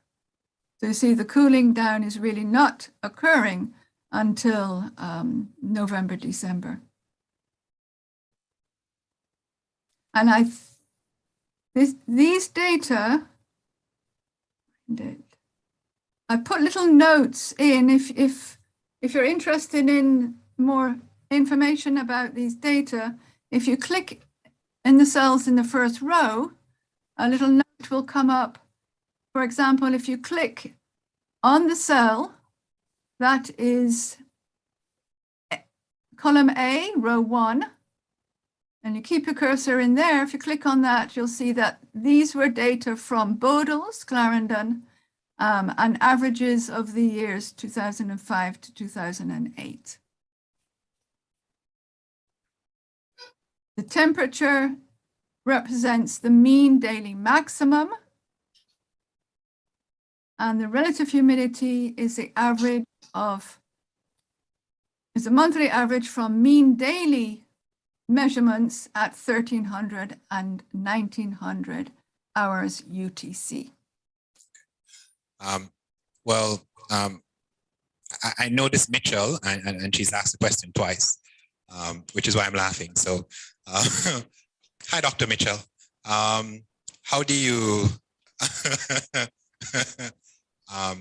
how do you put the line across at the critical temperature? Yeah, well, okay, you know that, Jay, you take it. No. Given how acquainted we are, I will leave you to take it, Dr. Cohen. All right, well, I am not that well acquainted with Excel, so I use what I know, and that is inserting. Oh, hold on, where's it gone again? Sir. I need a graph. We have a chart here. Okay, yeah, I have to find a chart on my laptop. Okay. So in this case, once you've highlighted your graph,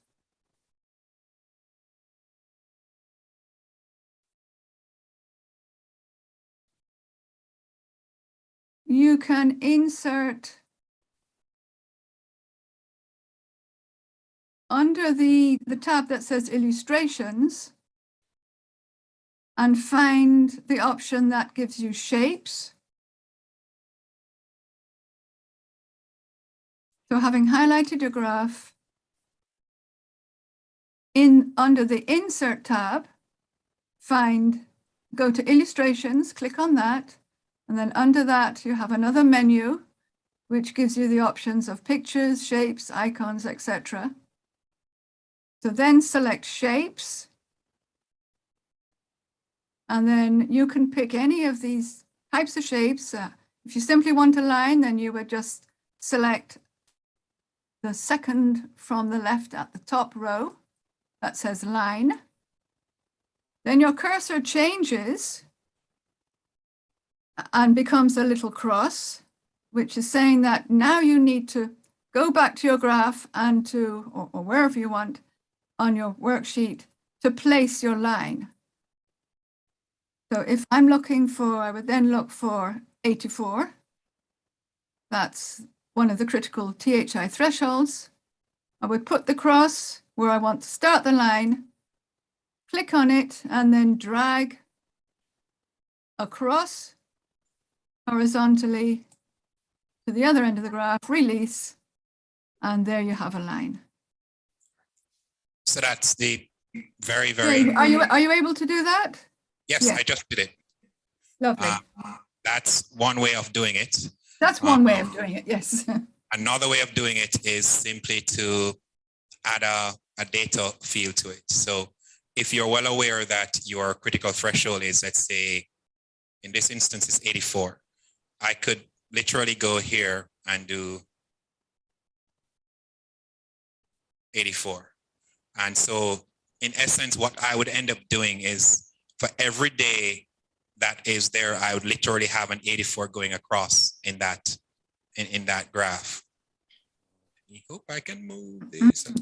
Okay, sounds good. So every line there, every single point here will have 84. Yes. If I go to my graph and I say I'm adding a data point. Oh, right. You're adding data, yes. Come on, pop up. Yep.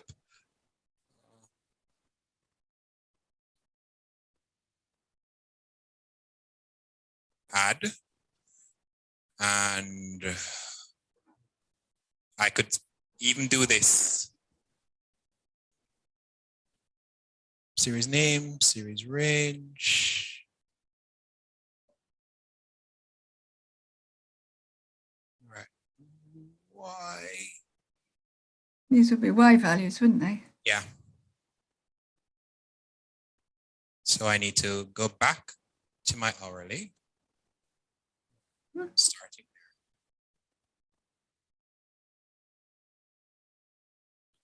there. Ending there. And series 1, series 2. Let's hope this works. Didn't work because this line is there. I have 1 point here. Why do I have 1? Because I didn't change. Sorry, my bad.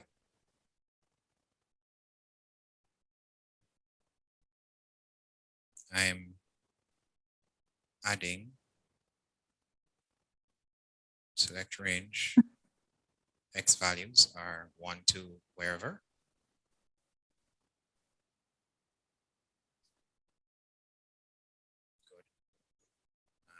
Y values. Okay, we're getting into somewhat advanced use of Excel. Okay. And now if I remove the line I had drawn before, it simply means I can change this line from being a line like that, but this is now highlighting exactly where my threshold is. And that would work. And you can do that for any other threshold. You can change this line if you want. You can make it not a line with no markers. And so it just shows up as a line.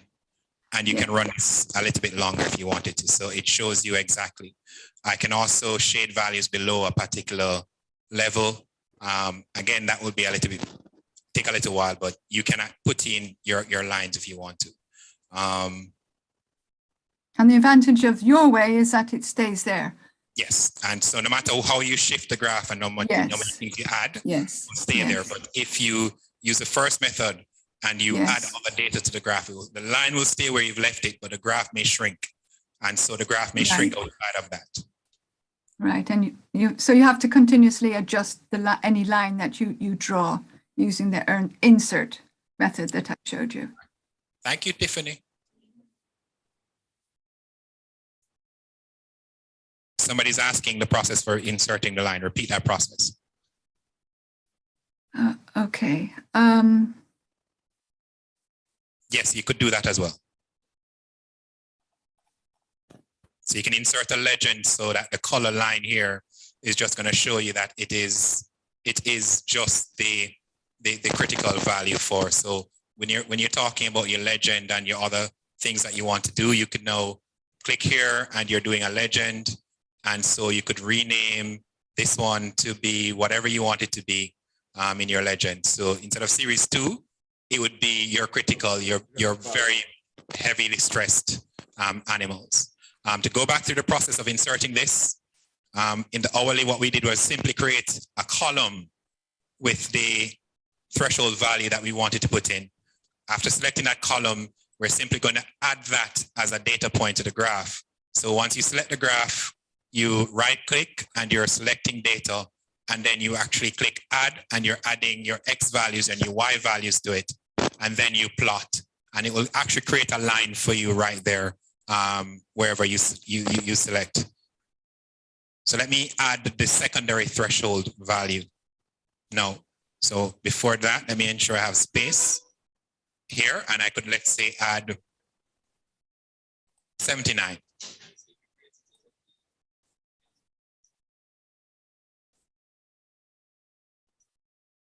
So I'm adding 79.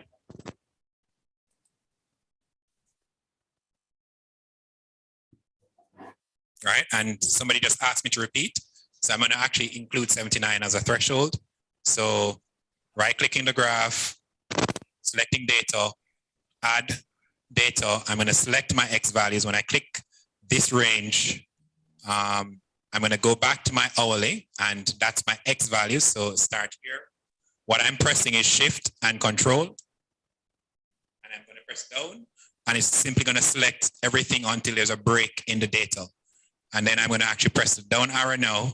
Then I'm going to do the same thing for my series Y values. And my series Y values start at H2. And I'm going to press Shift and Control, go down, and then select that, and then press OK. And so I have a series values now. When you're looking at 79, it's saying that much of it exists. If you remember where we're starting at now, so this now gives you a context. Right? Much of what you're looking at, much of the animals are in severe, there is some danger there. Looking at the graph now, adding those lines, you can see that for much of the time scale that you're looking at, there are very few hours where the animal gets a break. Very few hours, almost none throughout the day. All right. Dr. Jane, Dr. Lalu, over to you. Well, what that would mean from a management perspective for a situation like that, if the farmer do not make any intervention to this situation, it's likely that he will, if it's a dairy animal, he's gonna lose milk production, and therefore his income will be severely affected once he's in that range. So he will have to be able to make some modification, whether he's gonna put in a sprinkler or he's gonna have them in housing. I'll give you an example. In Trinidad, there was a farmer, and he in his area, and he was suffering serious heat stress problem.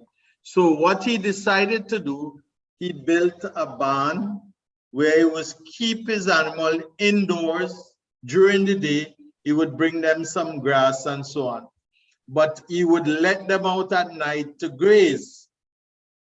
And for a while, things was running beautifully until he had some pre-deer larceny issues.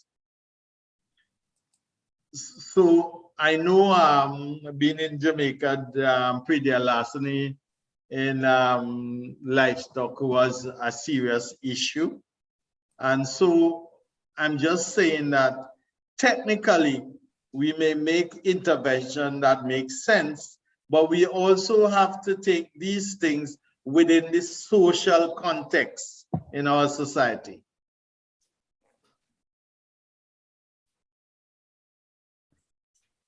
Okay, that's true. Now, at the start of this and some point in this, I asked persons to consider just how they could see this working for them. Whether or not this is within a setting of an Excel file that they have, or just a report that comes out that says, you know, severe, moderate, what for the respective, whether it be the ruminants, be it the rabbits, or be it the pigs. What is it that, you know, you would like? This is the start of it.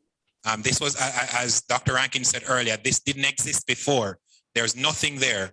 And this is our attempt to actually try to address that issue. So we're looking for your feedback to see what exactly would be needed. And I'm opening the floor now.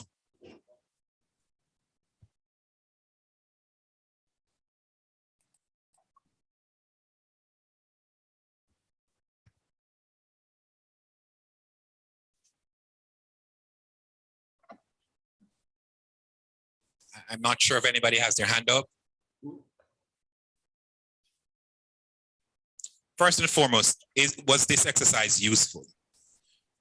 You don't need to raise your hand. You can simply say yes or no, and then we'll take it from there. Yes. Yes. I see Maxine Brown with a hand raised. Go ahead, Maxine.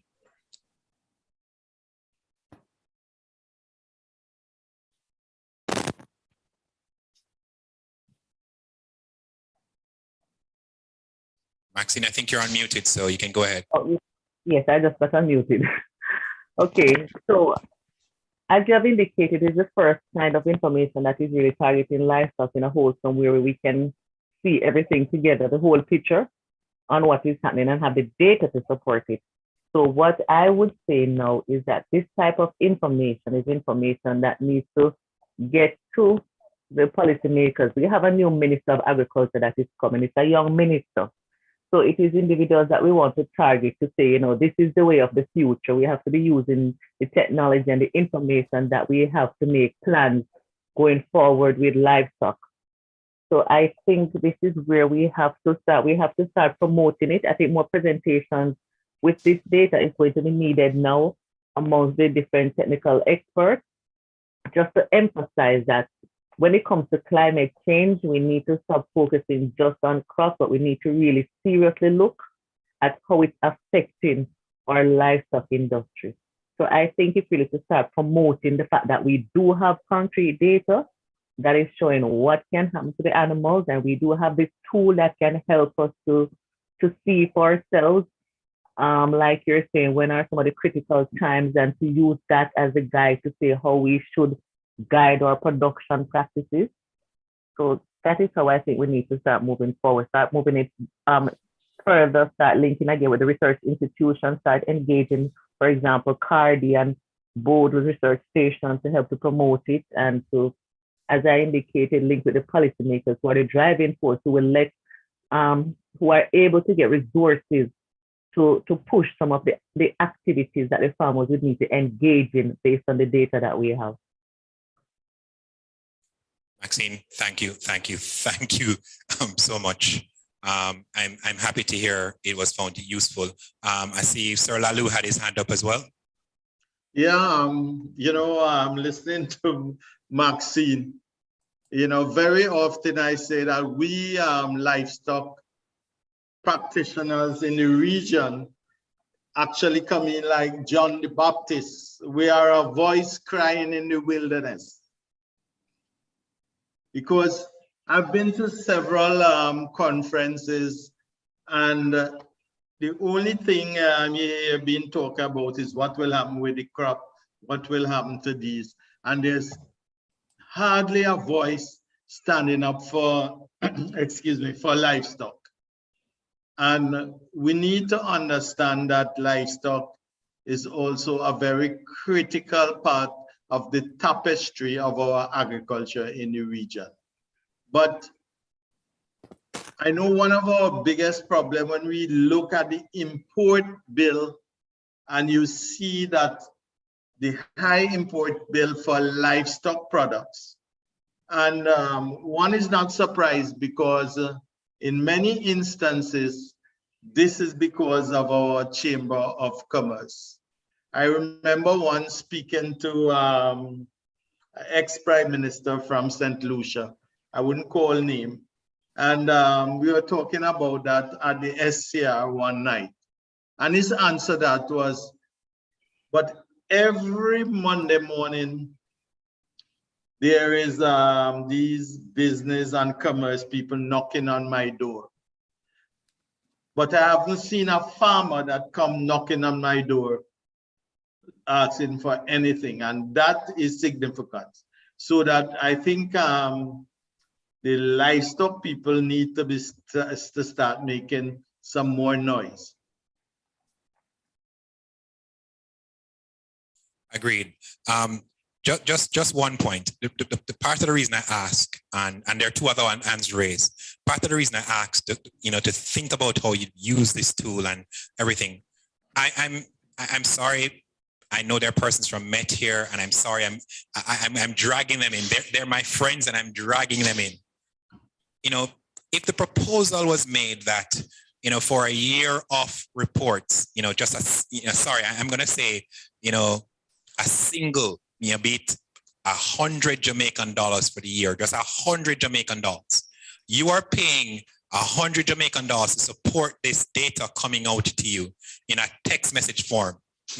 Today at 10 o'clock, every hour you get that text alert that says, normal, or your animals will be under stress today. Before let's say 3 hours or 4 hours in advance. You get up at, or you go taking them out at 6 or 5 or 4. And you hear they're going to be under stress, you leave them in that shaded enclosure. And if they're not going to be under stress, then you take them out. But would persons be willing to pay just that $100 Jamaican dollars for that? All right, but I saw two hands. Dr. Cohen, go ahead.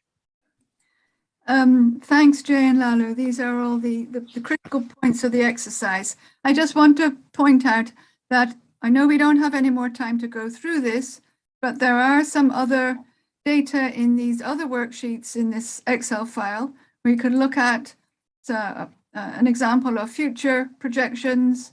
We could look at the THI for chicken and look at how the temperature, the THI values change depending on the different values for temperature and relative humidity. This called TRH combos, and the last worksheet, the THI is already calculated and can just have a look at how increasing THI was shown to reduce egg production, and these are Lalo's data. So thanks. Thank you so much, Dr. Cohen. Thank you so much. But guys, you realize there's a wealth of information there. We do not have enough time to go through everything. Dr. Cohen, you again? Go ahead. No, sorry. I'm just trying to get my hand down. I think I accidentally put it up. All right, there's one other person who had their hand up. All right, so that's it. No other person had their hand up. I'm just going to check the chat for any questions. And I'm not seeing any, but guys, the information is there. I can fully, Maxine again, and Maxine, you have the last word before we wrap up this section. Okay, I just wanted to say, oh shucks, it almost missed me, because you asked a final question that you were saying in terms, okay, I remember what I was going to say. I was just trying to say that I know that when livestock persons speak, it's almost like we're speaking to the converted. So, which is why I said I was happy to hear persons outside of the livestock arena, the direct livestock arena, persons in the climate change arena who has that wider scope, who sometimes go to these meetings where they're not necessarily saying they're inviting a livestock person to that meeting, but there are these climate change technicians that are out there. We are saying to you who are the livestock persons, open the eyes and ears of other individuals that you may be meeting in these types of forums to let them know that, yes, we too need this kind of support. And so the more voices that are out there pushing and promoting this sort of intervention, then that is where we get traction, because livestock persons speaking to livestock persons just speaking amongst the converted. We need other persons to really understand what is happening, which is why I say get to the policymakers, get to other entities who are a part of the value chain of the industry to let them also speak up about what is happening. Thank you very much.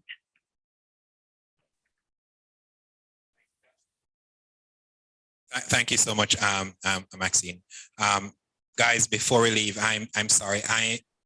My interface with climate has led me to the point of thinking I can have all the data in a single back room, and you'll hear them talk about me in a little dark room all the time. But I can have all that data, I can have all that good data in a little back room, but none of it means anything to anybody else if it's not communicated in a way that's useful to them. And part of my push for that outside, you'll see a little later where I am looking to digitize every single tool we have. Any interface with another sector is going to be a digital interface eventually. So even if we're talking through the interface, we're looking at an Excel sheet now, there is going to be either a mobile application or a web application. So it becomes easier. After this point, it's not the case that, if your machine crashed or, the share space gets taken down, you no longer have that. You will be able to now literally consistently go to the same space and fetch all of these tools, be it that we're talking about the agriculture, or we're talking about the climate, or we're talking about something else.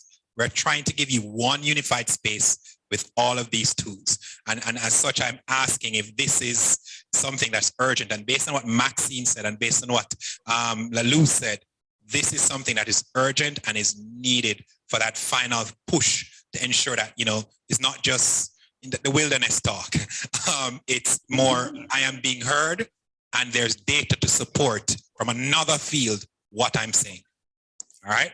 So with that, we're going to wrap up for about 10 minutes, giving persons a break. It's been a long session, just 10 minutes. I'm going to ask Dr. Cox to start preparing herself to present. And as soon as we come back in 10 minutes, she has the floor. And we are actually going to go into another interesting session. We want to thank you all for being as interactive and as participatory as you've been. And we're hoping after 10 minutes, don't eat too much. Just stretch your legs a little bit and come back prepared for another interactive and engaging session. So we break for 10 minutes now, and we'll be back in 10 minutes.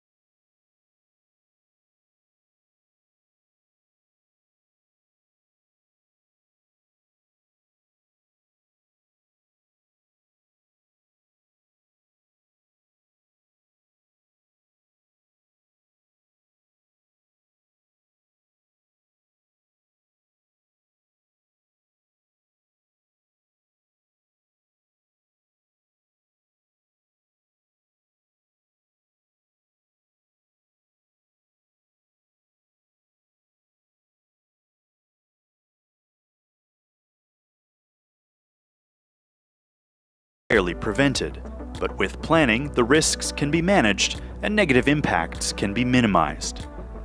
To be effective, a regional flood strategy for the Lower Mainland will need to have broad support from all levels of government and other partners across the region. That will require agreement and alignment on some key questions. For example, where are the most important opportunities to reduce flood risk? What options and approaches make the most sense for the Lower Mainland region? And how can all jurisdictions work together to fund and implement the flood strategy? The fact is, BC is not this challenge alone. Coastal and riverside communities around the world face increased flood risks because of climate change and continued development in floodplains. We can draw on expertise from other jurisdictions, as well as traditional knowledge here in the Lower Mainland. Luckily, we have many tools to support us to reduce our risk to flooding. Some of them include flood protection infrastructure, like dikes like we have in place today, but also include things like our land use decisions and planning. We build on the floodplains, and in terms of actually having a flood event, how we respond and recover during that emergency event. We have a whole suite of tools. The challenge at this point is to figure out how we're going to make decisions about what to use, and to do that we really need to understand our shared priorities and values. Examples of these values include human safety and vulnerable populations, including First Nations communities that have little or no flood protection, critical infrastructure and essential services, ecosystems including fish and wildlife habitat, agriculture and food security, and private property including homes and businesses. The goal is to balance these values while identifying regional priorities. Those priorities inform the policies and actions we choose to reduce risks from flooding.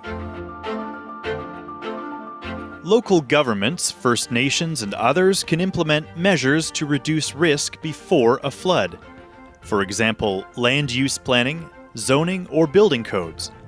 These regulations can encourage building designs and land uses that are resilient to flooding, such as parks, recreation, and natural ecosystems, while shifting high-cost developments and critical infrastructure outside of floodplain. This can be a tough choice for local governments because the same land is often attractive to developers. Flood risk reduction has to be taken into consideration alongside community development, economic opportunities, and physical constraints on usable land. Ground floors can be used for parking and designed to withstand flooding. Critical equipment, such as electrical and mechanical equipment, can be located at higher elevations. Similarly, hazardous materials and pollutants should be stored above predicted flood levels. There may also be potential to build homes and businesses to withstand damage, either with flood-resistant building materials or architectural designs that allow floodwaters to flow through. This can come with additional upfront costs and may require changes to building regulations, but overall, and updated construction standards are worth considering alongside other flood protection mechanisms. When river or ocean levels rise, well-designed flood infrastructure can prevent large-scale destruction. When the Fraser River flooded in 1948, several dikes failed. This led to upgrades for flood infrastructure in many Lower Mainland communities during the 1970s and 80s. So one of the most recognizable forms of flood protection that we have in the Lower Mainland is our dikes. We have over 600 kilometers of dikes that separate the communities from the Fraser River as well as our coastal areas. In recent decades, these dikes, floodgates, and pump stations have succeeded in holding back high water and reducing flood damages. But our current diking system has yet to face a flood like the one in 1948, or the larger Fraser River flood in 1894. Dike upgrades need to be considered, along with other structural and non-structural measures. An alternative to traditional dikes is to look at super dikes or set that communities are considering. Super dikes, as being designed for global coastal communities, are higher, wider, and more expensive than traditional dikes, and intended to be more resistant to failure and resilient to seismic activity. In the case of a river flood, dikes leave more room in the river channel for water to flow. In some cases, this can reduce overall flood height. With setback dikes, flood-resilient land uses can continue along the shoreline, while buildings and other high-value assets are protected behind the dike. The challenge with these dike alignments and dike widths is that they require more land for the dike footprint and may require moving of buildings or homes to allow for more space for these dike alignments. Seawalls are a form of infrastructure that may be more feasible than dikes, where there's limited, and that may help reduce risk of erosion in some locations. Physical flood barriers are important ways to protect against floods, but they can't guarantee against flooding. Dikes can be overtopped, and they may also fail through other mechanisms such as erosion or collapsing when they're saturated. Seawalls and natural shorelines can also be overtopped, especially when they're exposed to large waves and high winds. Some jurisdictions are experimenting with more natural engineered shorelines to help reduce wave energy and reduce erosion while maintaining shoreline habitat. In some jurisdictions, such as Manitoba, diversion channels have been built to direct floodwater away from high-risk areas. For BC's lower mainland, one option might be to use existing hydro reservoirs to store water in periods of elevated flood potential. This has been done in the past using the Nechako and Bridge River reservoirs, which drain into the Fraser. There are some opportunities to divert some water in the upper watershed that would reduce the volume of water coming into the Fraser River during a flood. This doesn't offer a total solution because it has a lot of ecological impacts and wouldn't be able to reduce all of the flooding. However, it does offer an opportunity to change the design heights, for example, of the dikes because we have less water coming down the Fraser River. Sediment removal has the potential to reduce water levels in some areas. However, flood modeling to date suggests that even large-scale dredging would have relatively little effect on floodwater levels. One thing that was looked at was sediment removal around Chilliwack and Agassiz, so removing some of the sediment from the river to theoretically accommodate more water and reduce the water level. The models show that this had limited benefits in terms of the overall water profile. So it is potentially a tool that could be used very locally, not a silver bullet in terms of reducing the water levels and the flood hazard in the region.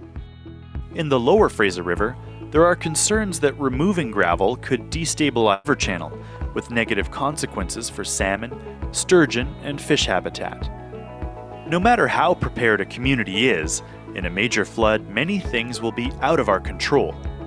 Even with updated flood protection infrastructure and proactive measures to reduce flood risk, there's still a need for emergency preparedness, planning, response, and recovery. Local and First Nations governments are on the front lines of making plans and preparations for their communities in advance of a flood. When a flood event begins to impact more than one community, provincial planning and response resources are triggered. Preparedness and response activities include shoring up existing measures, such as raising low spots in dikes, deployment of temporary works such as sandbags, and other temporary measures. And if necessary, evacuating neighborhoods. The last line of defense is flood recovery, including cleanup and rebuilding after a flood. In recent years, overland flood insurance has become available in Canada. Disaster financial assistance may also be available from senior governments to help homeowners, small business owners, and local government and rebuild. Depending on insurance coverage and eligibility for disaster assistance, individuals, households, and businesses may have additional recovery costs. Insurance coverage and disaster assistance policy has changed substantially in the past 6 years. Homeowners and businesses in floodplain areas should look into whether they can obtain overland flood insurance for their properties. Disaster financial assistance may not be available to those who can gain protection through private insurance. Partners in the Lower Mainland Flood Management Strategy are working to set regional priorities and ensure there is funding available to implement the plan once complete. So one of the challenges we have with flood is that water knows no boundaries. And so it's incredibly important when we think about water is making sure that we're not pushing water to our neighbor or making a decision that's going to make risk worse for another community. The key ingredient really is that the province and with federal government support drive the process. And one way that they could help flood management in the Lower Fraser is to provide support to each local government for them to develop a unique, integrated, comprehensive flood management plan. A number of Lower Mainland local governments are actively updating and implementing local flood plans, and others are likely to follow suit, though the size of the investment for region-wide flood risk reduction is significant. The Lower Mainland Flood Management Strategy is intended to complement these local efforts, strengthen collaboration, explore priorities for investment, and review funding options. Many of the 50-plus partners in the Lower Mainland Flood Management Strategy are public agencies and local governments. So before finalizing a regional flood plan, it's appropriate to seek input from the public.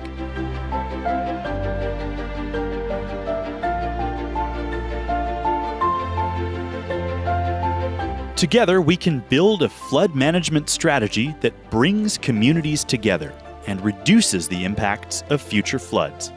It's taken years of work to build trust, share knowledge, and seek consensus.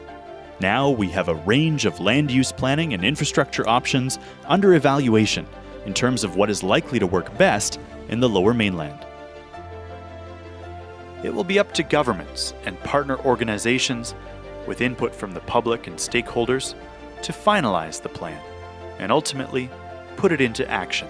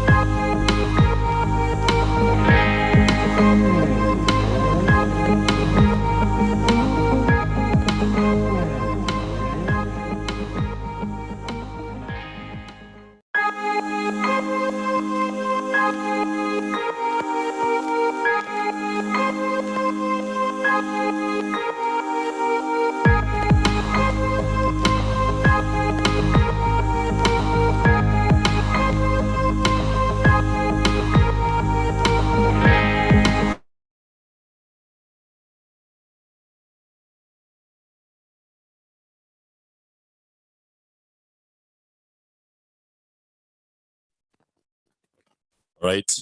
Not seeing it.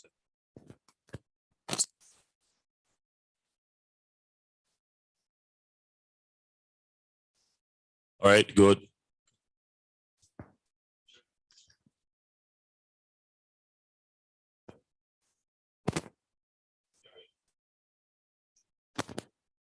Okay, good afternoon and welcome everybody. Thank you for staying with us.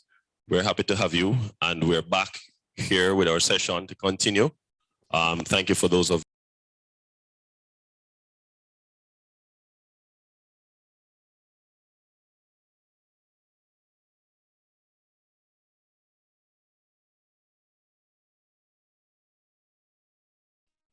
We're not hearing you, Dale. Good afternoon. Can you hear me now? Yes, we can. Okay, great. Thank you. So, of course, one of the things that we have said about agriculture is that agriculture is a seamless whole.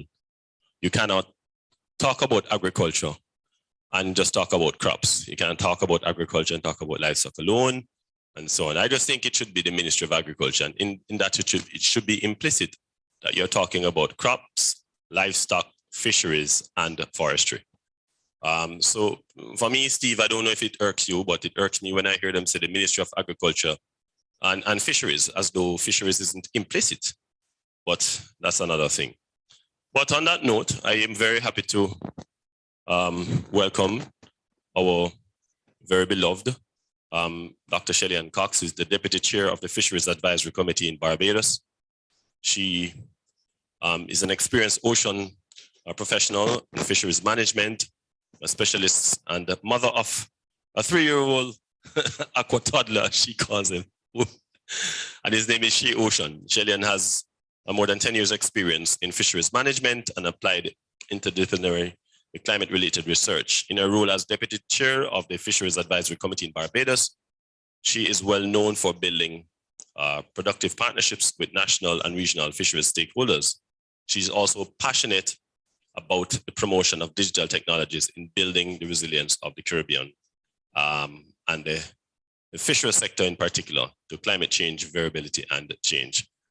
Shelley is fun-loving. She's a fantastic individual, somebody I've known personally for a number of years, and I could think of no better person to do this presentation.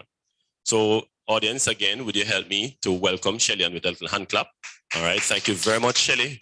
Thanks for staying with us. You have the floor.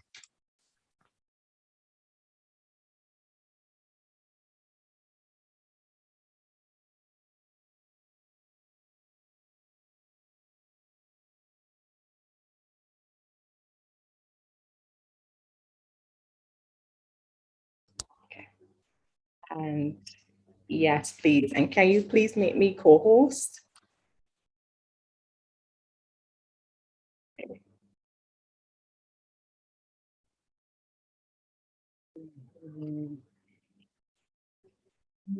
Thank you so much for the kind words, Dale. A pleasant good afternoon to everyone. As always, it gives me great pleasure to speak about the Caribbean fisheries sector. I'm very passionate about how we can work to revolutionize the sector as it relates to innovative ways of integrating technologies. And this afternoon, I'm going to speak to you along the theme, Building Climate Resilience in the Caribbean Fisheries Sector, Opportunities for Integrating Digital Technologies. And my colleagues have done an amazing job to give background information about climate-related impacts and so on. So you have that context. You know that the fisheries sector is particularly vulnerable to climate change and variability. And what I'm going to present to you this afternoon is first look at those climate stressors and impact pathways. We will look at how it affects not only captured fisheries, but aquaculture as well. I'm going to focus in on coral bleaching and sargassum. Sargassum is another area of expertise that keeps me intrigued as well. And then I'm going to look at the promise of artificial intelligence, blockchain technologies, as well as deep machine learning and some of the applications that are already happening in the Caribbean. Okay, I also forgot the Internet of Things as well. You know, these sensors and other innovative technologies that are being used in pilots around the Caribbean. So without further ado, I'm going to start by first giving you a look at some of the main climate stressors impacting the fisheries sector. Now, climate change has been significantly disrupting fisheries and aquaculture globally. In the Caribbean, our fisherfolk are really at the front line on the fight against climate change. They're fighting to maintain their catches, their income, and of course, their livelihoods. And what this means to us is that our food security is at stake, or even our maritime heritage, our culture, that social fabric that has been knitted by, you know, coastal and marine culture. You know, fishing goes beyond just fishing, but, you know, all the tales and all that rich culture and heritage at the coastal communities. So this is really why climate change does present a problem, and how are we going to really mitigate and adapt to it. So we're looking at warmer seas, sea level rise, strong hurricanes, less predictable sea conditions, changes to ocean currents, extreme weather, and ocean acidification. And looking at those stressors, these are the impact pathways. So we're seeing impacts to biological productivity, captured fisheries, aquaculture, communities and livelihoods, even governance. And I'll go and explain these one by one briefly, so you have an idea of the impacts that we are already seeing, and then wider society and the economy. Now, looking at biological productivity, we are already seeing disruption of marine food webs, damage to critical habitats. We'll talk about coral bleaching and coral death as well in a couple of slides over. Reduced growth and productivity of fish stocks, change in distribution of fish stocks, fish kills from low oxygen. Looking at capture fisheries, these are marine fisheries, we're seeing lower yields, change in species caught, reduced safety at sea. It's really hard to see a lot of fishers that have been missing from St. Lucia, St. Vincent, and Jamaica this year, especially.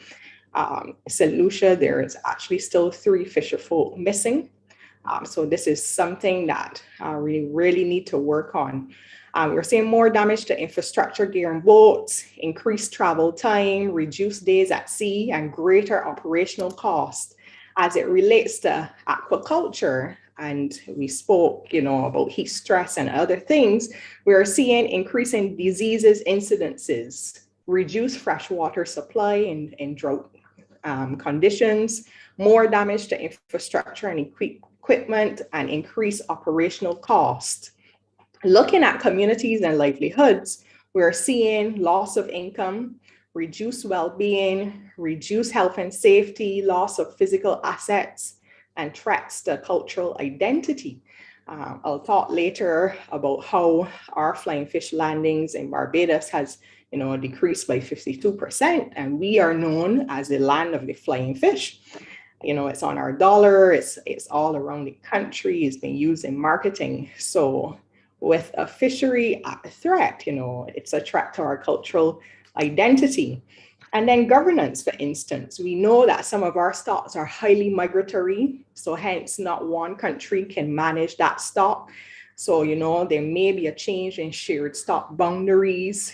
We may have to come up with, you know, bilateral or multilateral type arrangements to manage these stocks, as it relates to, you know, appropriate geological skills with governance, increased importance of engaging fisherfolk in management. And this is something, you know, over time that is getting better. You see, you know, you see fisherfolk sitting on fisheries advisory committees, giving input. You see fisherfolk leading in management and even in surveys of population assessments, for example.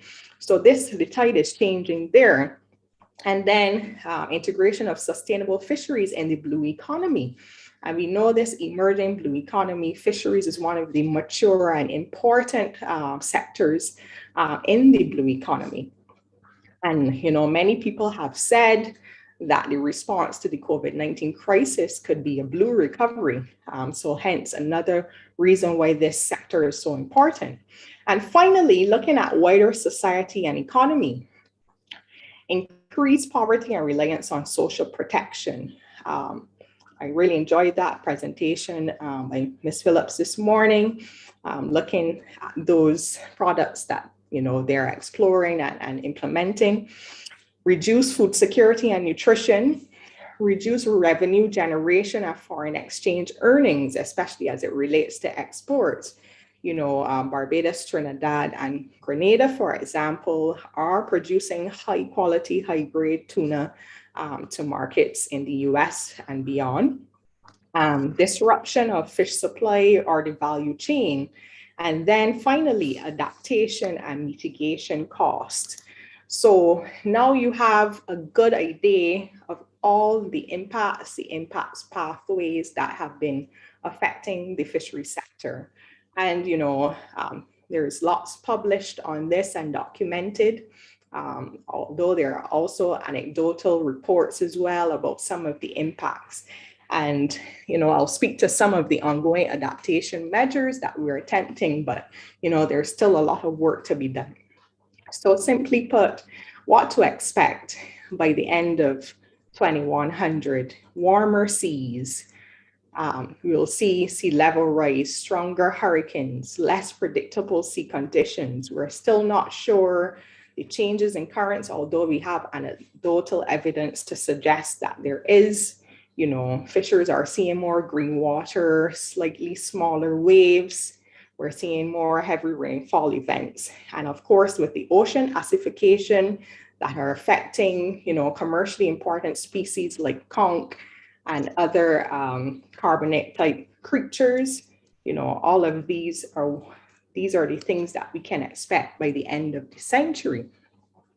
So looking more closely at coral bleaching, and many of you will be familiar with coral bleaching.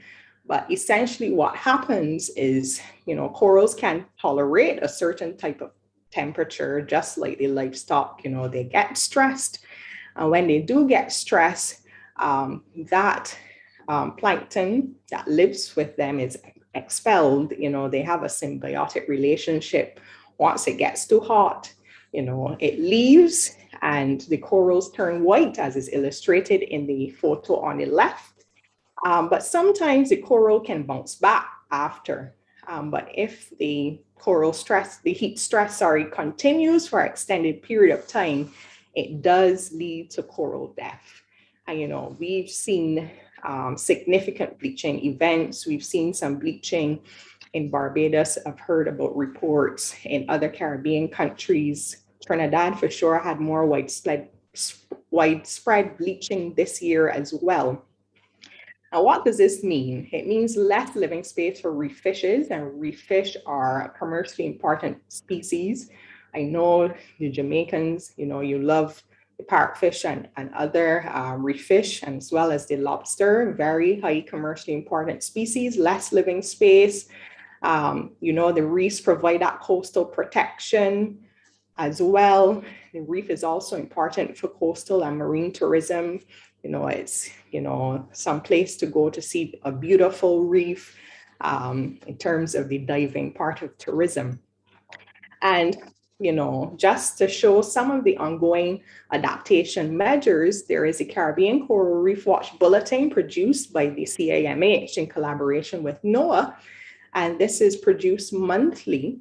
The latest issue was released in December. I've dropped some links in the chat, but I'll drop them again. And you can see, you know, key messages as it relates about the bleaching. There's an alert level guide as well. That is good guidance for managers to use in terms of, you know, operationalizing a response to bleaching. Of course, we know that some of the response to bleaching has as well to do with land-based sources of pollution, keeping our water quality in a good sense.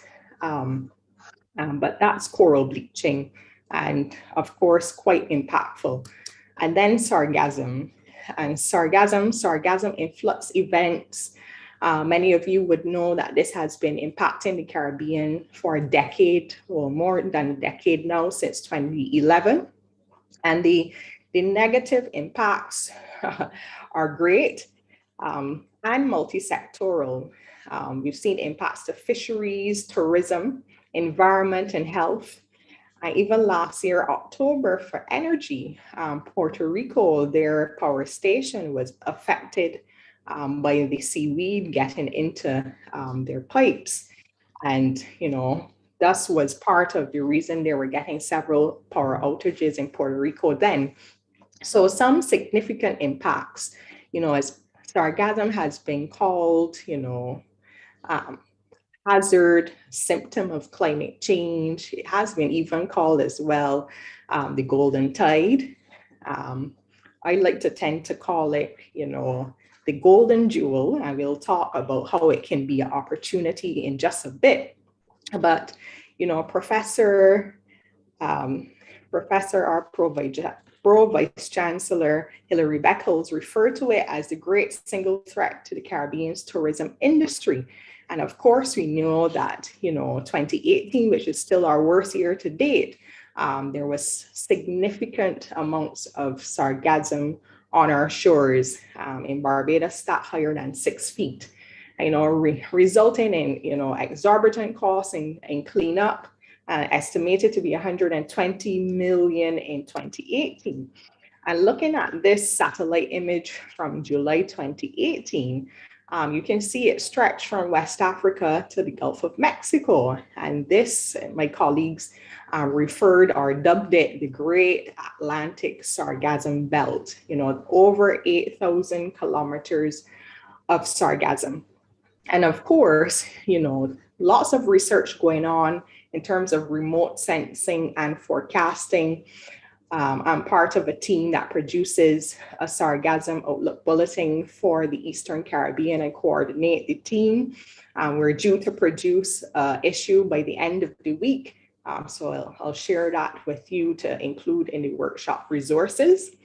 But looking at fisheries and the direct impacts that it has on fisheries, it clogs fishing gear, it impedes navigation. We've seen entanglement of engine propellers and rudders.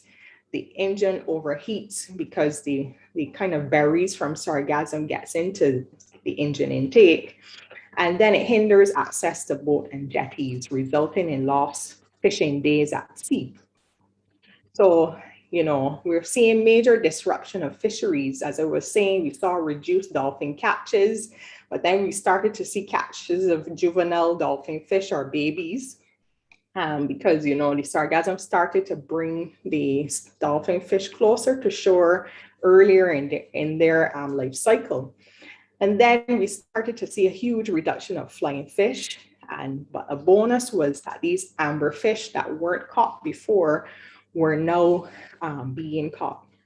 So my colleague, Professor Oxenford, and I, we worked on a report that looked at some statistics of dolphin fish and flying fish landings from 1994.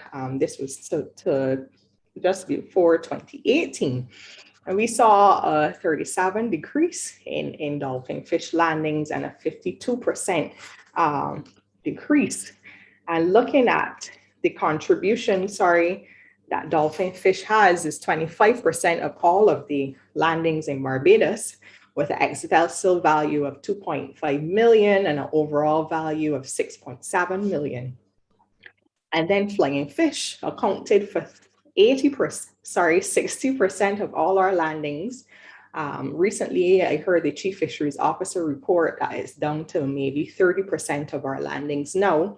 But of course, an ex-vessel value of 2 million and an overall value of 19 million. So you can see the significant impact that sargassum is having on the fisheries in Barbados as it relates to the data that was available for illustration.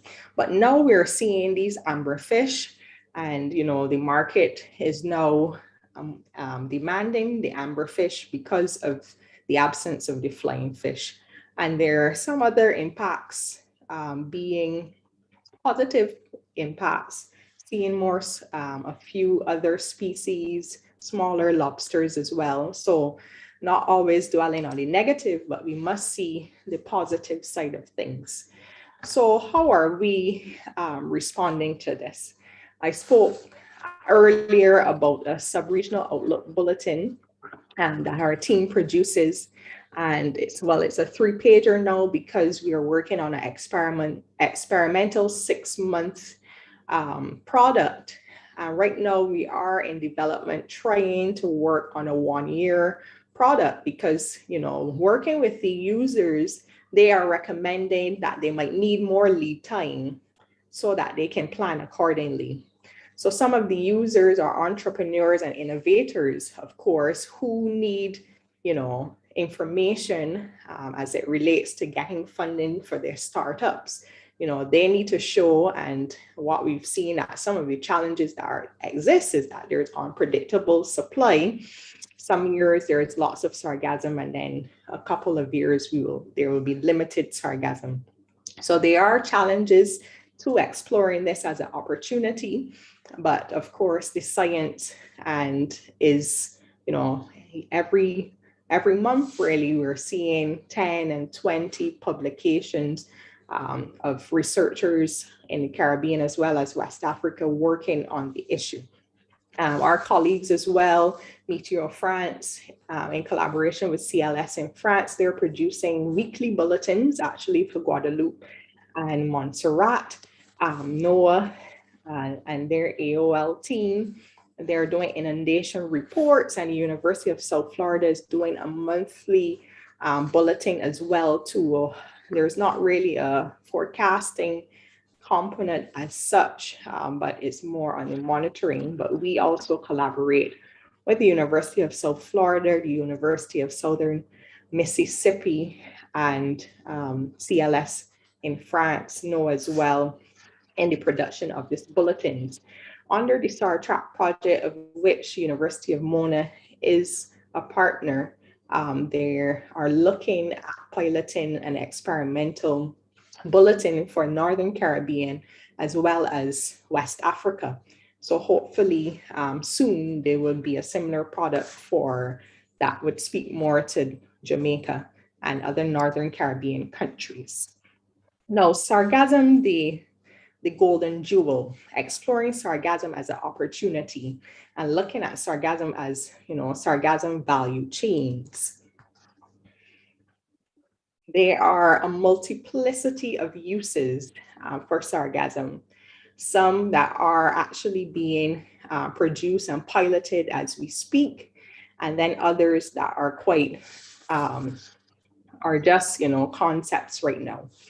My colleagues and I had worked on producing a sargassum uses guide that documents over 20 different uses of sargassum. Here, this is adapted, this figure is adapted from a figure in that guide, but you can see what 1 ton of fresh sargassum could produce. And this, of course, this data was produced in partnership with the entrepreneurs working on producing these products. So 1 ton of sargassum could get you 2,220 pairs of shoes. But of course, as it relates to 99 sheep receiving 1 week of seaweed supplement in their feed, there's actually a young guy in Jamaica working on goat feed using sargassum. So quite interesting. There are St. Lucian entrepreneurs, a few in Barbados as well. Most recently, I've met some persons working on an autonomous drone for harvesting sargassum. So quite some exciting research going in, innovation in harvesting as well, retrofitting boats. So, and as well as the type of booms and different configurations from stopping the sargassum from coming to the beach and then using the boats to remove them. We've also seen concepts around refineries to produce alginates, for example, that can be used for cosmetics, and other things that could lead to pharmaceuticals and so on. So the possibilities are endless. I'm trying to keep to time, so I can't go into all the detail, but I'm going to share the links to some of these resources. So thinking about sargassum as an opportunity, we have to think of it as a value chain. My colleague, Kareem, and I, we led the writing of the white paper, 2021 white paper, and we thought that it was very useful at the time to, illustrate the sargassum value chain and the different entry points so that people can understand that, cross-cutting activities are needed along the chain as it relates to research and development, quality control, as well as having the environmental and social safeguards in place. And, at each stage as well, you will have different actors, different impacts to the environment as well. But it's good to look at it through this lens as we go forward, so that we can, create the kind of regulatory framework that will be needed to produce high quality products going forward, being cognizant too of the fact that, sargassum has been known to contain heavy metals. So that is sargassum. So we've looked at coral reef bleaching and sargassum, two big impacts to the fisheries sector, and some of the ongoing adaptation efforts. Of course, on producing knowledge products does help us in terms of responding to some of the impacts. So here is a list of several communication tools and platforms where you can get information. You can get forecasting information as well to help you pre-position sources and inform responses. And feel free as well to drop me a note if you need more specific information. There is a sargassum repository with lots and lots of information that you can access. So looking at all of that and the innovation and so on and the research that's going on so far in terms of coral reef bleaching and sargassum, there are other parts of fisheries and fisheries value chain as it relates to promoting traceability as well as supporting fisheries management. And where are the opportunities for integrating technologies? Now we've seen, and I call it the promise. So we've seen how the promise of Internet of Things, artificial intelligence, machine learning, and blockchain technologies have been used to support fisheries management and even the development of seafood enterprises. So first, I wanted to look at how we're using some technology to monitor marine ecosystems.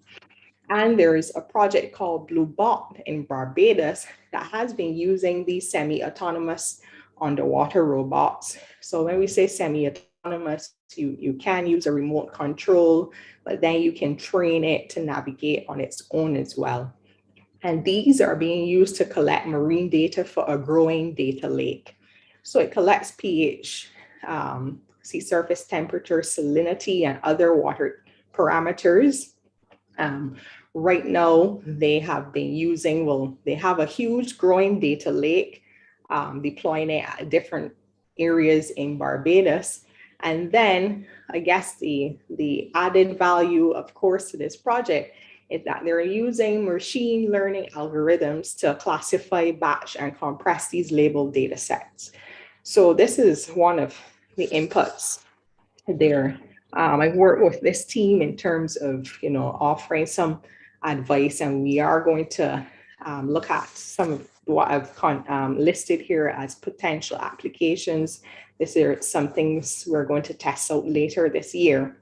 But right now, some of the data analysis is being used for fish and coral species identification, looking at coral bleaching or disease detection, invasive species detection like lionfish, for example, And it was also used when there was the significant volcanic ashfall event. We had lots of impacts to the reef after that event. You know, the water, low visibility for almost a week after as well. So there was some impact to the coral reefs in Barbados after that event. So that's the work that they are working on right now. And we are going to use the robot as well as the artificial intelligence algorithms and deep machine learning to look at sea egg stock assessments. Here you can see the what we call the diadema or the black sea urchin here illustrated in this photo. But we have been doing sea egg population assessments since 1999 in Barbados. And actually fishers have been doing these surveys on their own, and then they report to the Fisheries Authority. But we're going to use the robot this year to accompany the fishers and train them as well how to use the robots to conduct these assessments. So the robots, of course, can identify, you know, once you build the algorithms, they'll be able to identify the individuals and calculate it. Of course, you always need to do the transit method to validate this, but using these robots saves time. You know, it keeps our people safe as well.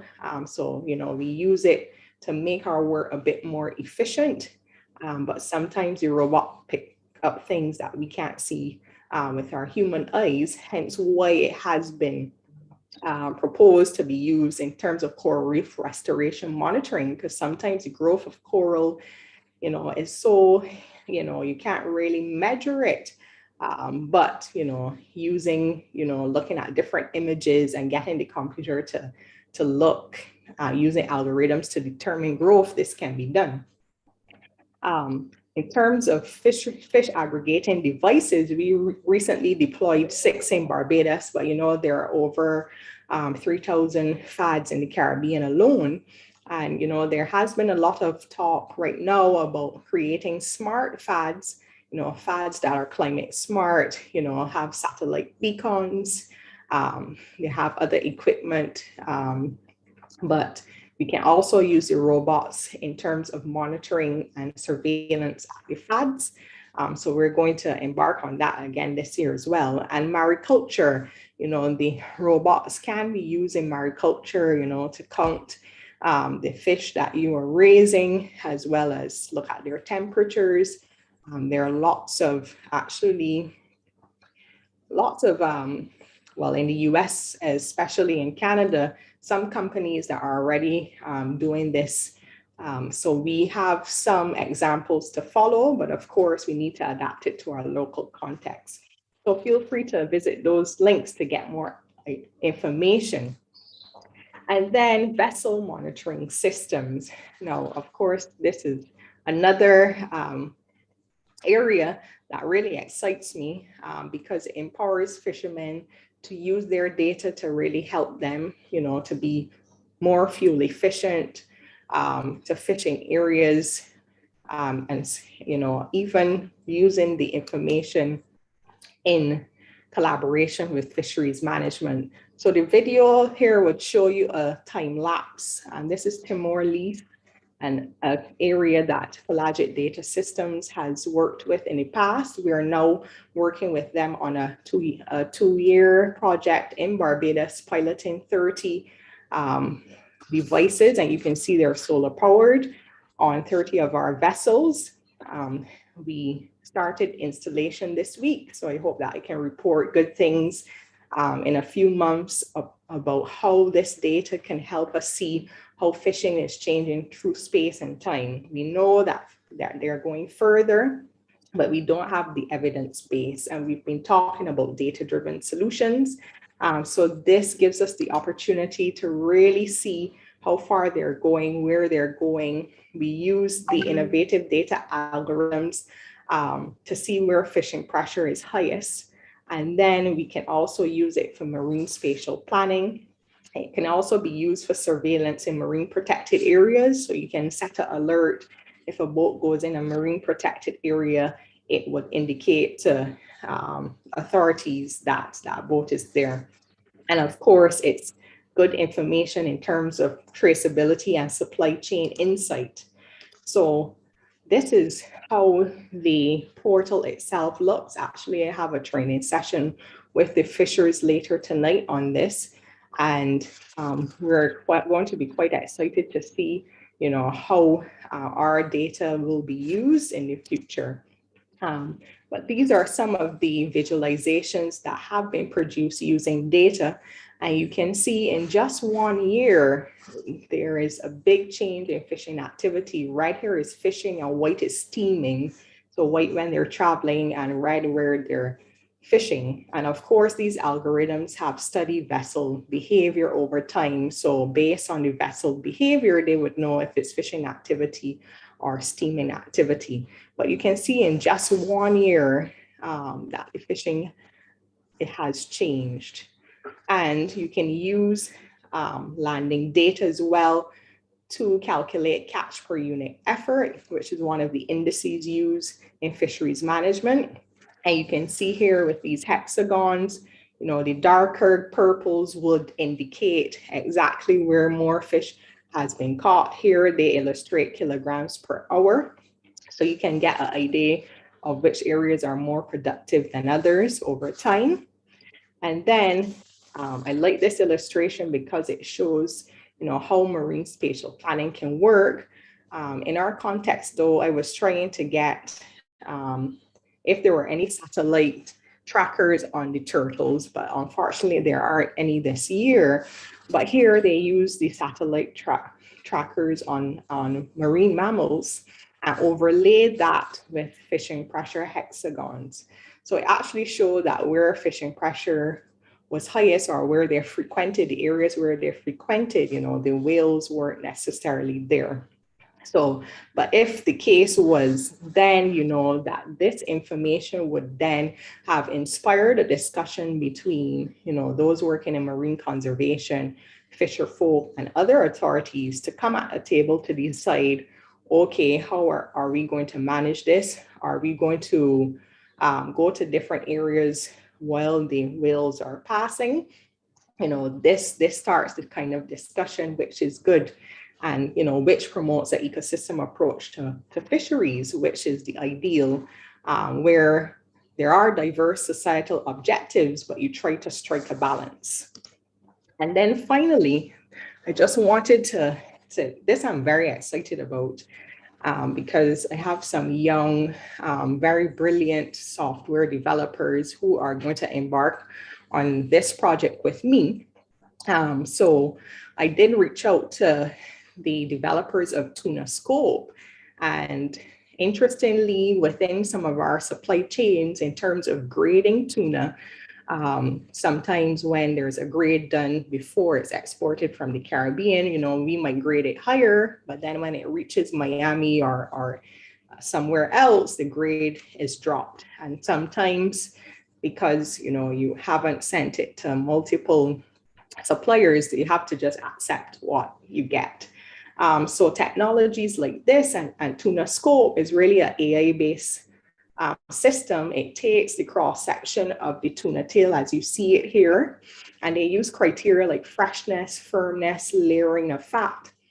And from taking a photo, you can instantaneously get an output of what the grade of the tuna is, you know. And actually the developers in Japan, and, you know, part of one of the issues here is too, they realized that the master artisans in Japan were dying out and the culture was going to die out because there won't be, you know, many humans that have this expertise.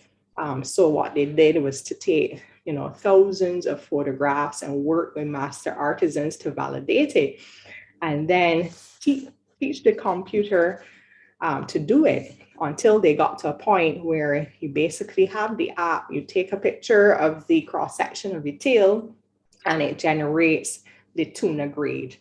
But after speaking to them, In Japan, of course, they have the resources to actually freeze their tuna to minus 60 degrees, or what they refer to as ultra low temperatures. In the Caribbean, we can't do this because, you know, those kinds of refrigerating facilities are quite expensive.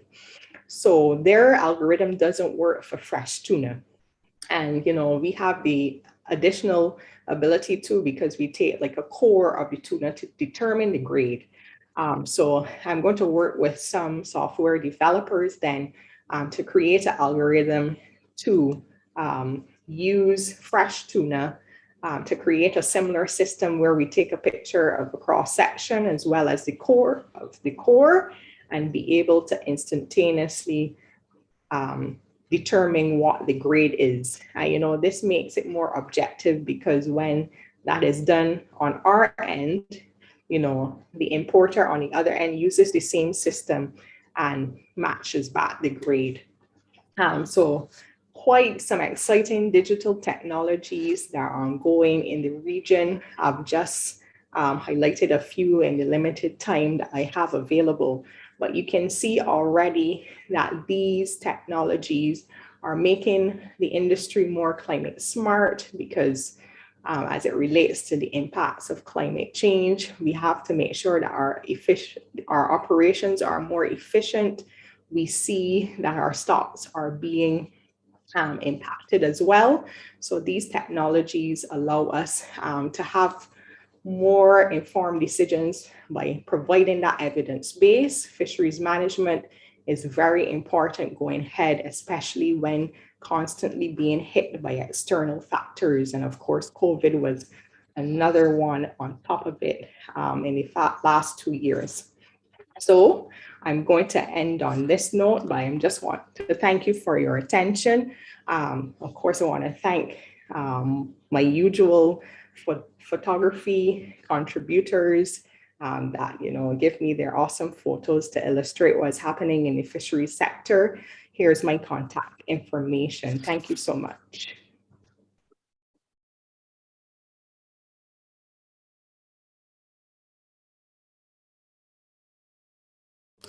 I'm available to answer any questions. Let me check the chat box as well.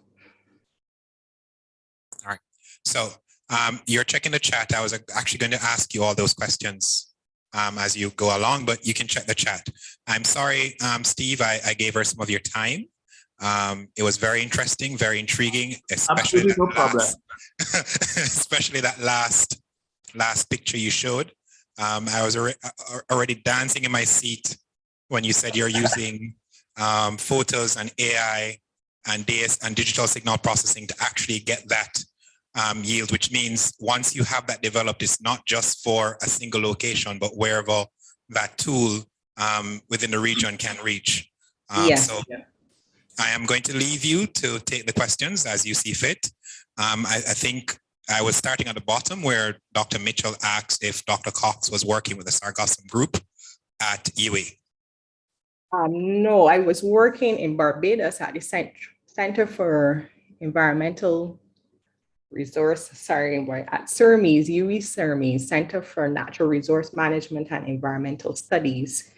But I'm on my own now. I worked there from 2017 to present. I also did my doctoral research there as well. But I, of course, in working with sargassum, I'm very aware of Dr. Weber and her team. And I've worked across SAR-TRAC as well that I mentioned earlier. But yes, I haven't been fortunate to be in Jamaica, to work in Jamaica. Okay.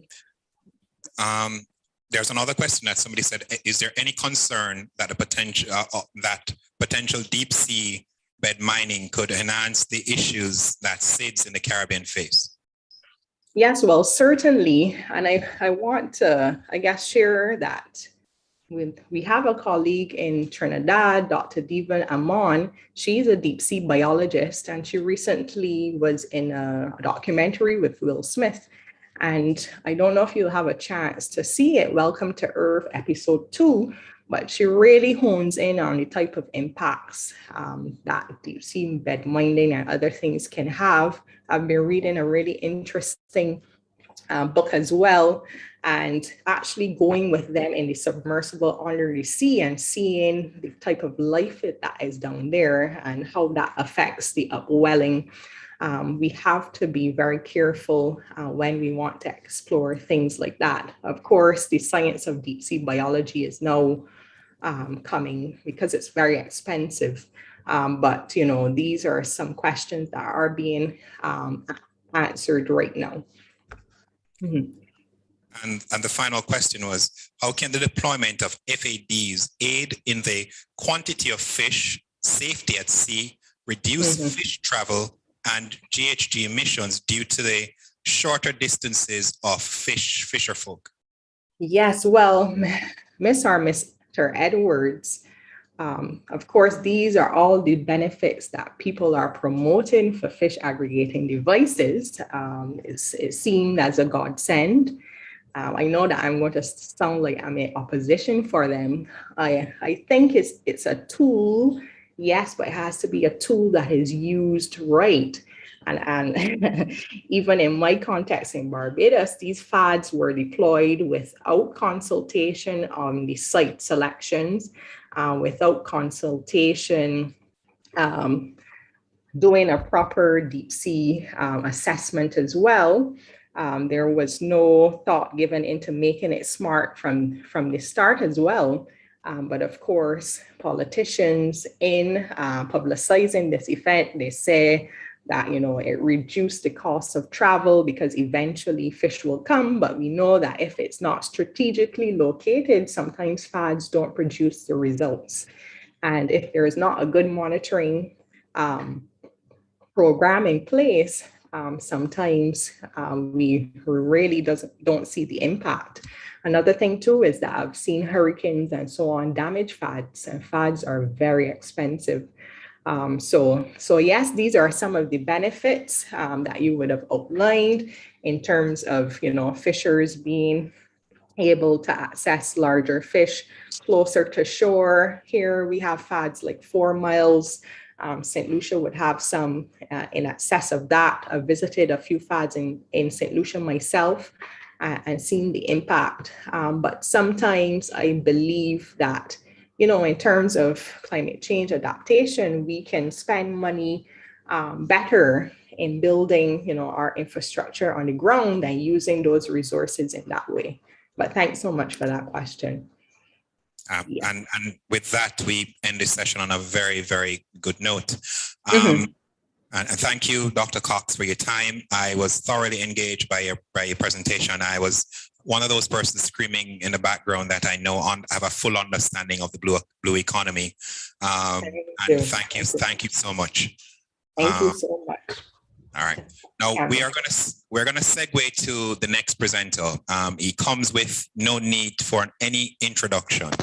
He has the next 2 sessions, and what I'm gonna ask, if you just realized the light and everything went out.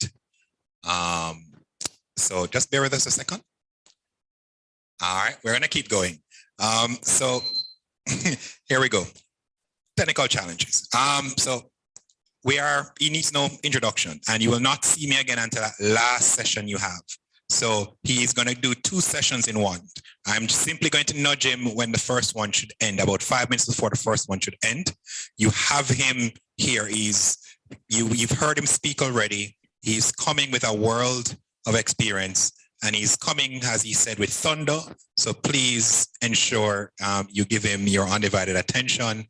And at the end of it, you will see what it is that we're talking about. We've executed several things that are deemed to be climate smart. And you notice the title of his presentation, The Climate Smart Dilemma.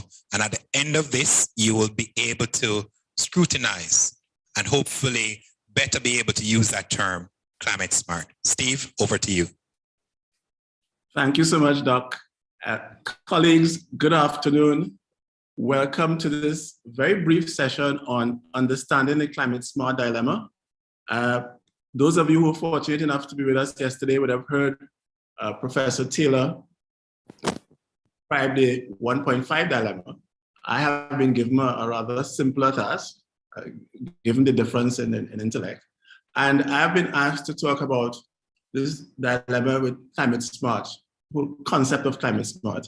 Now, a dilemma is a situation in which a difficult choice has to be made between two or more alternatives, especially equally undesirable ones. I prefer to deal with informed choice. Informed choice has to do with a person given options to choose from several actions for which they know the details, the benefits, the risks, and the expected outcome of each.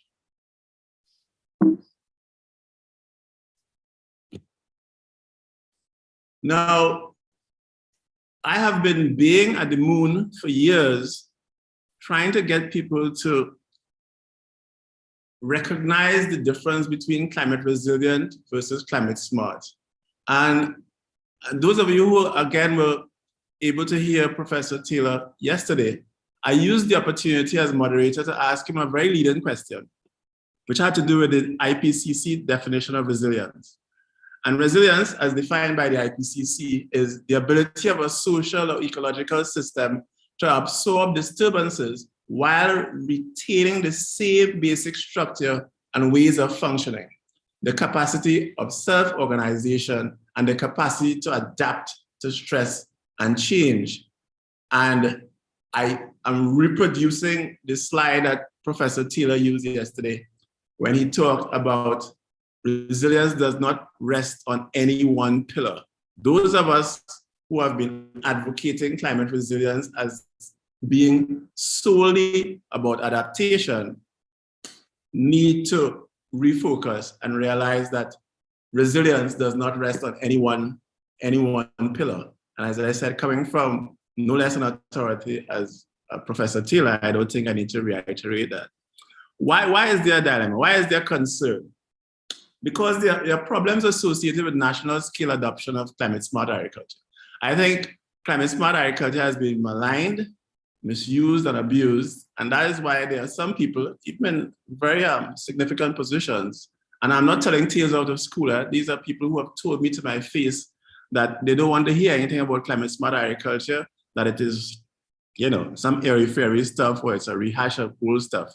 But what has really happened is that there are a number of problems associated with national scale adoption of climate smart agriculture.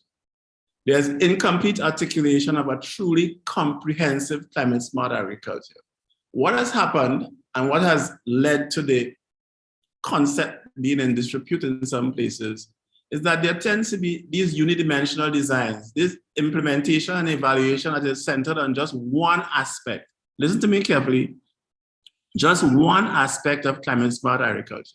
Climate smart agriculture is a series of activities, a collective set of activities. And at the risk of boring those of you who would have heard me a million times before, I always use the analogy that saying that you're climate smart is like saying that you're a safe driver. You could attend a safe driving course, and if the only thing you do after that is to change your brakes, that does not make you a safe driver if you're going to continue driving in the same idiotic way. It's just that you have brand new brakes now. You're still not dimming your lights at night, etc., etc., etc. I hope that analogy, you know, without driving it home too much, literally, makes the point. So that you have these unidimensional designs, you have no prioritizing tool against greenwashing. And I must tell you a bit about my particular background. I was the Caribbean's representative in South Africa, in Durban in 2011, when we collectively, FANRAPAN and some other South African-based NGOs were trying to get agriculture onto the main stage in COP17, right? And we recognized that if and when agriculture became center stage, as it came center stage in 2015 with the Paris Accord, that there would be attempts at greenwashing. In other words, there'd be a number of projects that would appear to be green, but really they were just cosmetic, in the sense that if you just, and again, to beat a very old horse, if you just had a project that was a water harvesting project, which means absolutely nothing to me, because there's no such thing as a water harvesting project. There should be a water management project. If, as part of the water management, you involve water harvesting, then I can understand that. But if you're just going to harvest water for harvest water in sake, and then go ahead to use the water in the same irresponsible way as you use water that you didn't harvest, then to me, that is an aspect of greenwashing. There's lots of mitigative contributions from climate smart agriculture. Those of you who know what I do on a daily basis would know that I have been constantly advocating for agriculture to be more involved in these nationally determined contributions. As I said, maybe in the question and answer session, we'll have a chance to explore these in greater detail, but I'm assuming that most of you know what these nationally determined contributions are, and the fact that the sectors that tend to be highlighted for the support tends to be energy, transport, and to some extent forestry, which gets covered in the whole rubric of AFOLU, which is agriculture, forestry, and other land uses. And I have been, again, as I said, being at the moon fighting this battle to get agriculture more center stage. And I've not just been talking about it, but I've been lucky enough to be the consultant hired to do some of these readiness grants that have included agriculture. So the loss of mitigative contribution from CSA, so that there's no mitigative component, because as I said, we have used this narrow definition of resilience. And then there's no locally verifiable eco-linked quality labeling standard, similar to the standard or the brand that goes under the rubric organic.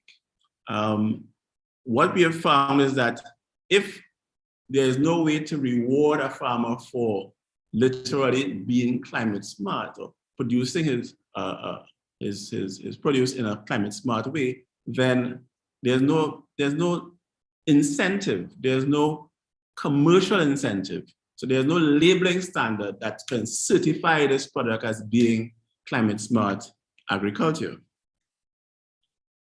So now I didn't just lament, bear the moon, and make noise in some quarters. I actually, put what little gray matter I have, in place, and came up with something called CSAC, which is a climate smart agriculture compliant tool that is supposed to offer solutions to the problems I just identified. I just quickly ran through. Now, climate smart agriculture, and this is the official definition now, is meant to improve food security and agricultural productivity and increase the resilience of farming systems to climate change by adaptation, whilst, very important, whilst capturing potential mitigation co-benefits. And this is what I have incorporated into what I have described and what I've described as the 5 operational arms of climate smart agriculture. And I've alluded to the fact that they involve resource conservation, and I've had in brackets there the points that relate to the original climate smart agriculture definition, energy use, which has to do with mitigation and agricultural productivity, safety, and I mean, this is an aspect of climate smart agriculture operations that you don't hear mentioned at all, but that has that's the food security and the nutrition security aspect of it. Biodiversity support. Some of these projects, involve land clearing, use of invasive species, a whole range of issues that tend not to be considered when one is doing climate smart agriculture, but these are some of the functional arms of operational arms of climate smart agriculture that I considered. So you have biodiversity support in terms of your pollinators, all the other ecosystem services, and then greenhouse gas reduction, which is a clear and direct link to mitigation. So what were some of the conclusions coming out of this informed choice response to this dilemma? So, and by the way, when you're getting all of these slides, I'm rushing through so that we have more time to talk and have more time to do the second of the 2 presentations that I've been asked to present today. So there's widespread agreement that climate change will continue to negatively impact agriculture. Fine. Use of a comprehensive climate smart agriculture as per the CSAC tool offers adaptive and mitigative possibilities. Again, adaptive and mitigative possibilities. CSAC is a viable quality determinant for differential pricing of products and outputs. And in the second half of this two-pronged presentation, I'll show you exactly what I mean by that. CSAC is a self-assessment tool and can be used by small and large commercial farmers. This is a screenshot of the use of the tool using the Excel-based version of the tool. The tool comes in three versions. There's a manual one, which is old, paper and pencil type thing. There's a Excel-based tool, which hopefully Dr. J will take you through. And then there's the mobile app, which again, Dr. Campbell is going to possibly take you through either this afternoon or tomorrow. And there I have a picture of Omira Rostan, who is the Belize Cardi rep. And she actually used the tool as a self-assessment tool to measure how climate smart their seed production operations were in Belize. And as I say later on, when I talk about the actual tool, we'll see the significance of that slide. CSAC provides a proven mechanism to justify climate finance and inclusion of agricultural initiatives in NDC computations. Again, as I said, that has been my hobby horse for the last 6 years or so.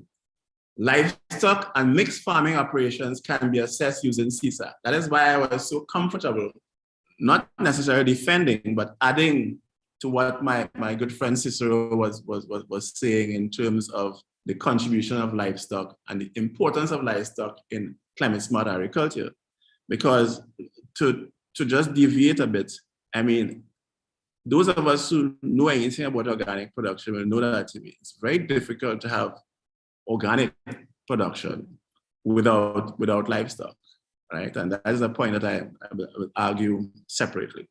As an auditing tool, CSAC can be used as a means of consensus for smart contracts. And I was delighted, more delighted than Dr. Campbell when Dr. Cox was mentioning all of her AI inferences and the use of distributed ledger technologies such as blockchain for climate smart agriculture.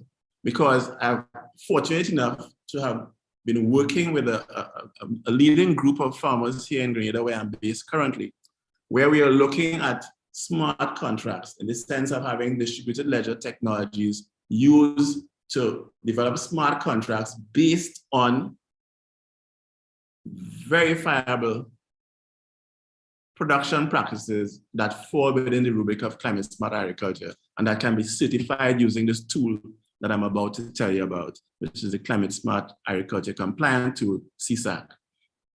And without getting into the details, as Dr. Cox alluded to, you can now, with these distributed ledger technologies, verify operations, keep people honest, literally keep people honest, as indeed the tuner recognizing software and so grade recognizing software would help to keep your buyers, your importers and so honest because of the use of distributed ledger technologies and the fact that you have a certifiable system, which is what CSAC offers.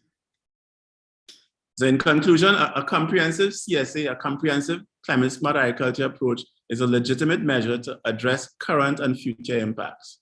So a comprehensive climate smart agriculture is summative, is measurable, is achievable, is relevant, and is timely. In other words, it's smart. Now, CSAC is a proven tool for training. It provides a comprehensive framework, and without telling tales out of school, I have been around the region. I mean, I've in every CARICOM country, as part of either ECO or CARDI or FAO sponsored climate smart agriculture training. So I'm not just, just pulling stuff out of the air. As a self-assessment tool, and in other fora, I've had farmers who have used the self-assessment guide, not just Ms. Rostan in Belize, but commercial farmers who have said that they can use it as a self-assessment tool. In terms of auditing, in terms of digitalized and branding operations, it's an auditing tool. it's authenticating as well. So it's proof positive of adaptation and mitigation. And as a marketing component, it's a certified label certifying that your product, your operation is green or eco-friendly or carbon neutral or climate smart.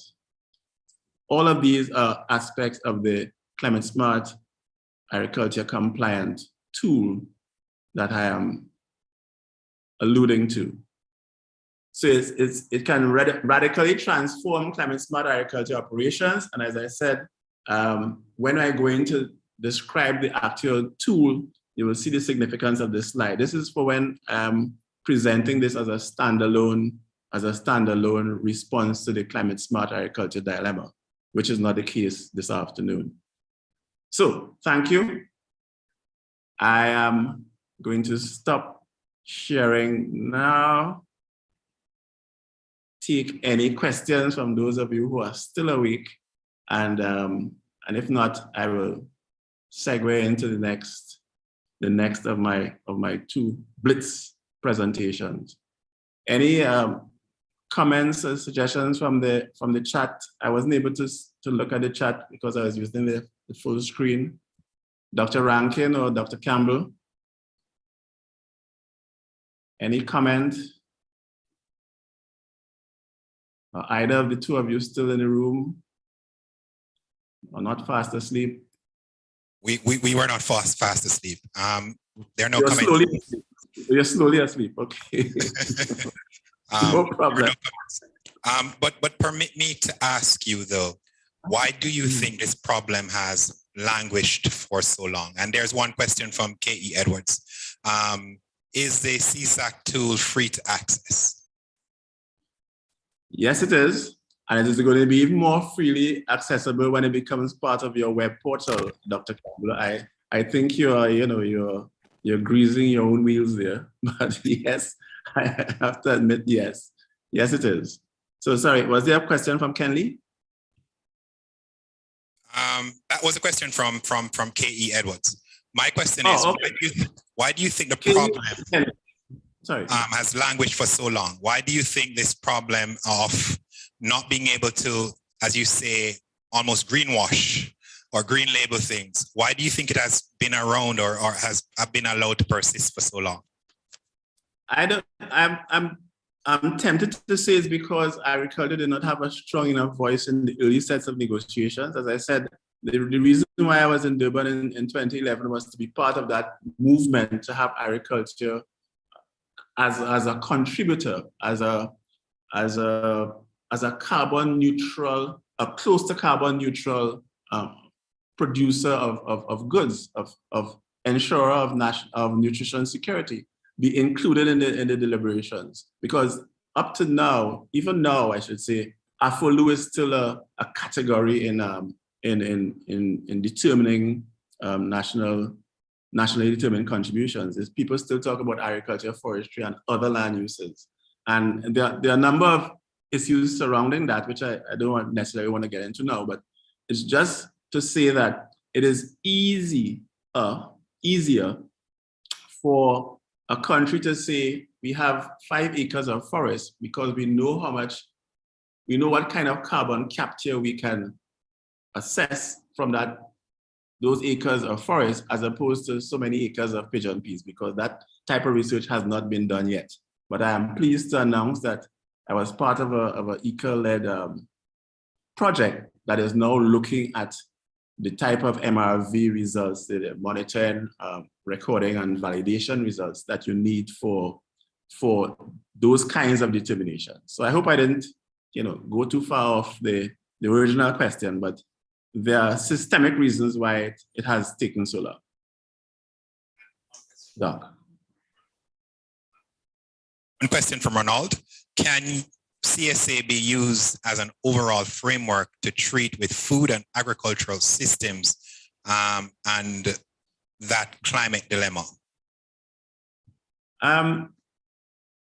I'm not sure. Could you repeat that question? I'm not sure if I...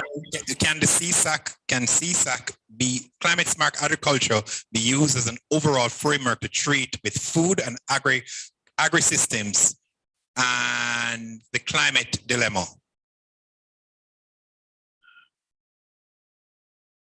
I'm saying yes, but I would more specifically say CSAT can be used. The tool can be used to do that.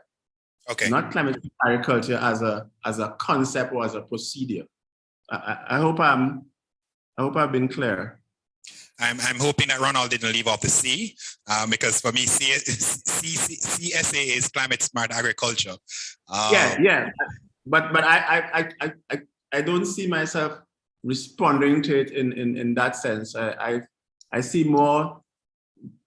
more significant response would be through the tool, because that is where you have a more comprehensive approach to climate smart agriculture. So I would say yes, but under the rubric that I've just described, not under the traditional, the sort of unidimensional climate smart agriculture, traditional climate smart agriculture discussion. All right, guys. Let's wrap that session. I'm sure you've been introduced to it. You've given the background for where it's coming from, and you're now eager to touch and play with that tool, or even see what it is about. So Steve is going to go into his second presentation, and again, this is an interactive session, and we want you to interface. We want you to be there. So please, I am begging you, I am imploring you. Here is where you now get to play with it. Here's where you get to evaluate whether or not, years ago as a part of a project, and it was deemed to be climate smart, was it indeed climate smart? Are there things I'm skipping or ignoring or not considering when I'm actually trying to get to that point? So Steve, over to you. Yes, that's an excellent segue into it, because really what this tool is about asking 20 questions. I mean, it's as simple and as uncomplicated as that.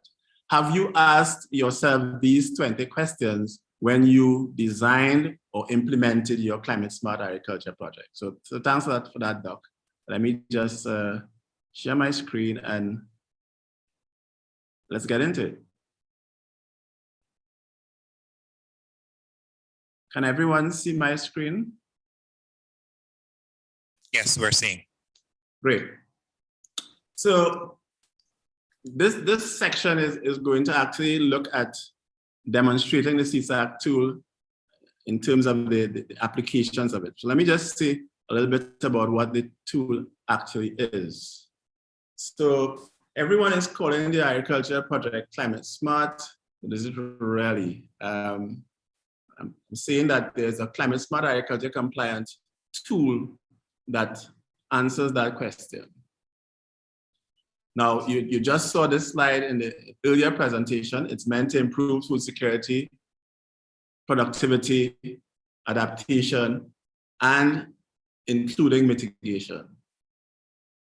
So these 5 operational arms of climate smart agriculture that I've described really have to do with resource conservation, energy use, safety, biodiversity support, and greenhouse gas reduction.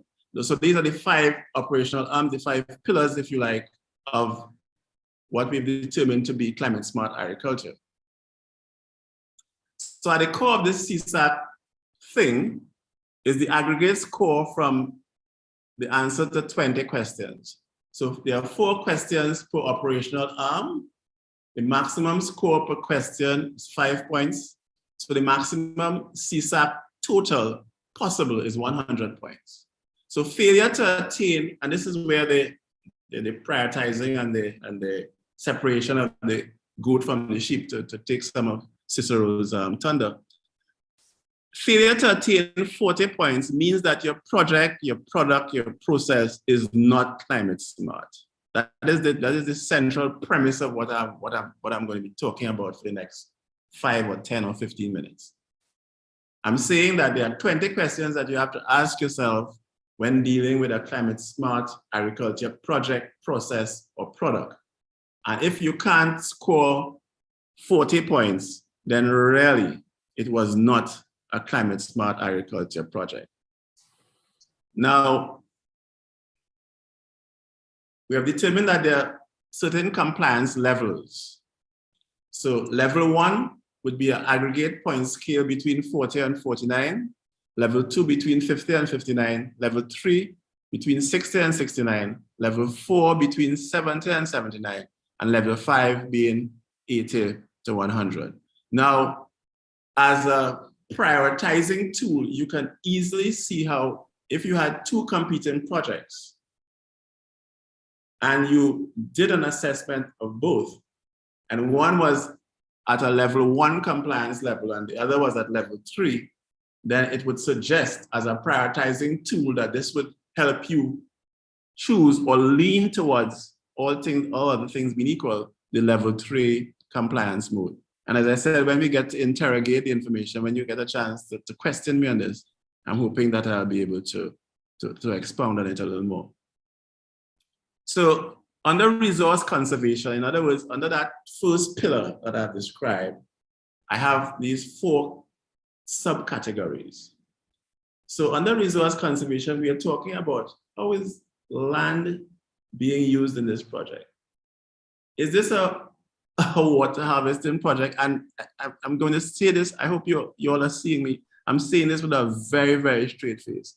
There have been water harvesting projects where watersheds were damaged to do the project. I stand firm on that. So that we're looking under resource conservation, you're asking a question about land. How is the land being used? What are some of the water management issues? How are the nutrients being used? How are they being sourced? And how is labor being used? Under energy use, you're looking at power on the farm, on the holding, in the operation, lighting, on the holding, in the manufacture of the product, in the protection of the structure, in the lighting of the structure, the housing units, what have you, if it's a livestock project. What has been the source of energy used for the input manufacture? So there are a number of times when people say they have a climate smart agriculture project, but I mean, when you look at the energy usage, all of it is from fossil fuels, none of it is from renewable sources. So how can you really equate that with a more climate smart operation? And energy use in transportation. Under the safety rubric, we're looking at the production operations. I mean, it's one thing to keep telling people that, you should do terracing, or you should be using an A-frame, or you should be contour plowing, but what are some of the safety concerns in those production operations? What are some of the safety concerns in harvesting, in storage? And an aspect that has to be emphasized, and that is usually missing from some of these alleged climate smart agriculture projects, safety in terms of the utilization of the product. Without telling tales out of school, I was a presenter at the recent climate change and health in the Caribbean webinar. And one of the things that I mentioned had to do with the types of practices that we are asking farmers to engage in. Of course, everybody is, head over heels about composting. And of course, in 99% of the cases, it isn't really truly composting. It's just, the accumulation of waste. And if you're silly enough or uninformed enough to add meat scraps to those piles of waste that you think is going to come into compost, then you're already building a rat apartment. And there have been cases of leptospirosis, and so that that have been well documented, that are based on this ignoring of the safety concerns in climate smart agriculture operations. And I mean the increase in H. pylori for infections, and so which I can take up with when you do question me. In terms of biodiversity support, what were the land clearing methods used? How much of the land has actually been cleared? What has it meant in terms of the ecosystem services? What are the off-site agrochemical impacts? I mean, we're all very concerned about rich to reef activities. I mean, you just had a very interesting very, very interesting presentation by Dr. Cox, which had to do with aqua-based or marine-based impacts, but some of those marine-based impacts start on the ridge. So what are some of the offsite agrochemical impacts of these climate-smart agriculture projects? How do you limit the introduction of invasive species? How are you monitoring your ecosystem services impact? Have you literally damaged a watershed? Have you, by your operations, interfered with natural drainage facilities and some of the watershed-related ecosystem services? And then the big one, the big mitigative one, what are some of your greenhouse gas reduction operations? Does your farming operation involve livestock, especially ruminants? What have you been doing about enteric fermentation? What are some of your soil management issues in terms of making sure that you do not have the levels of denitrification that that are associated with some poor practices, which can lead to the emission of greenhouse gases? Or effectively, have you been using or have you been avoiding the use of fossil fuels?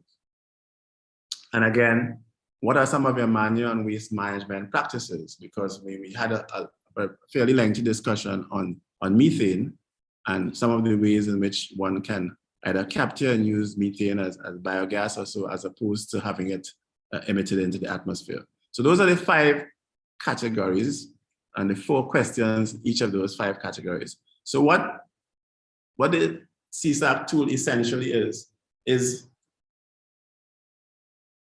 a mechanism to ask 20 questions, a question on each of those subcategories that I just ran through.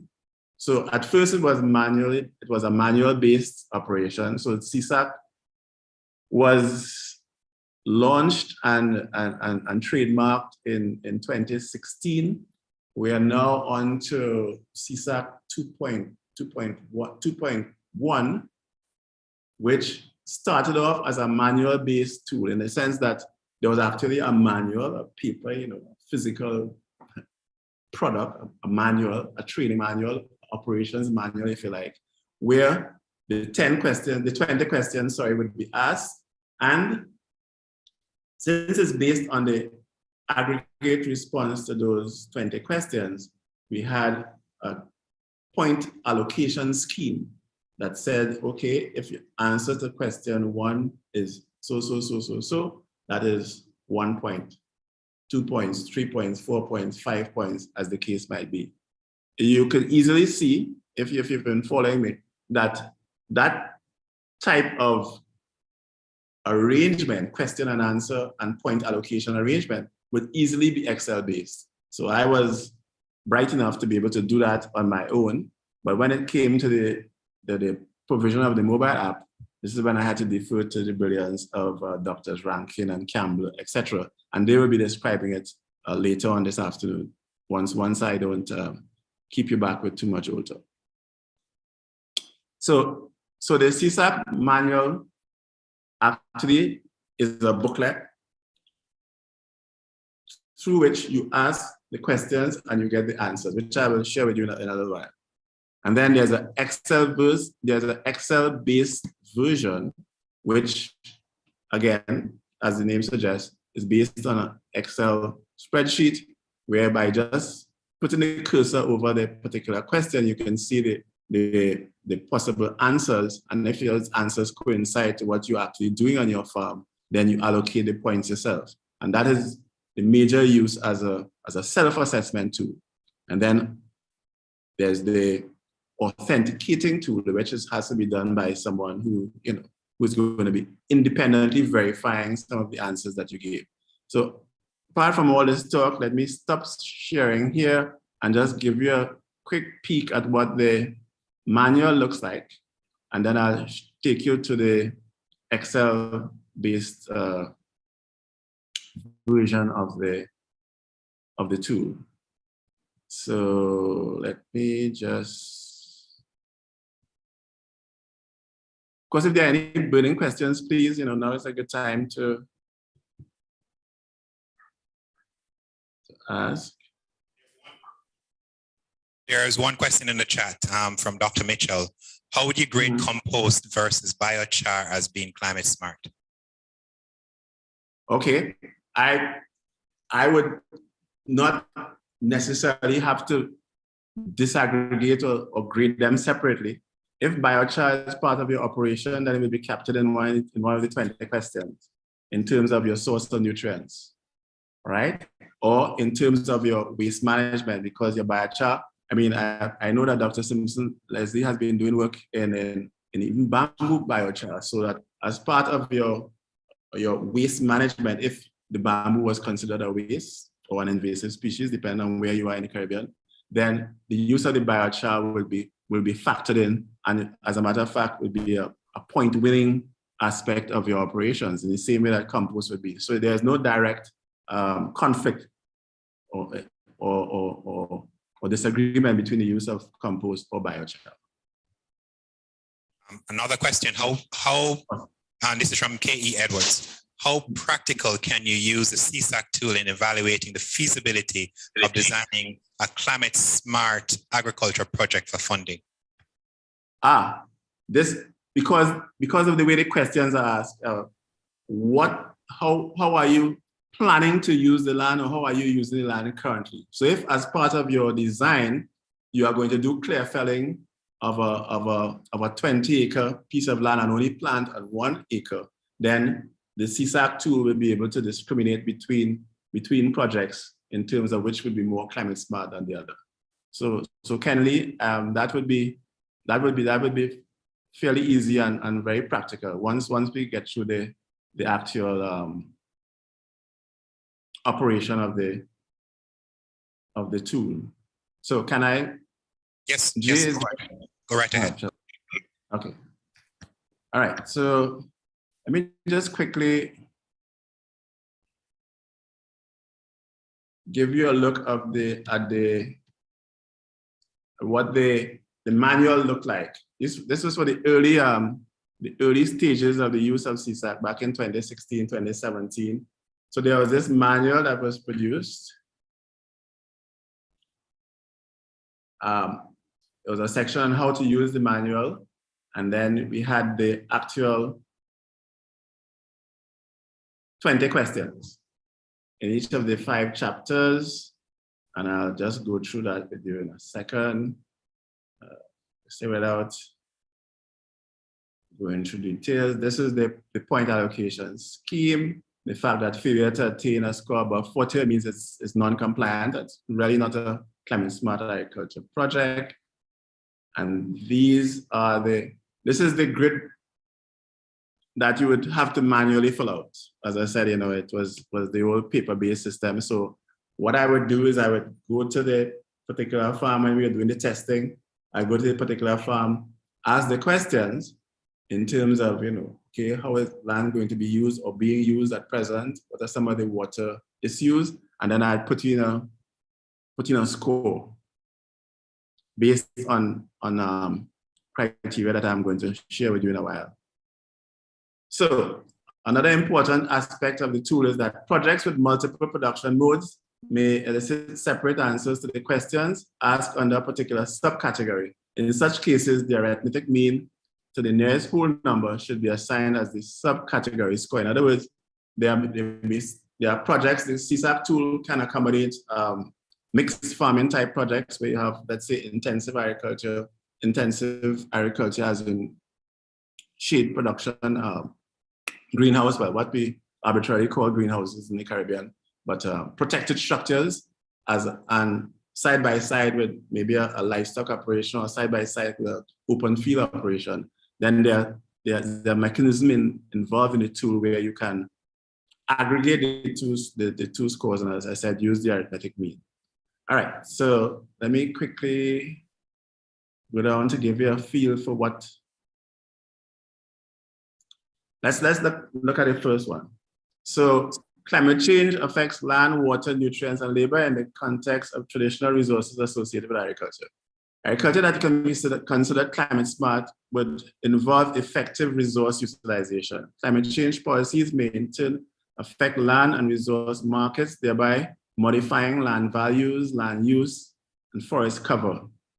In small island developing states, carbon sequestration as an ecosystem service may not be impactful when compared to continental land masses. Land availability is often a constraint to agricultural expansion in SIDS, and there's a concomitant limit to natural above-ground storage of water. Saltwater intrusion of coastal or low-lying reservoirs is an ever-present reality. So here are the questions that are asked under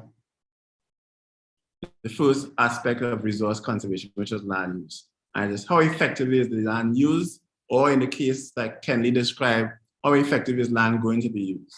Now, for primarily cropping projects, if more than 70% of the land area is clear-felled and exposed, and the cultivation is only on 30% of the land, then that in and of itself would only guarantee you 1 point. If 50% to 69% of the land area is clear-felled and exposed to extensive cropping on the remainder, then you can get 2 points for that. If 30 to 49% of the land area is clear-felled and exposed to extensive cropping on the remainder, then you can get 3 points for that. If less than 29% of the land is not cultivated, and you have extensive cropping on the remainder, then you can get 4 points for that. But if less than 29% of the land is not cultivated, and you have intensive cropping on the remainder, then in terms of the utilization of the land, then you can get 5 points for that. Now, Steve, one question. Steve, one question before you go ahead. So it means not cultivated and uncleared. Yeah. Okay. Just jumping in to ask the questions, and sure. as you go along, if you want to ask the question, please type in the chat, raise your hands. We'll take your questions as he's going through. Sure. Now, in terms of land use for a livestock or mixed project, there are answers there. If you have unimproved pasture, no paddocks, 20% or less of the recommended carrying capacity, then you only get 1 point for that. If you have unimproved pasture, no paddocks, and 21% to 49% of the recommended carrying capacity, you can get 2 points for that. If it's unimproved pasture, no paddocks, 50% or more of the recommended carrying capacity, then you can get 3 points for that. If you have improved pasture, paddocks, and 50 to 80% of the recommended carrying capacity, those of you in the livestock product will know exactly what I mean by this, right? If you have improved pasture, paddocks, 80% or more of the recommended carrying capacity, then you can get 5 points there in terms of the land use. So that's just one category, that's one subcategory, answer to one question. So for intensive livestock, all of this is still under the land use, based on the type of project that you're analyzing. So if it's intensive livestock and crop production, let's say zero grazing next to protected agriculture and pen animals, mixed farming, etc., then if less than 10% of the land space is used for productive purposes, you only get 1 point for that. If you're using 11 to 30% of the land space for productive purposes, then 2 points. 31 to 50% of the land space used for productive purposes, 3 points. 51 to 80% of the land space used for productive purposes. Because remember, the category is land usage, land utilization. And if more than 81% of the land space is used for productive purposes, then you can get 5 points for that. That deals with the three variations in terms of land use. In terms of water use, the question again is, how effective is water being used? So if it's primarily a cropping project, and I'm not reading out you're getting a copy of this manual, so you'll have time to interrogate it and get back to me by tomorrow morning. So in terms of cropping projects, If you have pumping of water from source to irrigation furrows, you only get 1 point for that. Pumping of water from source to overhead sprinklers, 2 points. Solely rain-fed with no harvesting or storage, 3 points. On-site water harvesting, storage, and use of emitters or low volume irrigation methods, 4 points. And if it's on-site water harvesting, storage, use of emitters, and use of improved cultivars, because one of the issues that we tend not to look at is that, as Dale was discussing with some of the modeling implications, the choice of cultivar is a very, very serious aspect of water utilization. And this attempts to capture this by offering more points for projects that include the use of improved cultivars. And it goes on for open range livestock, intensive livestock crop production. And as I said, it goes on for all 20 questions, which I'm not going to go through all 20 now, but let me just go down to livestock production under the rubric of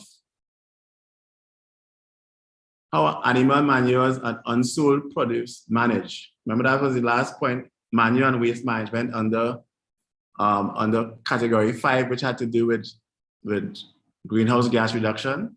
So here are some of the interesting ones in terms of livestock production. If it's bovine animals that are fed on low quality forage, open range, and the manure produced in situ, then you get 1 point for that. If the feed digestibility has been improved through chopping, etc., and the manure is produced in situ, you get 2 points for that. If you have intensive rearing systems, manure is directed to a centralized facility and incorporated in the field, 3 points. If it's an intensive rearing system, edible oils added, biogas production, on-farm usage, then 4 points.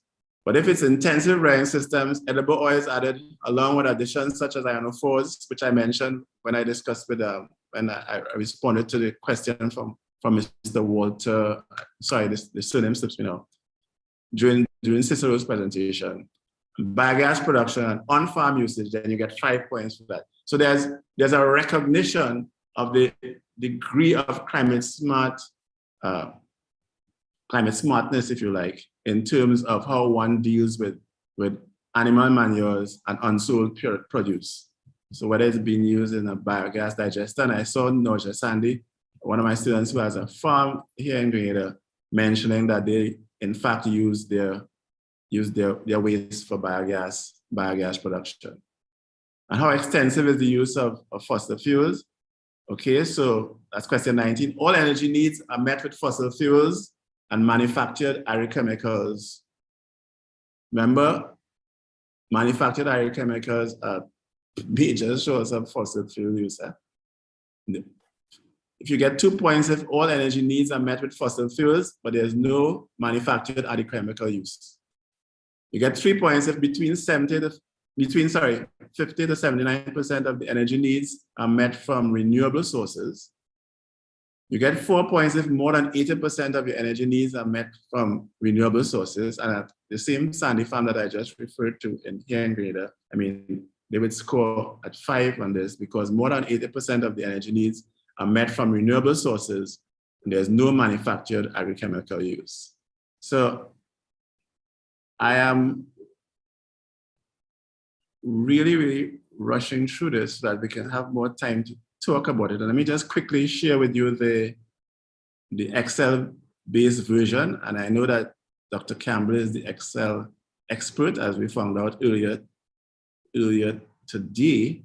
Let me just show you what a crude version of the Excel CSAC tool looks like.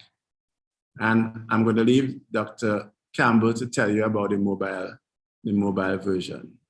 So let me just share my screen one last time. Right. So the Excel-based version of the lab, and this is the version that a couple of the farmers who have done the field testing of this have used as a self-assessment guide. There are a number of different project types, but if it's primarily a cropping project, and you ask the land use question, you can hover over the assessment criteria, and in the same way that you decided whether it was going to be, whether it's 30% or 80% of the land clear felled, etc., then you just put in the score that you have assigned to yourself, because it's the self-assessment mode for the use of the tool, and it would automatically, at the end, automatically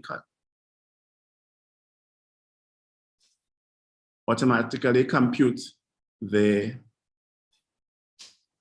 final score and tell you whether it was level 1, level 2, level 3, level 4, or level 5. As I said, this is the, sorry, put in the score here. So you go down and you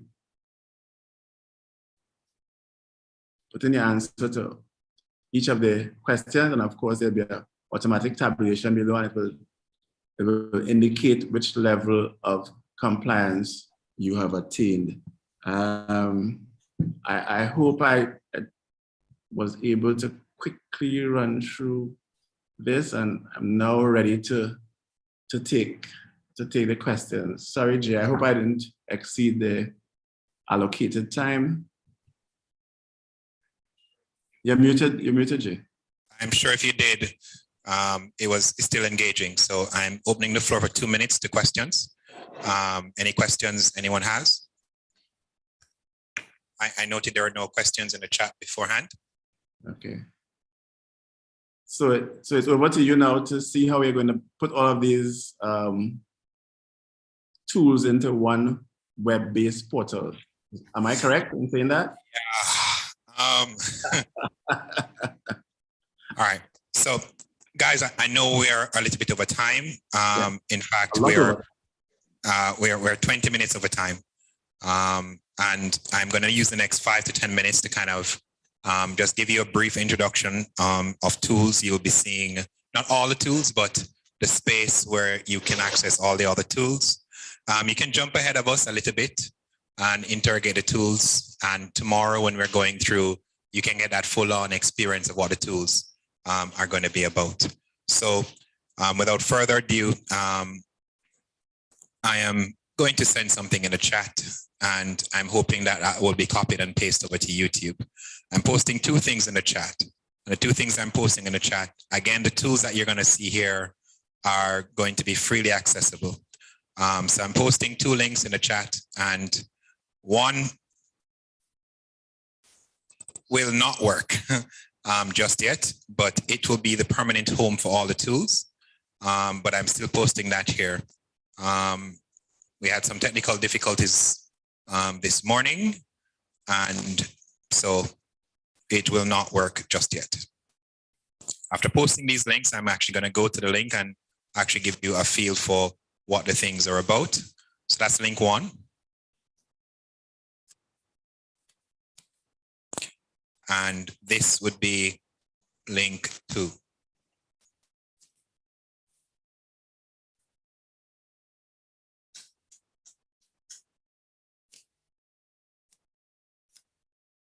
All right. If you have any issues, let me know. I am clicking the link I just typed, and then I'm going to share my screen.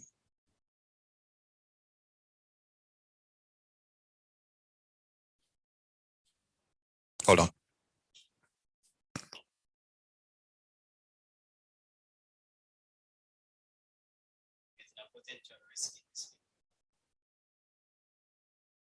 Potential risk is because the security SSL TLS has not been added yet. Should be perfectly fine. It says continue anyway.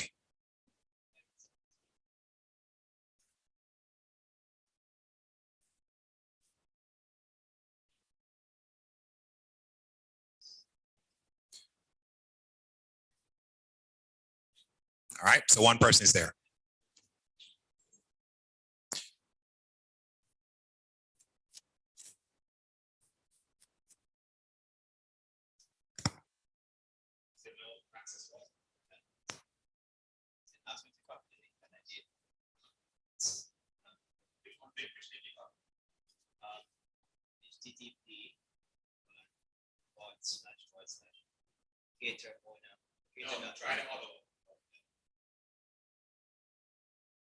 All right, so I'm about to share my screen now with a quick look at what's there. The first three things you see, we will deal with tomorrow. Last one you see in that list is what we're going to actually look at now. It's just a very brief and quick look. Some of the options that Steve would have actually looked at, we actually deactivated just to give you a very quick look at the tool. It's also mobile ready as well. So we set it up in this framework because it's mobile ready. So we're actually pushing HTML2 basically if you have an Android or you have an Apple phone. We're not coding within an Apple realm or an Android realm. We're simply going straight to HTML5 app. So therefore, whatever we have in the web platform should be able to work as well. So I'm about to share my screen just now.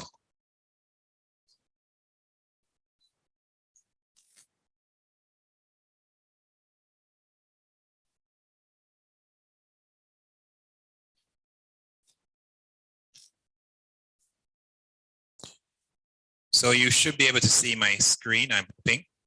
And this is the landing page for all the tools we've actually designed. So you'll notice we spoke about SMASH quite a lot. We spoke about ACCEPT quite a lot, and we spoke about real TMS as well. SMASH, the storm, is simple modified advection of storms and hurricanes. ACCEPT is the agricultural tool you actually play with DSSAT, and it actually integrates DSSAT, and we're hoping to integrate other crop modeling tools in that as well. Real TMS is our water monitoring, a water quality monitoring tool, and we have a prototype installed somewhere, and we'll actually give you a run-through and a demonstration of how quickly that response for water quality actually comes in. The tool is being designed as well, and we'll hear more about it tomorrow. If there's an instance of something happening, it samples that as well. So it saves a sample for you to actually come back and test if you need to test in a lab. And where CSAC is concerned, which you just saw, it's the one I'm about to visit, right? So we had some images there, and given the speed of some person's machines, in a quick test, somebody complained that it wasn't loading very quickly. So we actually just removed the images, but you can see that very quickly, this is just asking you to select one. So within a land use, in the land use assessment guide, what are you, where are you? Are you the one that's more than 70% of the land area felled or whatever? And as soon as you select, let's say I select a 3, as soon as you select that option, it actually gives you what the score is. We're thinking of removing the score, and we're thinking of removing what actually, what is deemed to be excellent. So it kind of skews things in somebody's mind sometimes.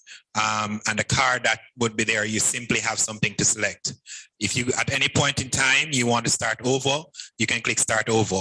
If you leave the tool open for too long and come back to it, you're going to have an issue because the cookies that saved only holds the value for about an hour, a little under an hour. So after that, you'll have to restart and reset yourself. So at any point in time, you can click start over and you'll go back. At the back end of this tool, we're also hoping that everything that you do will be saved under your profile. So all the other tools you will click, you'll see that you have to log in. This one is going to get a login, but it's all the tools is not a separate login, is one login, and every single tool, even if it's a new one that's added, something we're not mentioning here, you will actually have access to that tool as well. All right, I see there's a question in the chat. All right, not for me. But we can actually go keep going. And as I said, I'm just using 5 to 10 minutes to quickly show.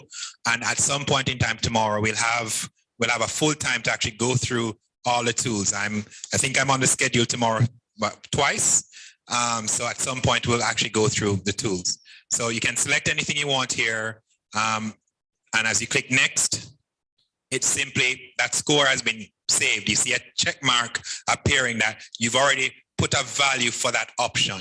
And if you put a value for that option, a check mark will appear. If you move on without putting a check, no check mark will appear. And you keep going. And we had 20 options here. And even though this is, as Steve will tell you, version 2, there are iterations where the tool may change. There are iterations where instead of a 1 to 5, you may get a 1 to 10. There are iterations where instead of, persons were asking, so, why is it, 50 to 79%? Why couldn't it be 50 to 59%? So you have some discretization of that. And that it now enables you to do far more rather than have it paper-based. So I can select again. And you remember at the start, Steve had indicated that if you are below a point of 40, if I click back, just in case, just to check, you can go back and the score that you selected would still be remaining selected.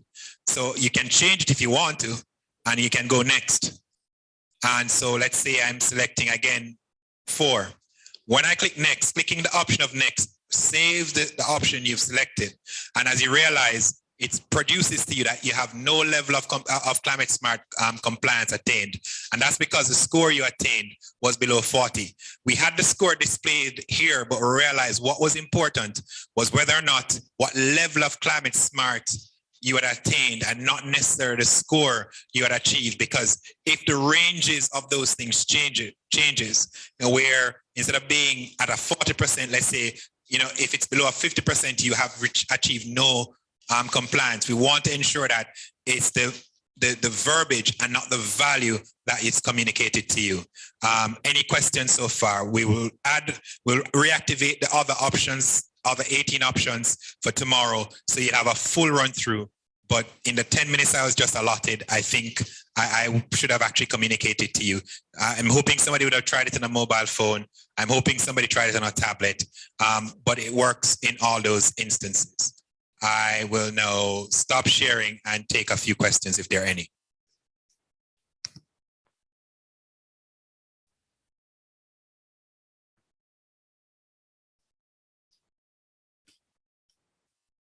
If there are no questions or comments, it's over to you, Steve.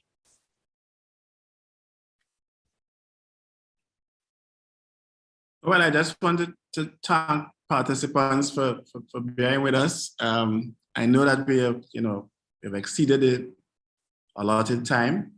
I want to thank you. I want to remind you that we have day 3 tomorrow, and we're going to be culminating all of this rich discourse in terms of the actual testing of the digital solutions that we promised in the beginning. So, Jay, unless Dale wants to close, or you can close off. I'm pretty sure Dr. Ryan can close off. Yeah. You have the phone?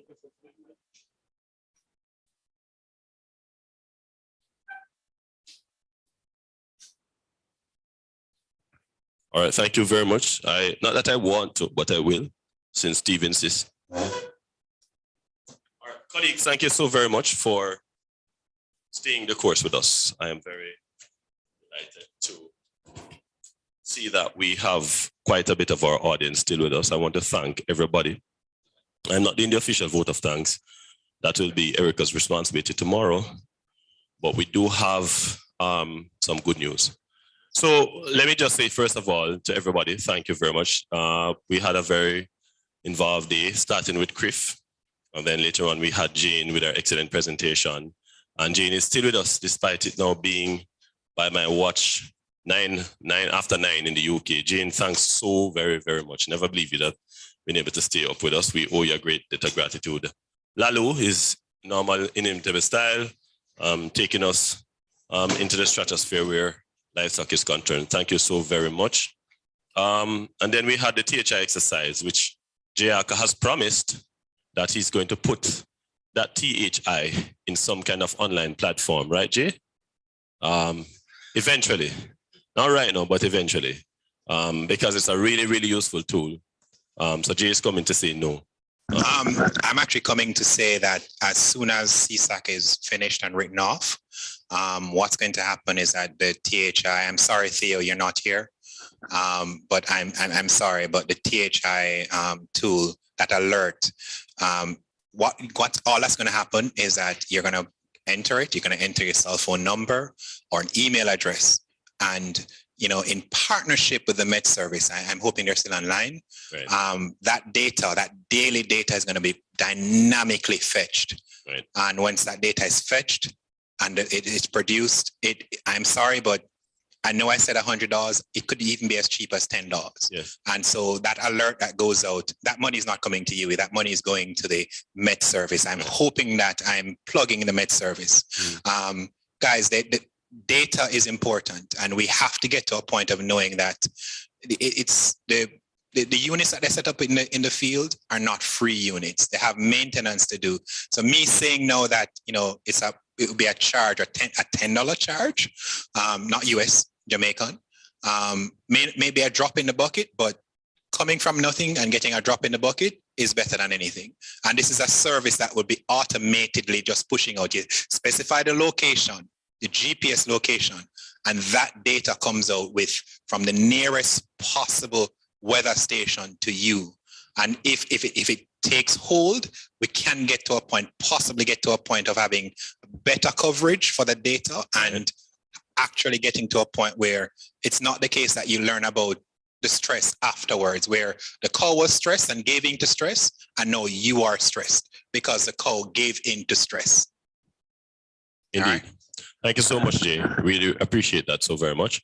All right, so let me just say again, thanks very much. Shelly was fantastic. Everybody did so well. Steve is, although you hear me and Steve have a go at each other, we do that because we are best friends, right? So Steve, thank you very much, boss.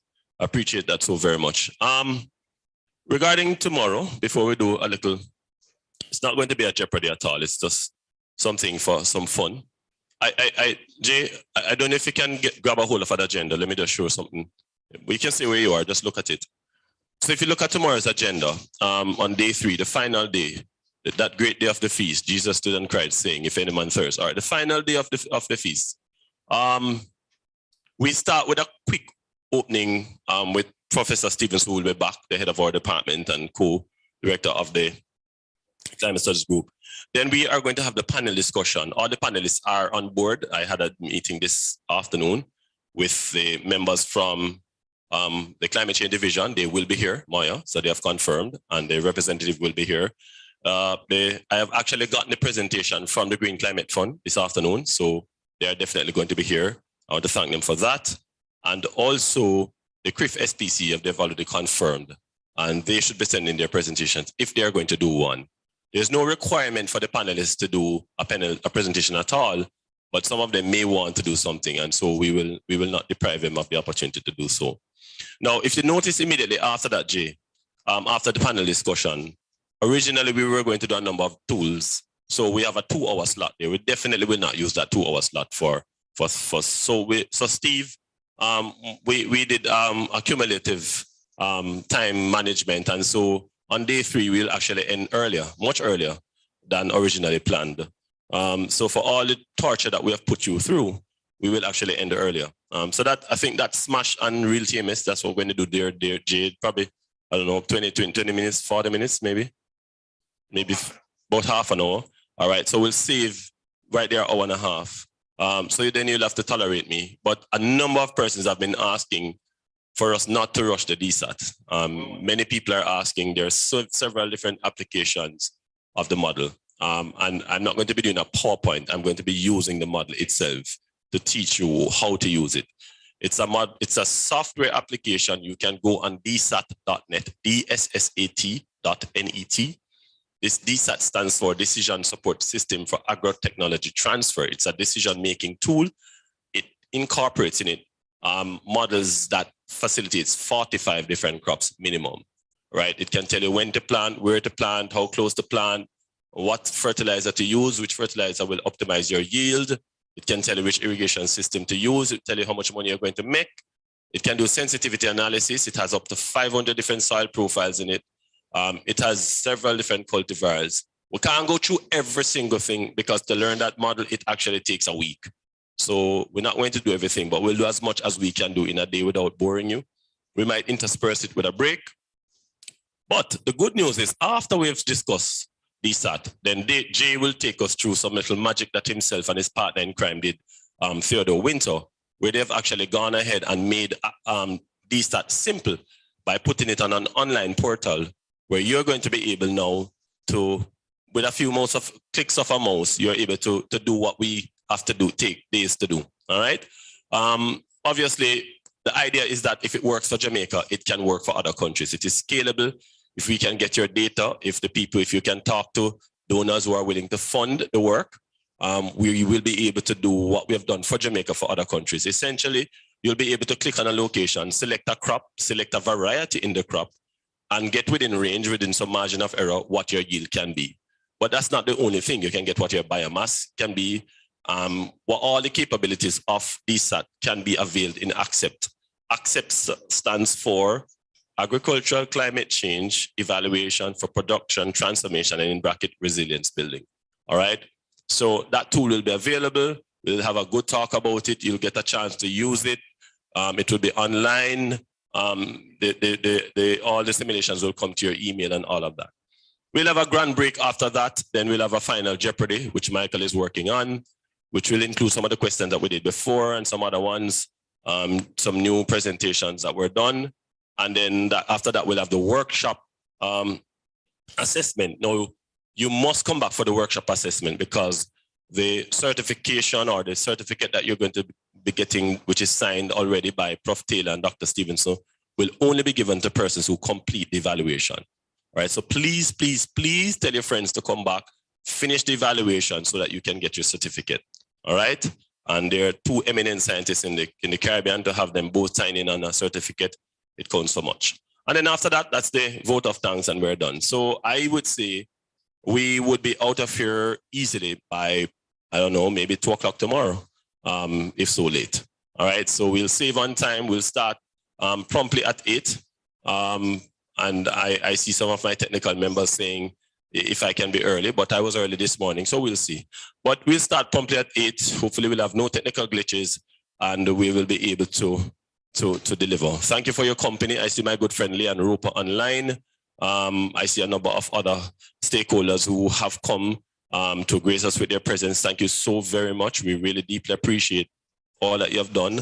Many of you have been sharing your thoughts, your best wishes, you know, saying, no, we've done a good job. Well, let me give thanks to the team because without them, it wouldn't have been possible. Even before the vote of thanks, I want to thank Erica Horton, who really went beyond and above the call of duty to make this thing happen. Thanks also very much to our friends at CCRIF for their sponsorship and for their participation. I see my good friend Michael Williams and several other persons online. Thank our faithful rapporteur, Maya Thomas, who's here with us every step of the way. And to all the members of the technical team, thank you very much. Have a good evening, folks.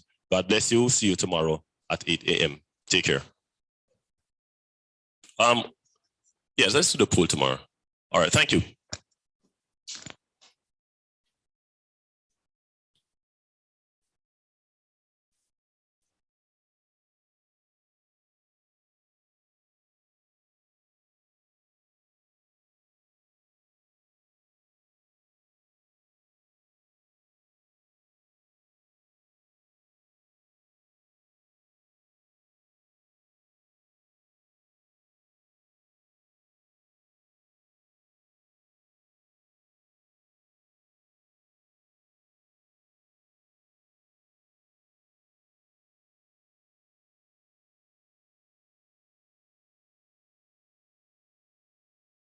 Discovered something shocking. Warning, warning, warning, warning, warning. To the world! Warning, warning, warning. Climate change is happening. We got to do something, no doubt. To the world, we are calling out. Hey. See the signs, they all reveal that global climate change is real. It's not a matter of when or how. Climate change is happening now. Sea levels are rising globally. We're losing our beaches constantly. Ooh, summers are hotter than they used to be. Stronger hurricanes.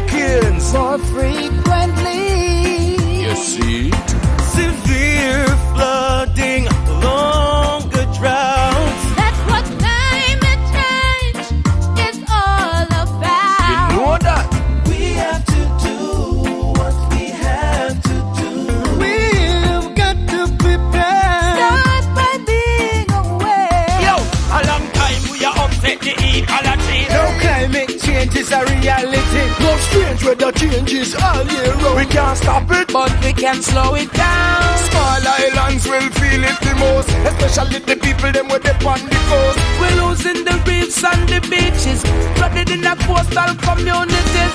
See the signs, they all reveal. It's what I say. That global climate change is real. Now warn you, it's not a matter of when or how. Climate change is happening now. Watch this, they're burning the garbage everywhere. They're cutting down the trees.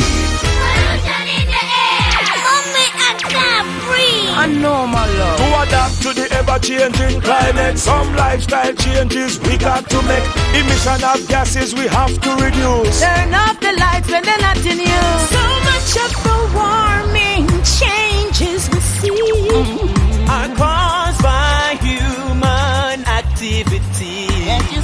Chemicals poisoning the air. Poisoning the air. Greenhouse gases in the atmosphere. Oh yeah. This is a warning. Warning, warning, warning, warning, warning. Climate change is happening.